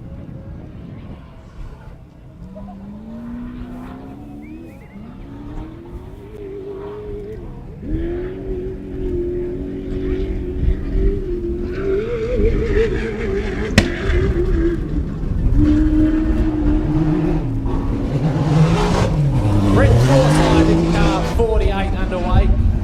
Another one of our seeded entries. Now Forsyth's a very quick competitor. He's raced here before. Obviously before it was the national at this track. But he has raced the old Waikerie venue many times. So he certainly knows his way around a racetrack and behind the wheel of this car. Little bit of dust, mate. It's the first sort of, the dust looks like it's just coming through now, so. Yeah, so our quick competitors out on the track means a little bit more dust for everyone to handle. And that's Evan Lampard getting underway, so he snapped the axle in prologue, so... Good to see a clean start this time round. Very, very good to see. And he's another very, very fast competitor, so look out for him to be right at the front of the Class 1 battle pack. There's the wheel. Gets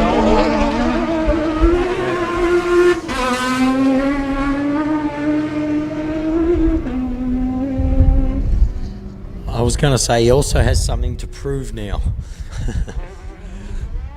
Oh, Evan's always quick. Wherever Evan goes, he's fast. And so is Darryl Nissen, who's on your screen at the moment.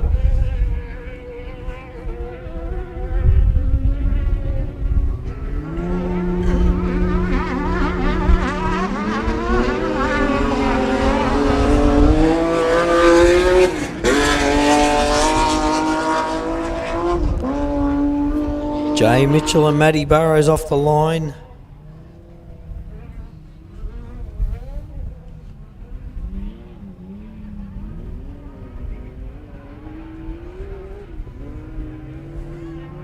Two cars left to start.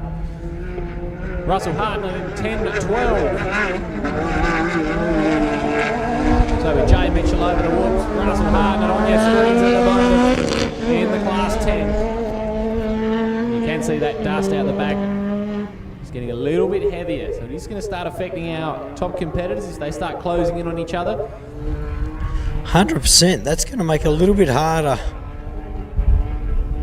because obviously Clayton and Kyle got seeded, so if there's anyone that's normally slower than them,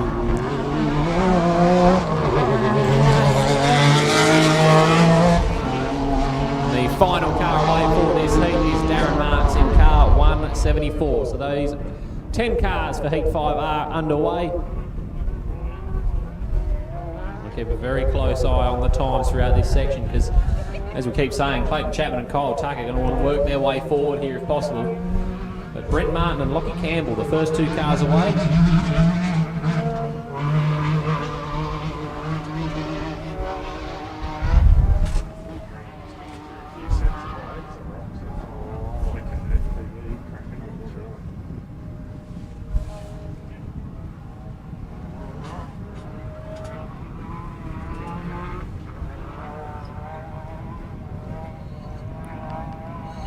we've probably only got a good solid hour of racing left today.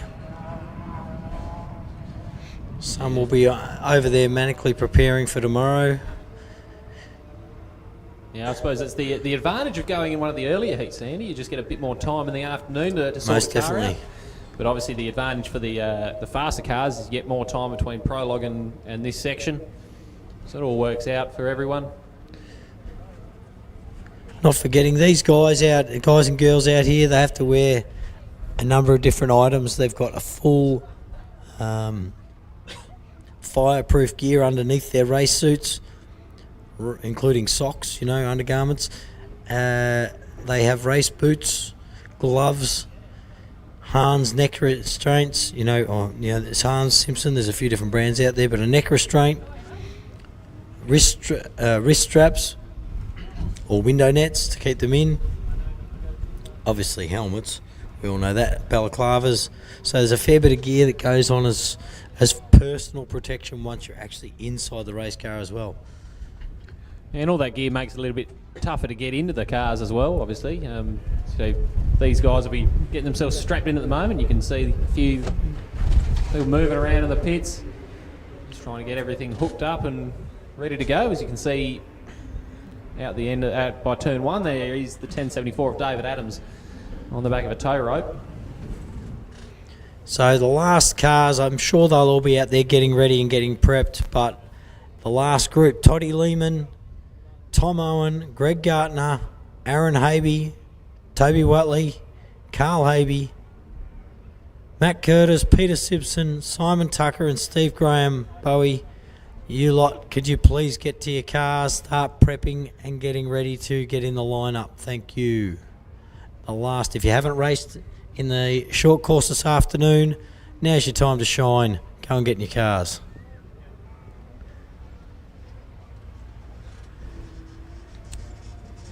There's a lot of work for the recovery crews out here. He looks like he's been over on his lid, mate, because there's no roof scoop on that car 1074. A little bit of dirt jammed in amongst the roof panels. Obviously coming back under its own steam, but probably needs to have a quick check. Brent Martin, mate, what absolute flyer. Oh, just hit that tyre before the finish line. Yeah, so Brent Martin over the line.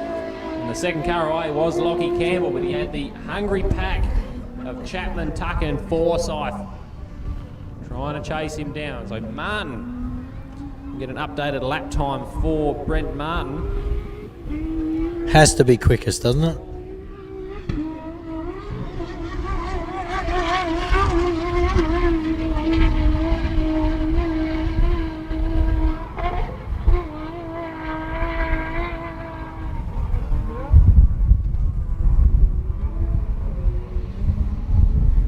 And there is Lockie Campbell.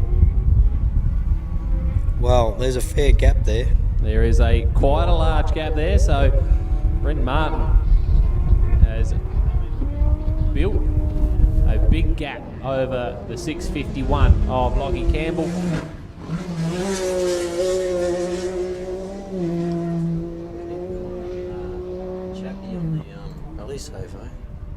Because there's no Clayton Chapman. And that looks like Kyle Tucker with a tight gap up behind. Well, he's made up time there. Yeah, I'm going to say we're seeing Kate and Chapman pulled over, folks. That's devastating, which also probably helps out Kyle Tucker with a bit of a clear run in front of him to catch Lockie Campbell. Yeah, which could prove really important even throughout this next heat, Sandy, with obviously Kyle Tucker on pure performance alone could easily be in the next group if he finished Absolutely. that prologue. So he could be finding himself right in this top 5 overnight if he puts in a really strong performance here, and it does look like Clayton Chapman has pulled over to the side of the road out the back of the track there.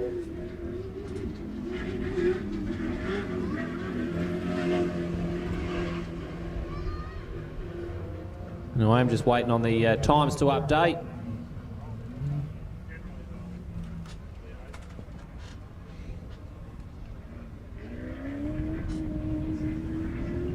Brent Martin, a 7:59, but Kyle Tucker, a 7:58. There you go. So of this heat so far, Tucker fastest from Martin and from Campbell. Lockie Campbell in third. And with Forsyth over the line as well. And Evan Lampard in 184. And that means Daryl Nissen should be next on track, and he is. Looks like Evans built a bit of a gap over Daryl Nissen there.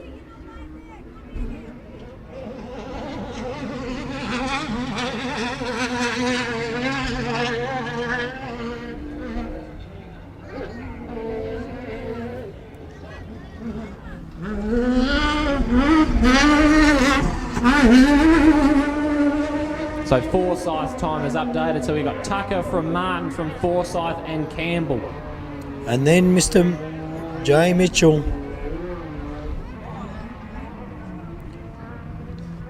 Their gap doesn't seem to have changed too much, does it? Jay over the finish line just now. That's a relatively consistent gap there.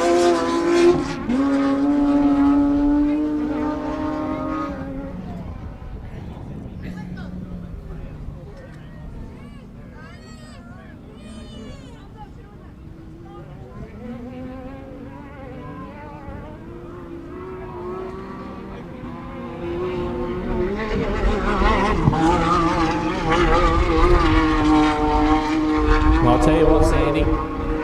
Brent Martin from Evan Lampard and Bretton Forsyth. They are the 3 fastest cars of this heat at the moment. Nissen in 4th, Lockie Campbell in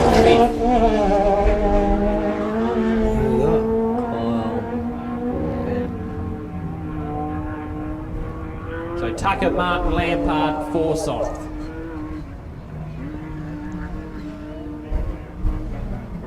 $7:58.3 for Tucker, $7:59.4 for Martin.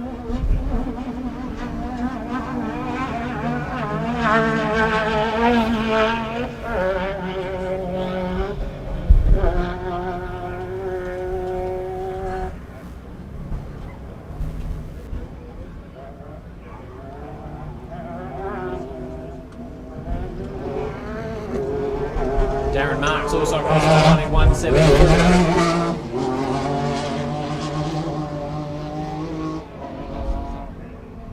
That's interesting, mate, because don't forget Toddy Lehman did a 7:31.8 earlier on. So these guys are still a little bit off the pace of Toddy Lehman's fastest time this morning. Will be interesting. Maybe the track's chopped up a little bit. Who knows? We said some of these sandy sections out here, once the sand disappears, the tree roots and the rocks come and start popping out. So that can be a bit of a play a little bit with the game too. Well, I believe we've got 9 cars that have now completed lap 1, and fastest Kyle Tucker from Brent Martin, Evan Lampard in 3rd, Jay Mitchell 4th, Brenton Forsyth in 5th, Daryl Nissen in 6th. Russell Harden 7th, Lockie Campbell in 8th, and Darren Marks in 9th. So those are the cars that have completed lap 1 for this heat. It is not an outright position at the moment. We have to wait for them to complete their second lap before we get an overall time. And I see Greg Gartner lining up down there, Aaron Habe, Carl Habe.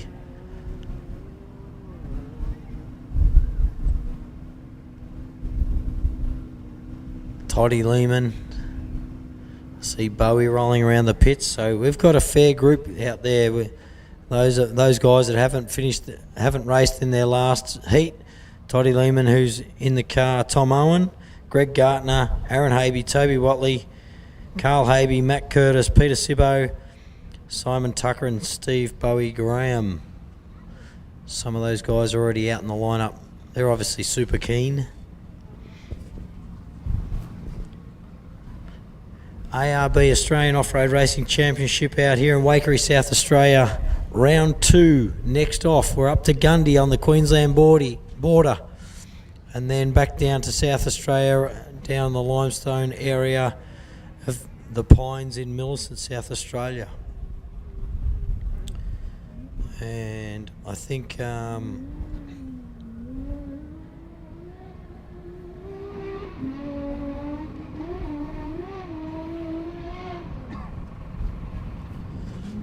Gundy, 8th to 10th of August, as we're watching Mr. Brent Martin with Andre De Simone struggling to pull up into pit lane again. But let's keep a hot eye on his times, because he did look even quicker this time round. And the gap looks further. Looks like a bigger gap out to Lockie Campbell. And I wonder, Lockie Campbell being a little bit slower than Kyle Tucker, I would imagine. I wonder if Kyle Tucker's had to deal with some of Lockie's dust out there on this last lap.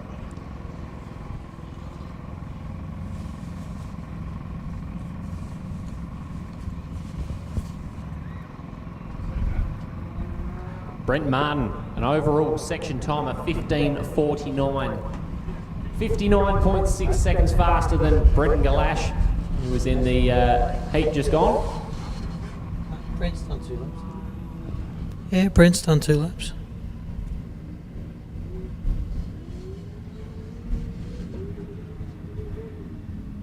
He was first out. Here is Kyle Tucker.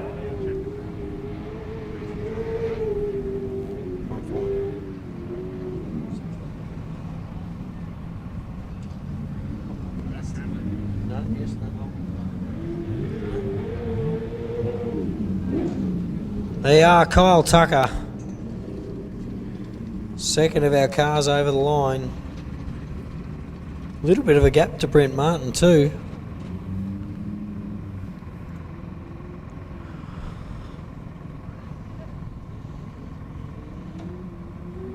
There's a few cars bunched up there. Lockie Campbell.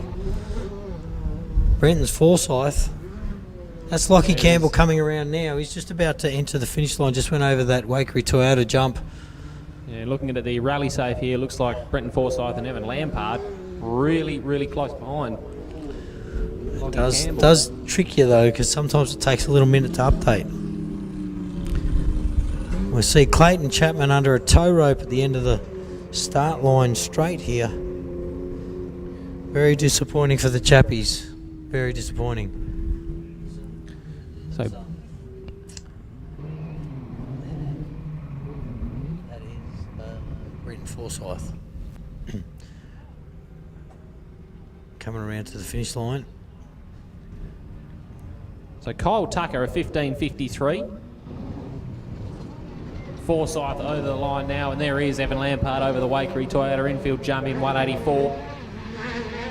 He's made up time. They've closed their gap between those two.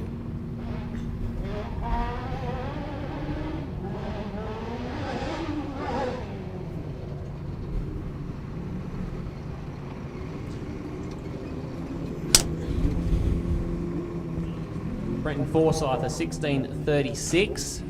Little thumbs down from Clayton, unfortunately. Gutted for those guys and how much energy they put into off-road racing.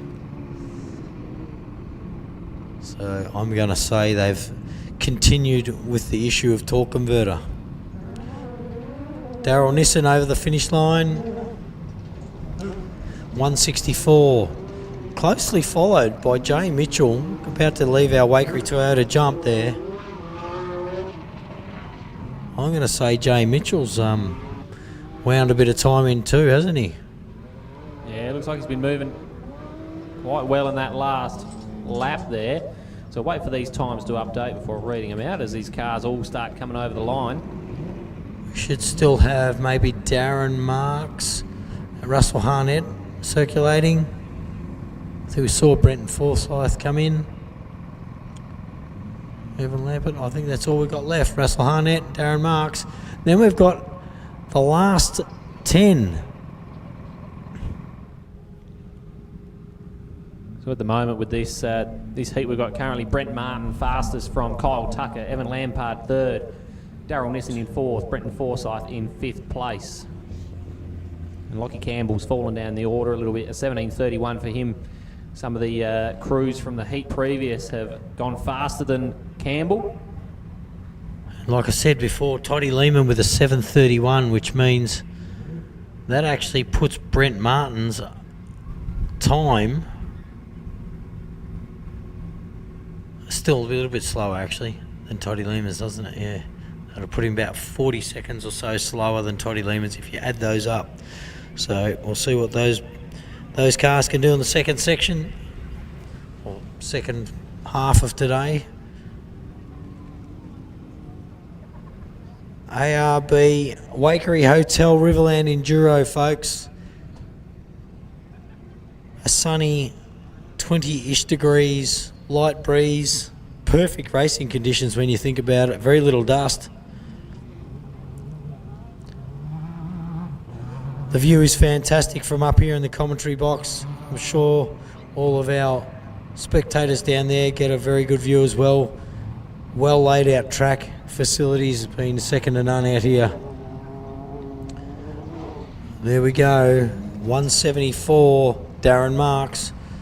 I haven't seen Russell Harnett come in, or did I miss that?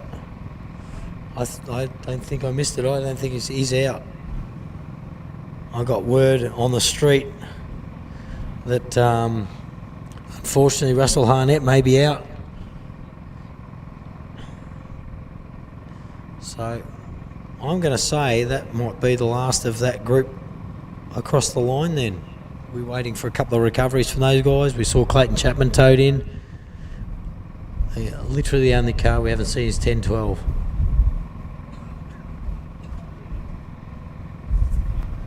You got a minute, folks. Run down, put in your hot lap entry that way, just behind the start banner.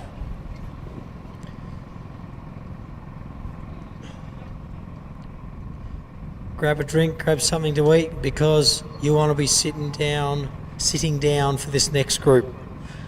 They are our top 10 fastest cars out here so far this weekend. And I'm going to say that none of them want to be starting tomorrow not in first place. They're all going to be wanting getting a clean run out for the 55k or 60k's tomorrow. 6 laps.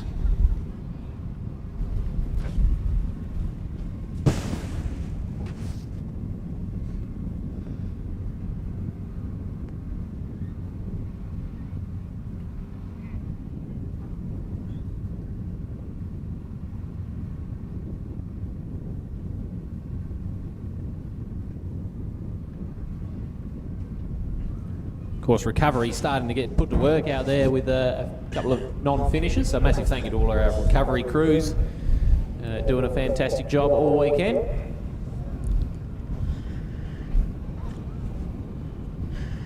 We've done that ourselves in the past. It's actually it's actually a fun weekend being a recovery out there sometimes, you know.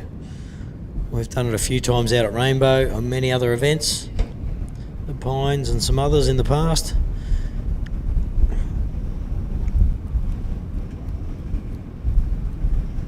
I see Brent Martin and Andre De Simone just waltzing across the spectator area here. Clearly the car's on point, ready for tomorrow, because, yep, thumbs up. A previous champion, and let's be honest, one of the best looking navigators I've seen in a long time.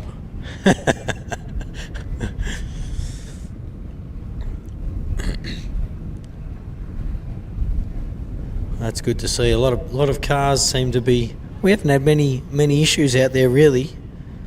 Obviously, a couple of that little red Class 10 had a little rollover, which we didn't see, but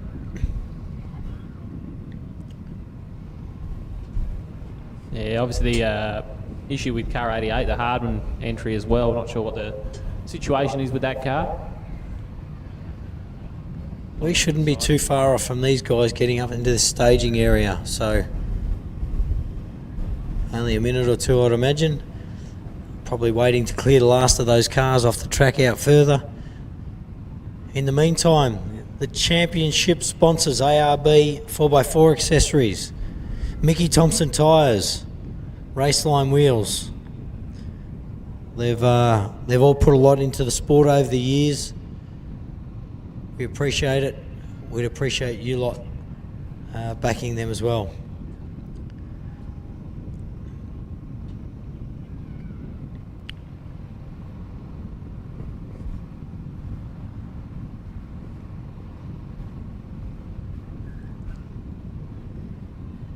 Fair few class sponsors this weekend. We've got a fair few sponsors involved in the Southern States Series. SA State Championships as well. So a lot of input from Waikerie this weekend, and obviously it's stepped up to the plate this weekend as a national and brought along with it a bloody good bunch of competitors and some other races, championships and series as well. So of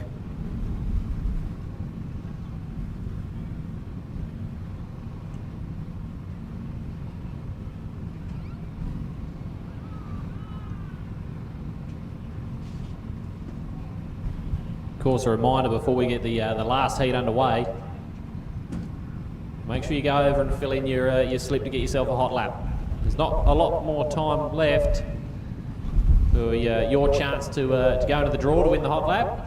So if you're thinking about it, head over there right now and then get yourself back to the fence, because we've got the 10 fastest cars from Prologue about to tackle this 14-kilometre short course track. 2 laps ahead of them,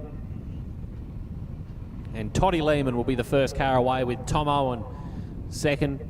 Third car to leave will be the 410 of Greg Gardner. Fourth car away, the 57 of Aaron Habe before Toby Waitley in 6121 heads out onto the track. Carl Habe in car 28. Matt Curtis in 136. Peter Simpson in 412. Car number 2 is Simon Tucker, the 9th car away.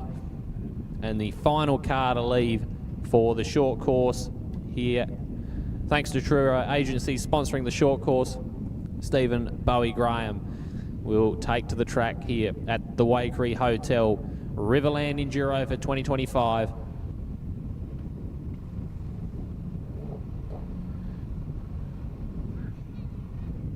And as our starters bring up our final heat, obviously a massive thank you to all our officials here this weekend, doing a fantastic job making sure that this event runs nice and smoothly.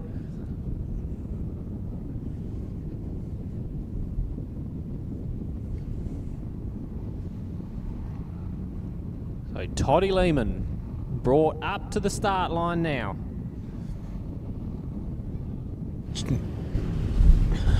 quick chat there with Mark Hardman from car 88. They had throttle by the electric. They got a fly-by-wire throttle on that car and playing up, so they've Mark DeGrucci soldered it, and they reckon they're ready to come back out again tomorrow. They think they might have fixed the issues, but it's something so simple that's fine forever and then all of a sudden gives you trouble.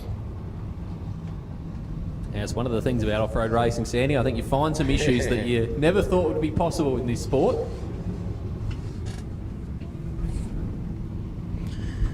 Might get ready for Toddy Lehman on the start line. There is the 10-12 Russell Harden on the back of the tow rope. So Toddy Lehman, fastest in the prologue,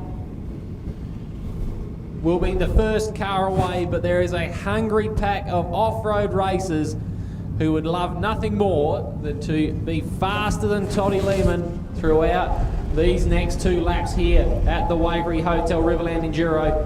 Thanks to Truro Agencies sponsoring the short course this weekend.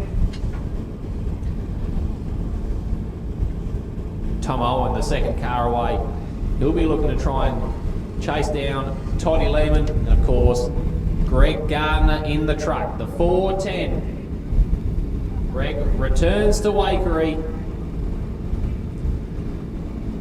We'll see what sort of or what class of car we'll have at the top of the order or the end of the weekend. Sandy reckons the turbo buggy.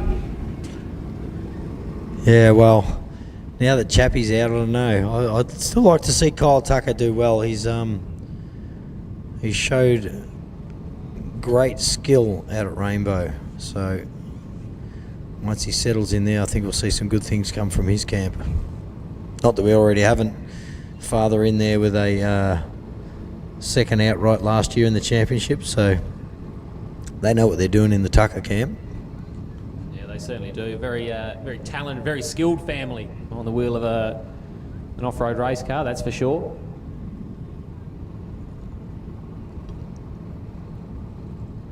Righto, we must be within seconds or so away from a race start here on our last heat of the ARB Waikerie Hotel Riverland Enduro, round 2 of the ARB Australian Off-Road Racing Championship. We're off to Gundy next.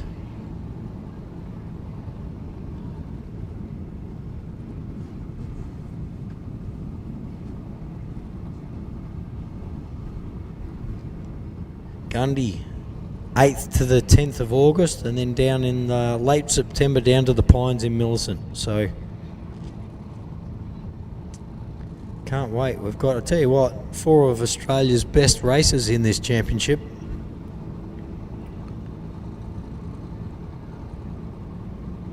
And it's the first time in a few years that our national competitors have been out to Waikerie. And it sounds like Toddy Lehman is about to get underway. The last heat for short course racing in the 2025 Waikerie Enduro is underway. Toddy Lehman in car 85. We'll have a 30-second gap before the second car hits the track. And that will be car number 30 of Tom Owen. So Lehman was fastest in the prologue. Can he be fastest here in the short course?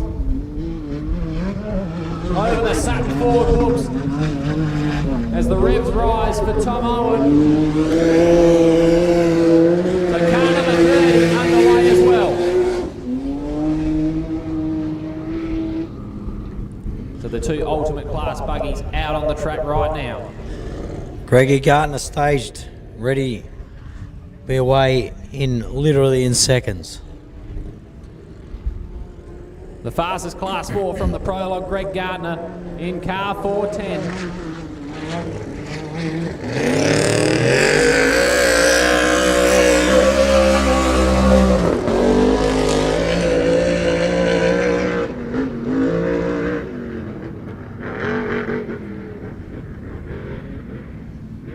So your top 3 cars from the prologue now underway. And you can see there's a little bit more dust hanging in the air as our drone chases down Greg Gardner on the screen.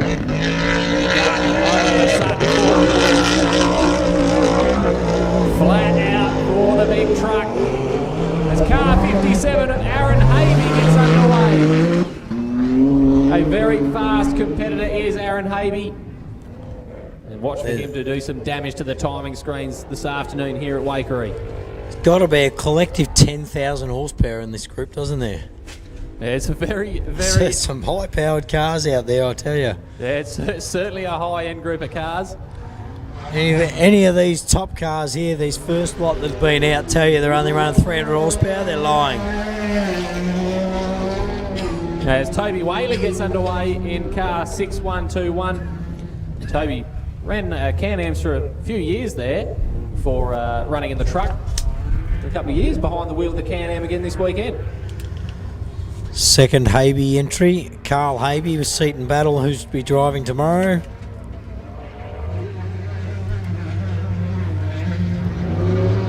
It's certainly not a bad gig, is it? Getting to drive Seaton Battle's car today. So Carl Habe in the 28, also underway, which means we have 4 cars left to take to the track. Matt Curtis, Peter Simpson, Simon Tucker and Bowie. Bowie being the last car on track.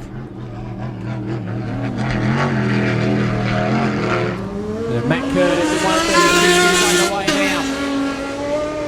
The South Australian competitor, always fast, and put in a really good prologue time to find himself in this group. Around turn 1 and heading towards the Sutton Ford whoops before taking on the Burson Super Jump. Matt Curtis, the first of our Class 1s in this group.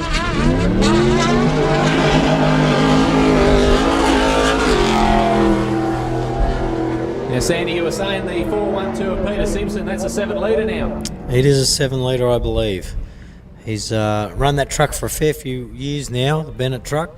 Came out of a little Baja Volkswagen. He did.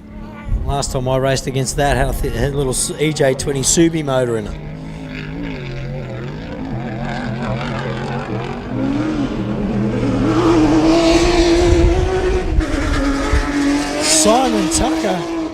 Simon Tucker away, folks.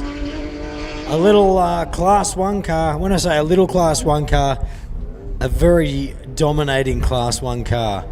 We have our last car on the line here. Bowie Graham in a Class 10.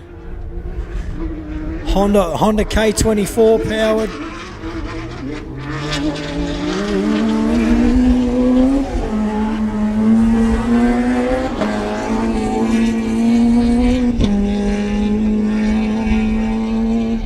That little Honda K24 powered Alumacraft has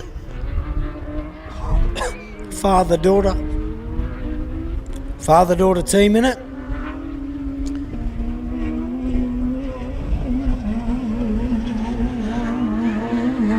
And it sounds to me like Alla's itching to get in the driver's seat too. Those cars are hitting those whoops like they're not even there. It's kind of scary, isn't it? It's very Our suspension's come such a long way. Yeah, well, you can see it through even the heats we've had today. So anyway, you got the older cars and the earlier heats just sort of rolling over the whoops, and look at them as we go through the day, they're just swallowing the whoops like they're non-existent.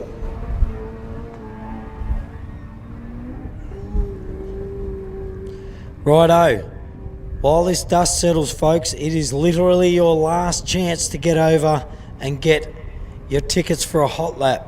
So over there behind that start jump, head over that direction, ask somebody, you'll be able to fill in a ticket. They'll put it in a barrel, and once all of this racing is over this heat, which we have about 1.5 laps before the first car comes over the finish line for today, then they'll be calling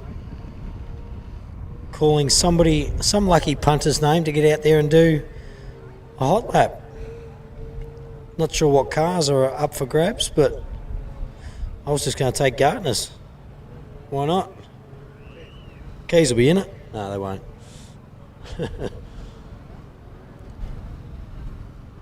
See a couple of washed up off-road racers here. Pete James wandering around in the spectator area. Going to build a car one day, he says.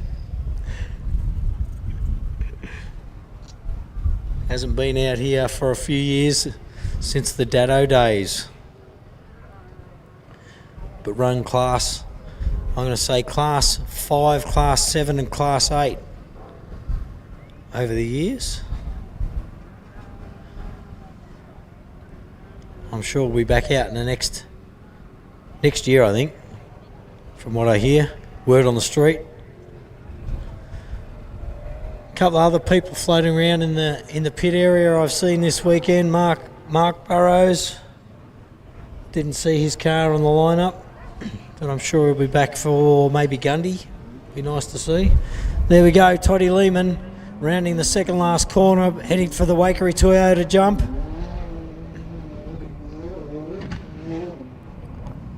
So his prologue time is 7:31, Sandy. That's right, 7:31, and let's see if he can belt that out the park. I think he would have been in the groove by now. He knows the track.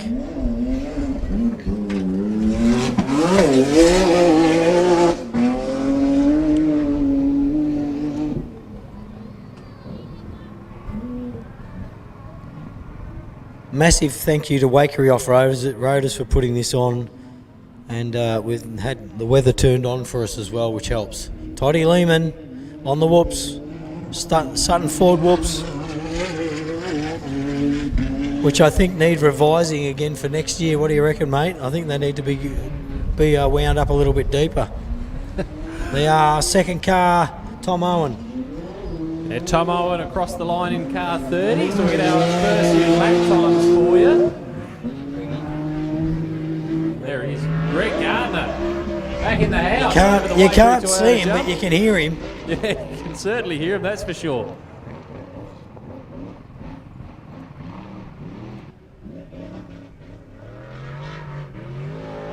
That was Gardner over the finish line. You see Tom Owen over the Sutton Ford walking down.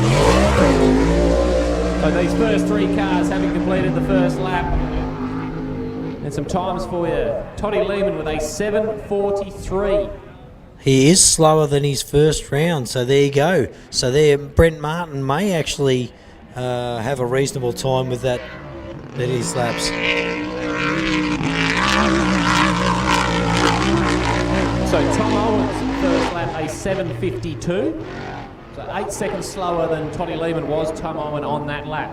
We don't have an updated time for Gardner just yet, as Aaron car Hayes 57 the line.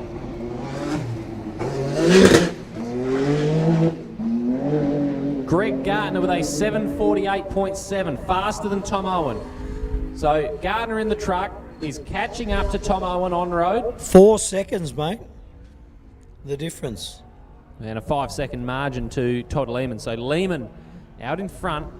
We'll get that updated time for Aaron Havey as he tackles the Sutton Ford Wolves. We've got Toby Watley heading around for the finish line here.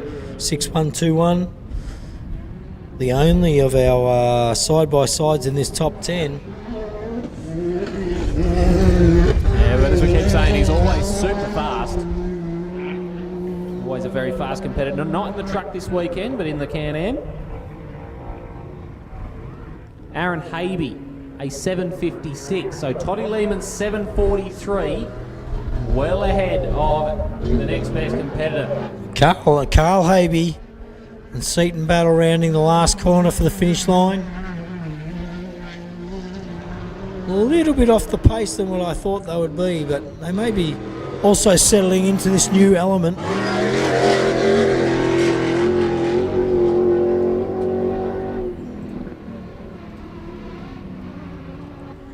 Matt Curtis is actually quite close, was what I would say is fairly close still to Carl Havey.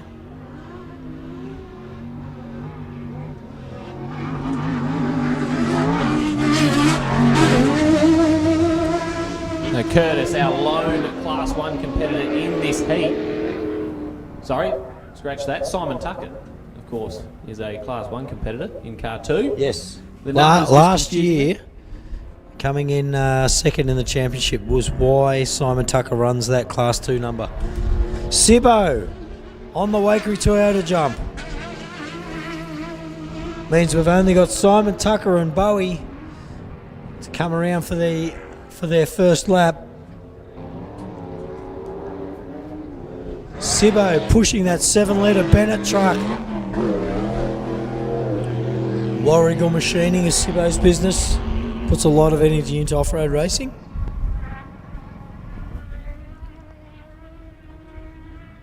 So Carl Habe with an 8.10. So Lehman from Gardner, from Owen, Habe, Waitley, and then Carl Habe. We'll wait for Matt Curtis' time to update and Simpson over the Sutton Ford Wolves. There he is, Simon Tucker. Literally only Bowie left out there. Just see over the back there, that dust hanging around too, Sandy. That's tomorrow could be an interesting day for our competitors.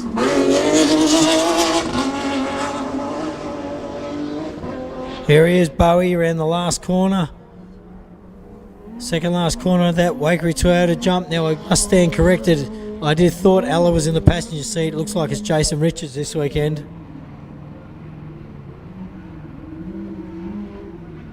So with Bowie over the line, that'll be all of our cars to complete lap number 1 for this final heat. We'll get some updated times for you as all these cars now continue on their way for lap number 2 of section 1. And the final lap, which means you folks have under 5 minutes to get your tickets in for your hot lap rides or the chance to win a hot lap.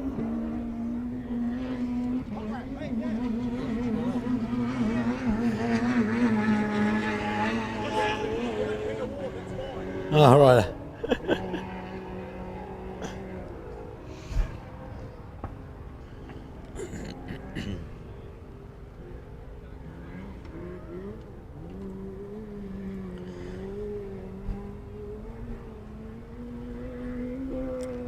Bowie, currently the fastest Class 10. We've got a couple of, in the top 10, very interesting lineup there. Class 10, Class 6, couple of Class 4s, couple of 3 or 4 ultimate classes. Simon Tucker and Matt Curtis in Class 1. So good mix of cars. So not getting an update on Bowie's time at the moment, Sandy, but the times we do have, Toddy Lehman, a 7.43 over Greg Gardner, Tom Owen 3rd, Aaron Habe in 4th, Matt Curtis with a really good lap time, 5th of the heat, Toby Waitley in 6th, Carl Habe 7th, Peter Simpson in 8th, and Simon Tucker in 9th. Obviously Bowie has finished lap number 1, just not getting an updated time for him at the moment.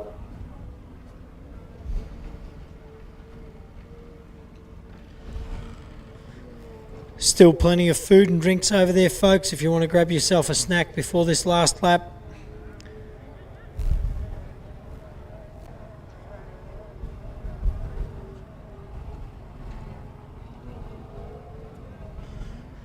Yeah, before this last lap finishes, grab a snack, head over, and I think we'll see today's short course winner very shortly over the finish line. And if Toddy Lehman can hold that gap, it may well just be him. Here he is, last corner for the ARB Waikerie Hotel Riverland Enduro short course. Yeah, massive thank you to Truro Agencies for sponsoring the short course here this weekend, and you can't ask for much better. Toddy Lehman winning the prologue, and it looks like provisionally he's going to take that win in the short course as well. Yep, he's got a good gap. Tommy Owen in 2nd over that Waikerie Toyota jump.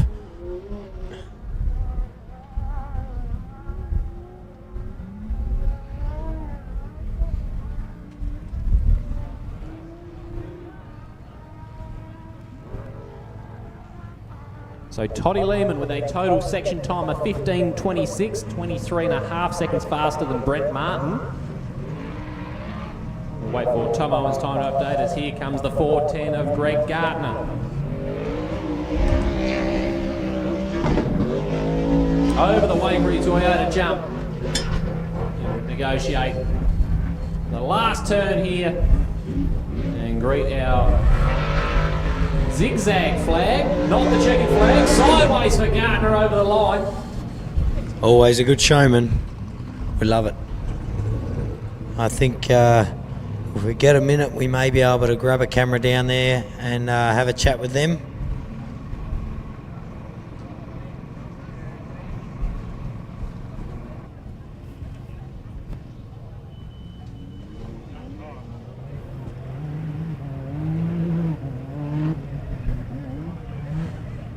57 of Aaron Habe. Also his way around the final corner here to cross the line. Day one done for Aaron Habe. These times update. Toddy Lehman with a 15.26, Tom Owen with a 15.36. I don't have a time for Gartner at this point. Aaron Habe a 15.49. So without Gartner's time being updated, Lehman from Owen from Habe.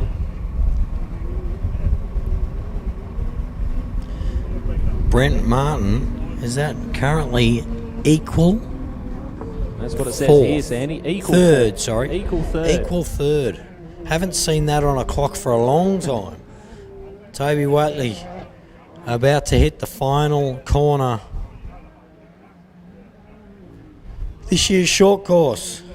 What a day of racing. The weather's turned on. The race car, all these race cars, the drivers have put on an absolute phenomenal show.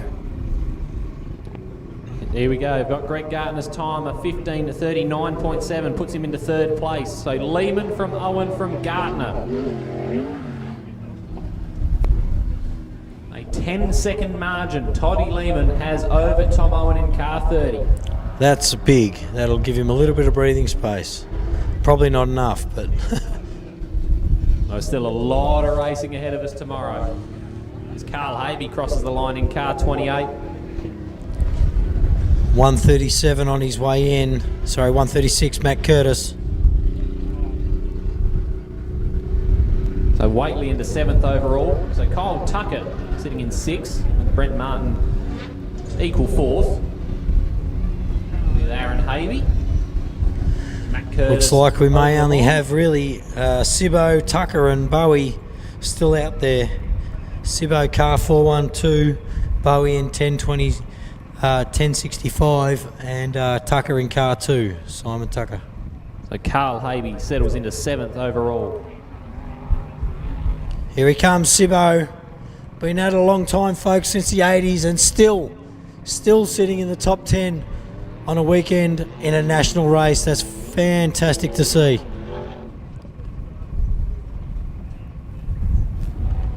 Greg Barker in the passenger seat, this little Bennett truck. Well, when I say little Bennett truck, it's a pretty big truck. Well done, Sibbo. Car 412. Another clean day of racing.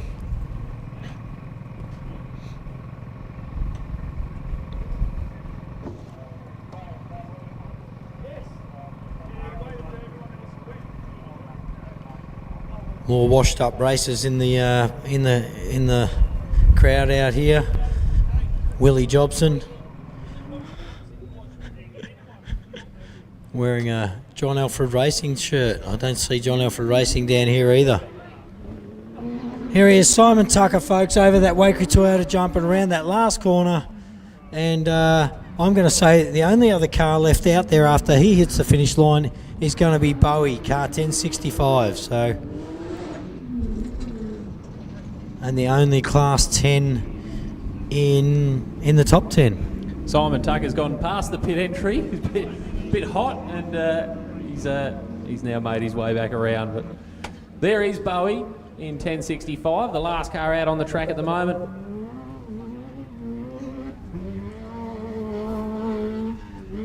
Super fast little K24 powered Honda engine in this little red 1024 of Bowie.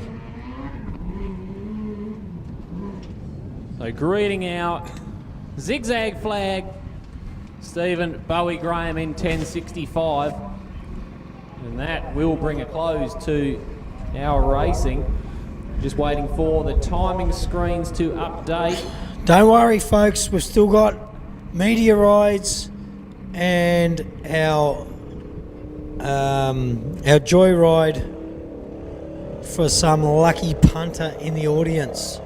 And I believe you have to be here ready to go. If you're not here and you've put an entry in, bad luck. If we call you out, you got to get up here and get in the hot seat for a hot lap. Now, what an experience that's going to be. Unbelievable. Going to go for a ride in one of these race cars. Supposed to be drawn before, supposed to have your tickets in before 2:30. It's now 17 past 2. So if you want to go in for a chance to win this hot lap, head over now. Get them in.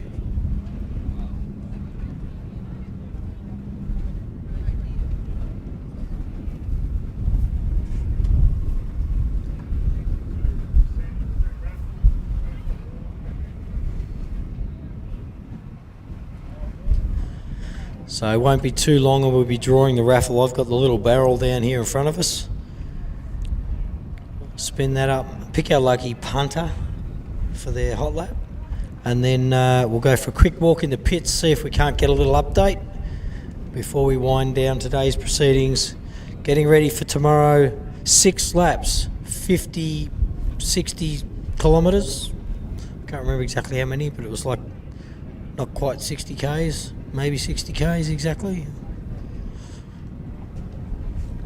I'm just waiting for the last few cars to cross the line with their times at the moment, Sandy. They're not quite updating, but at the moment, as the timing screen shows us, Toddy Lehman fastest with a 15.26 for an overall section time from Tom Owen, a 15.36.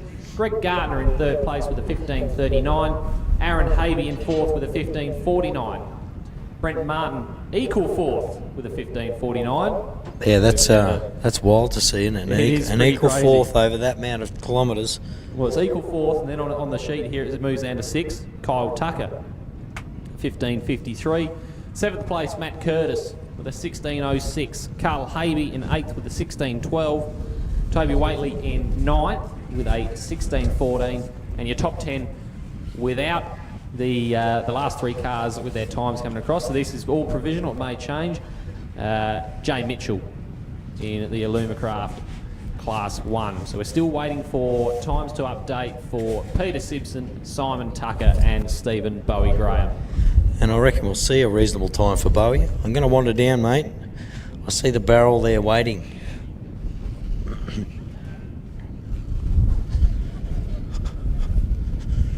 I don't need to pick it. You can pick it. I'll roll it here. I'll do the rolling. We mix them up, mix them backwards a little bit. Righto. Let's see who the lucky winner is. It's me. No.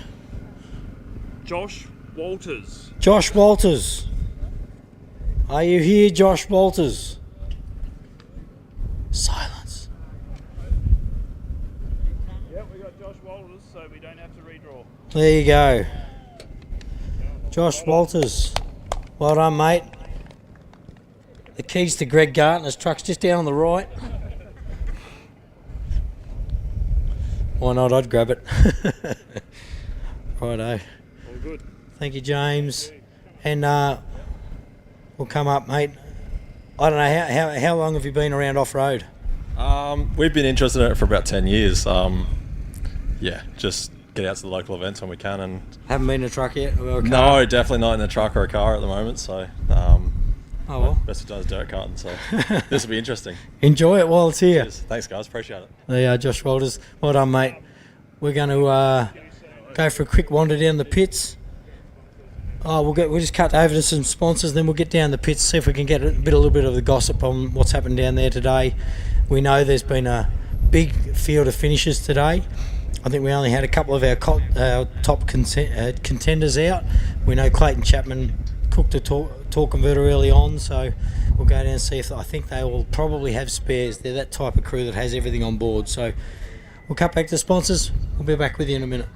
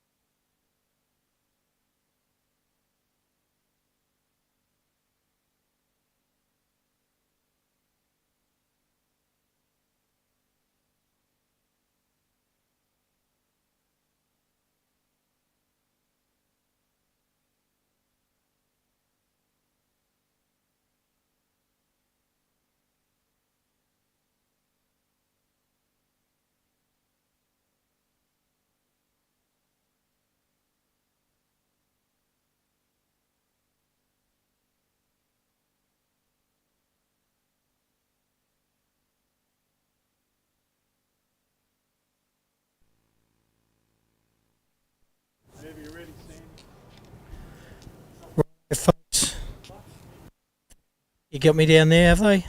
Sounds like it. Here with Toddy Lee,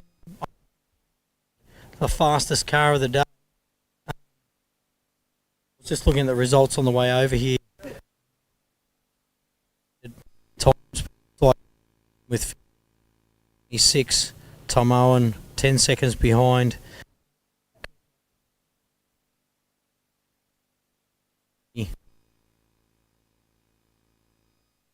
Aaron, Brent. Interesting to see. We might be cutting out on the mic, hiding behind the truck here. Is that right? That's better. So Toddy, obviously the car went phenomenal. You looked smooth all day, and I'm surprised. I know your car can handle it well. Some of those smaller cars are hitting the whoops the same as what you're hitting the whoops, and I don't know how they're doing it, but well done, mate. It looked great. Yeah, no, we're just not pushing too crazy. We're just trying to put in good, consistent laps, not doing anything silly, and trying to keep that in air. It's going to be a bit hard, and trying to set the pace tomorrow morning, but yeah, we'll just give it our best shot. And nothing really wrong with the car. It feels good. It looked neat. Just as I came over here, I said, look at this lot. All they've got to do is polish the car, the wankers. Like, really. Usually people are changing oils and doing all that stuff, but obviously the car's come over the line really nicely and well prepped still. Yeah, it's coming out really well. Working a band in the rear fire, cut out, just check everything over and have a couple of refreshments and get back in tomorrow. Well done, mate. Congratulations on today's fastest car, and good luck for tomorrow, huh? No worries. Thanks for having me. Yeah, Toddy Lehman, folks. Fastest car on the track, car 85. We've got right next door, we've got a couple of other fast ones. I don't know if they're working. I don't know if Greg's available. No, we'll come back and see him if we can. They're working under the car there. We'll come and see the next in the line. Is Aaron around?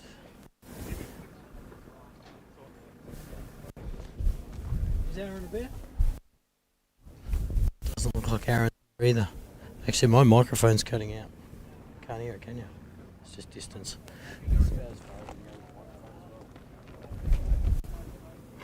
Well, I can't even see Aaron down here, folks. They are working on the car, and we're just saying, I know not getting under their noses too much while they're trying to work on cars, but Aaron currently equal fourth with Brent Martin. So I'm going to go for a wander over to Brent Martin's camp.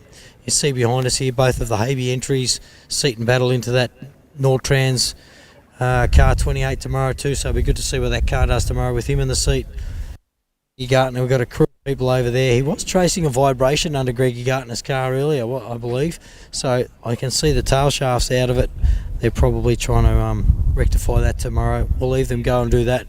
We'll come over, sneak over here and see if Brent Martin's about. I can't remember where he was. He was over here somewhere. Wandered down through here, and on the way through I might get a quick word off the chappies to see if Clayton's got another torque converter lined up.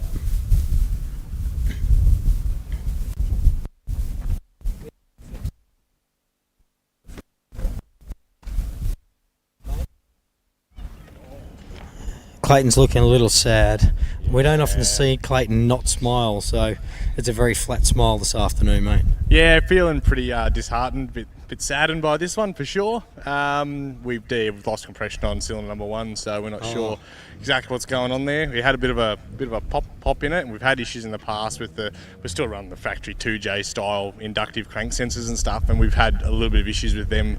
I just wonder if it had a bit of a funny pop in. I reckon it might have been that playing up again, so we might need to look into updating that system away from the 90s into the modern era.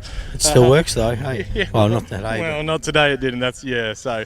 oh man, it's gut-wrenching. That track would look so cool, and we just want to go and have a bit of fun. That's what we do the sport for, and it's just, it is what it is. It took so long to get to this event, big gap between last race and this one, and especially on the first day, but commiserations, mate, and I'm sure we're going to see you at Gundy. Oh yeah, no, we'll do everything we can to be at Gundy. Dig out the Class 7 car if we have to.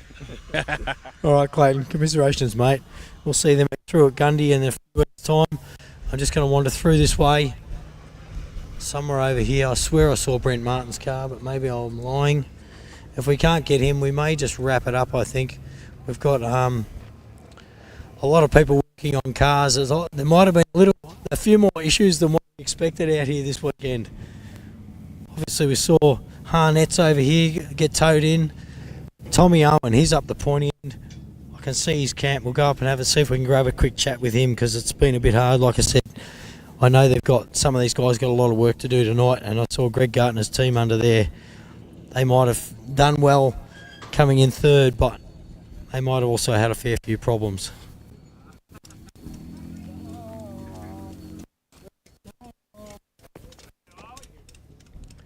Mate, how am I? I'm good. How are you? Well done. Not too bad, thank you. Tell you what, well placed. Pretty good. Like I said, everyone I've seen go over those whoops out there, there's some that have been idling and some cars that definitely shouldn't be doing what they're doing. I know yours and a couple of these other top cars, they don't even notice them. No, we just hold it wedged. Yeah, it's pretty cool. A few little power steering issues we think maybe, but otherwise we're in good shape.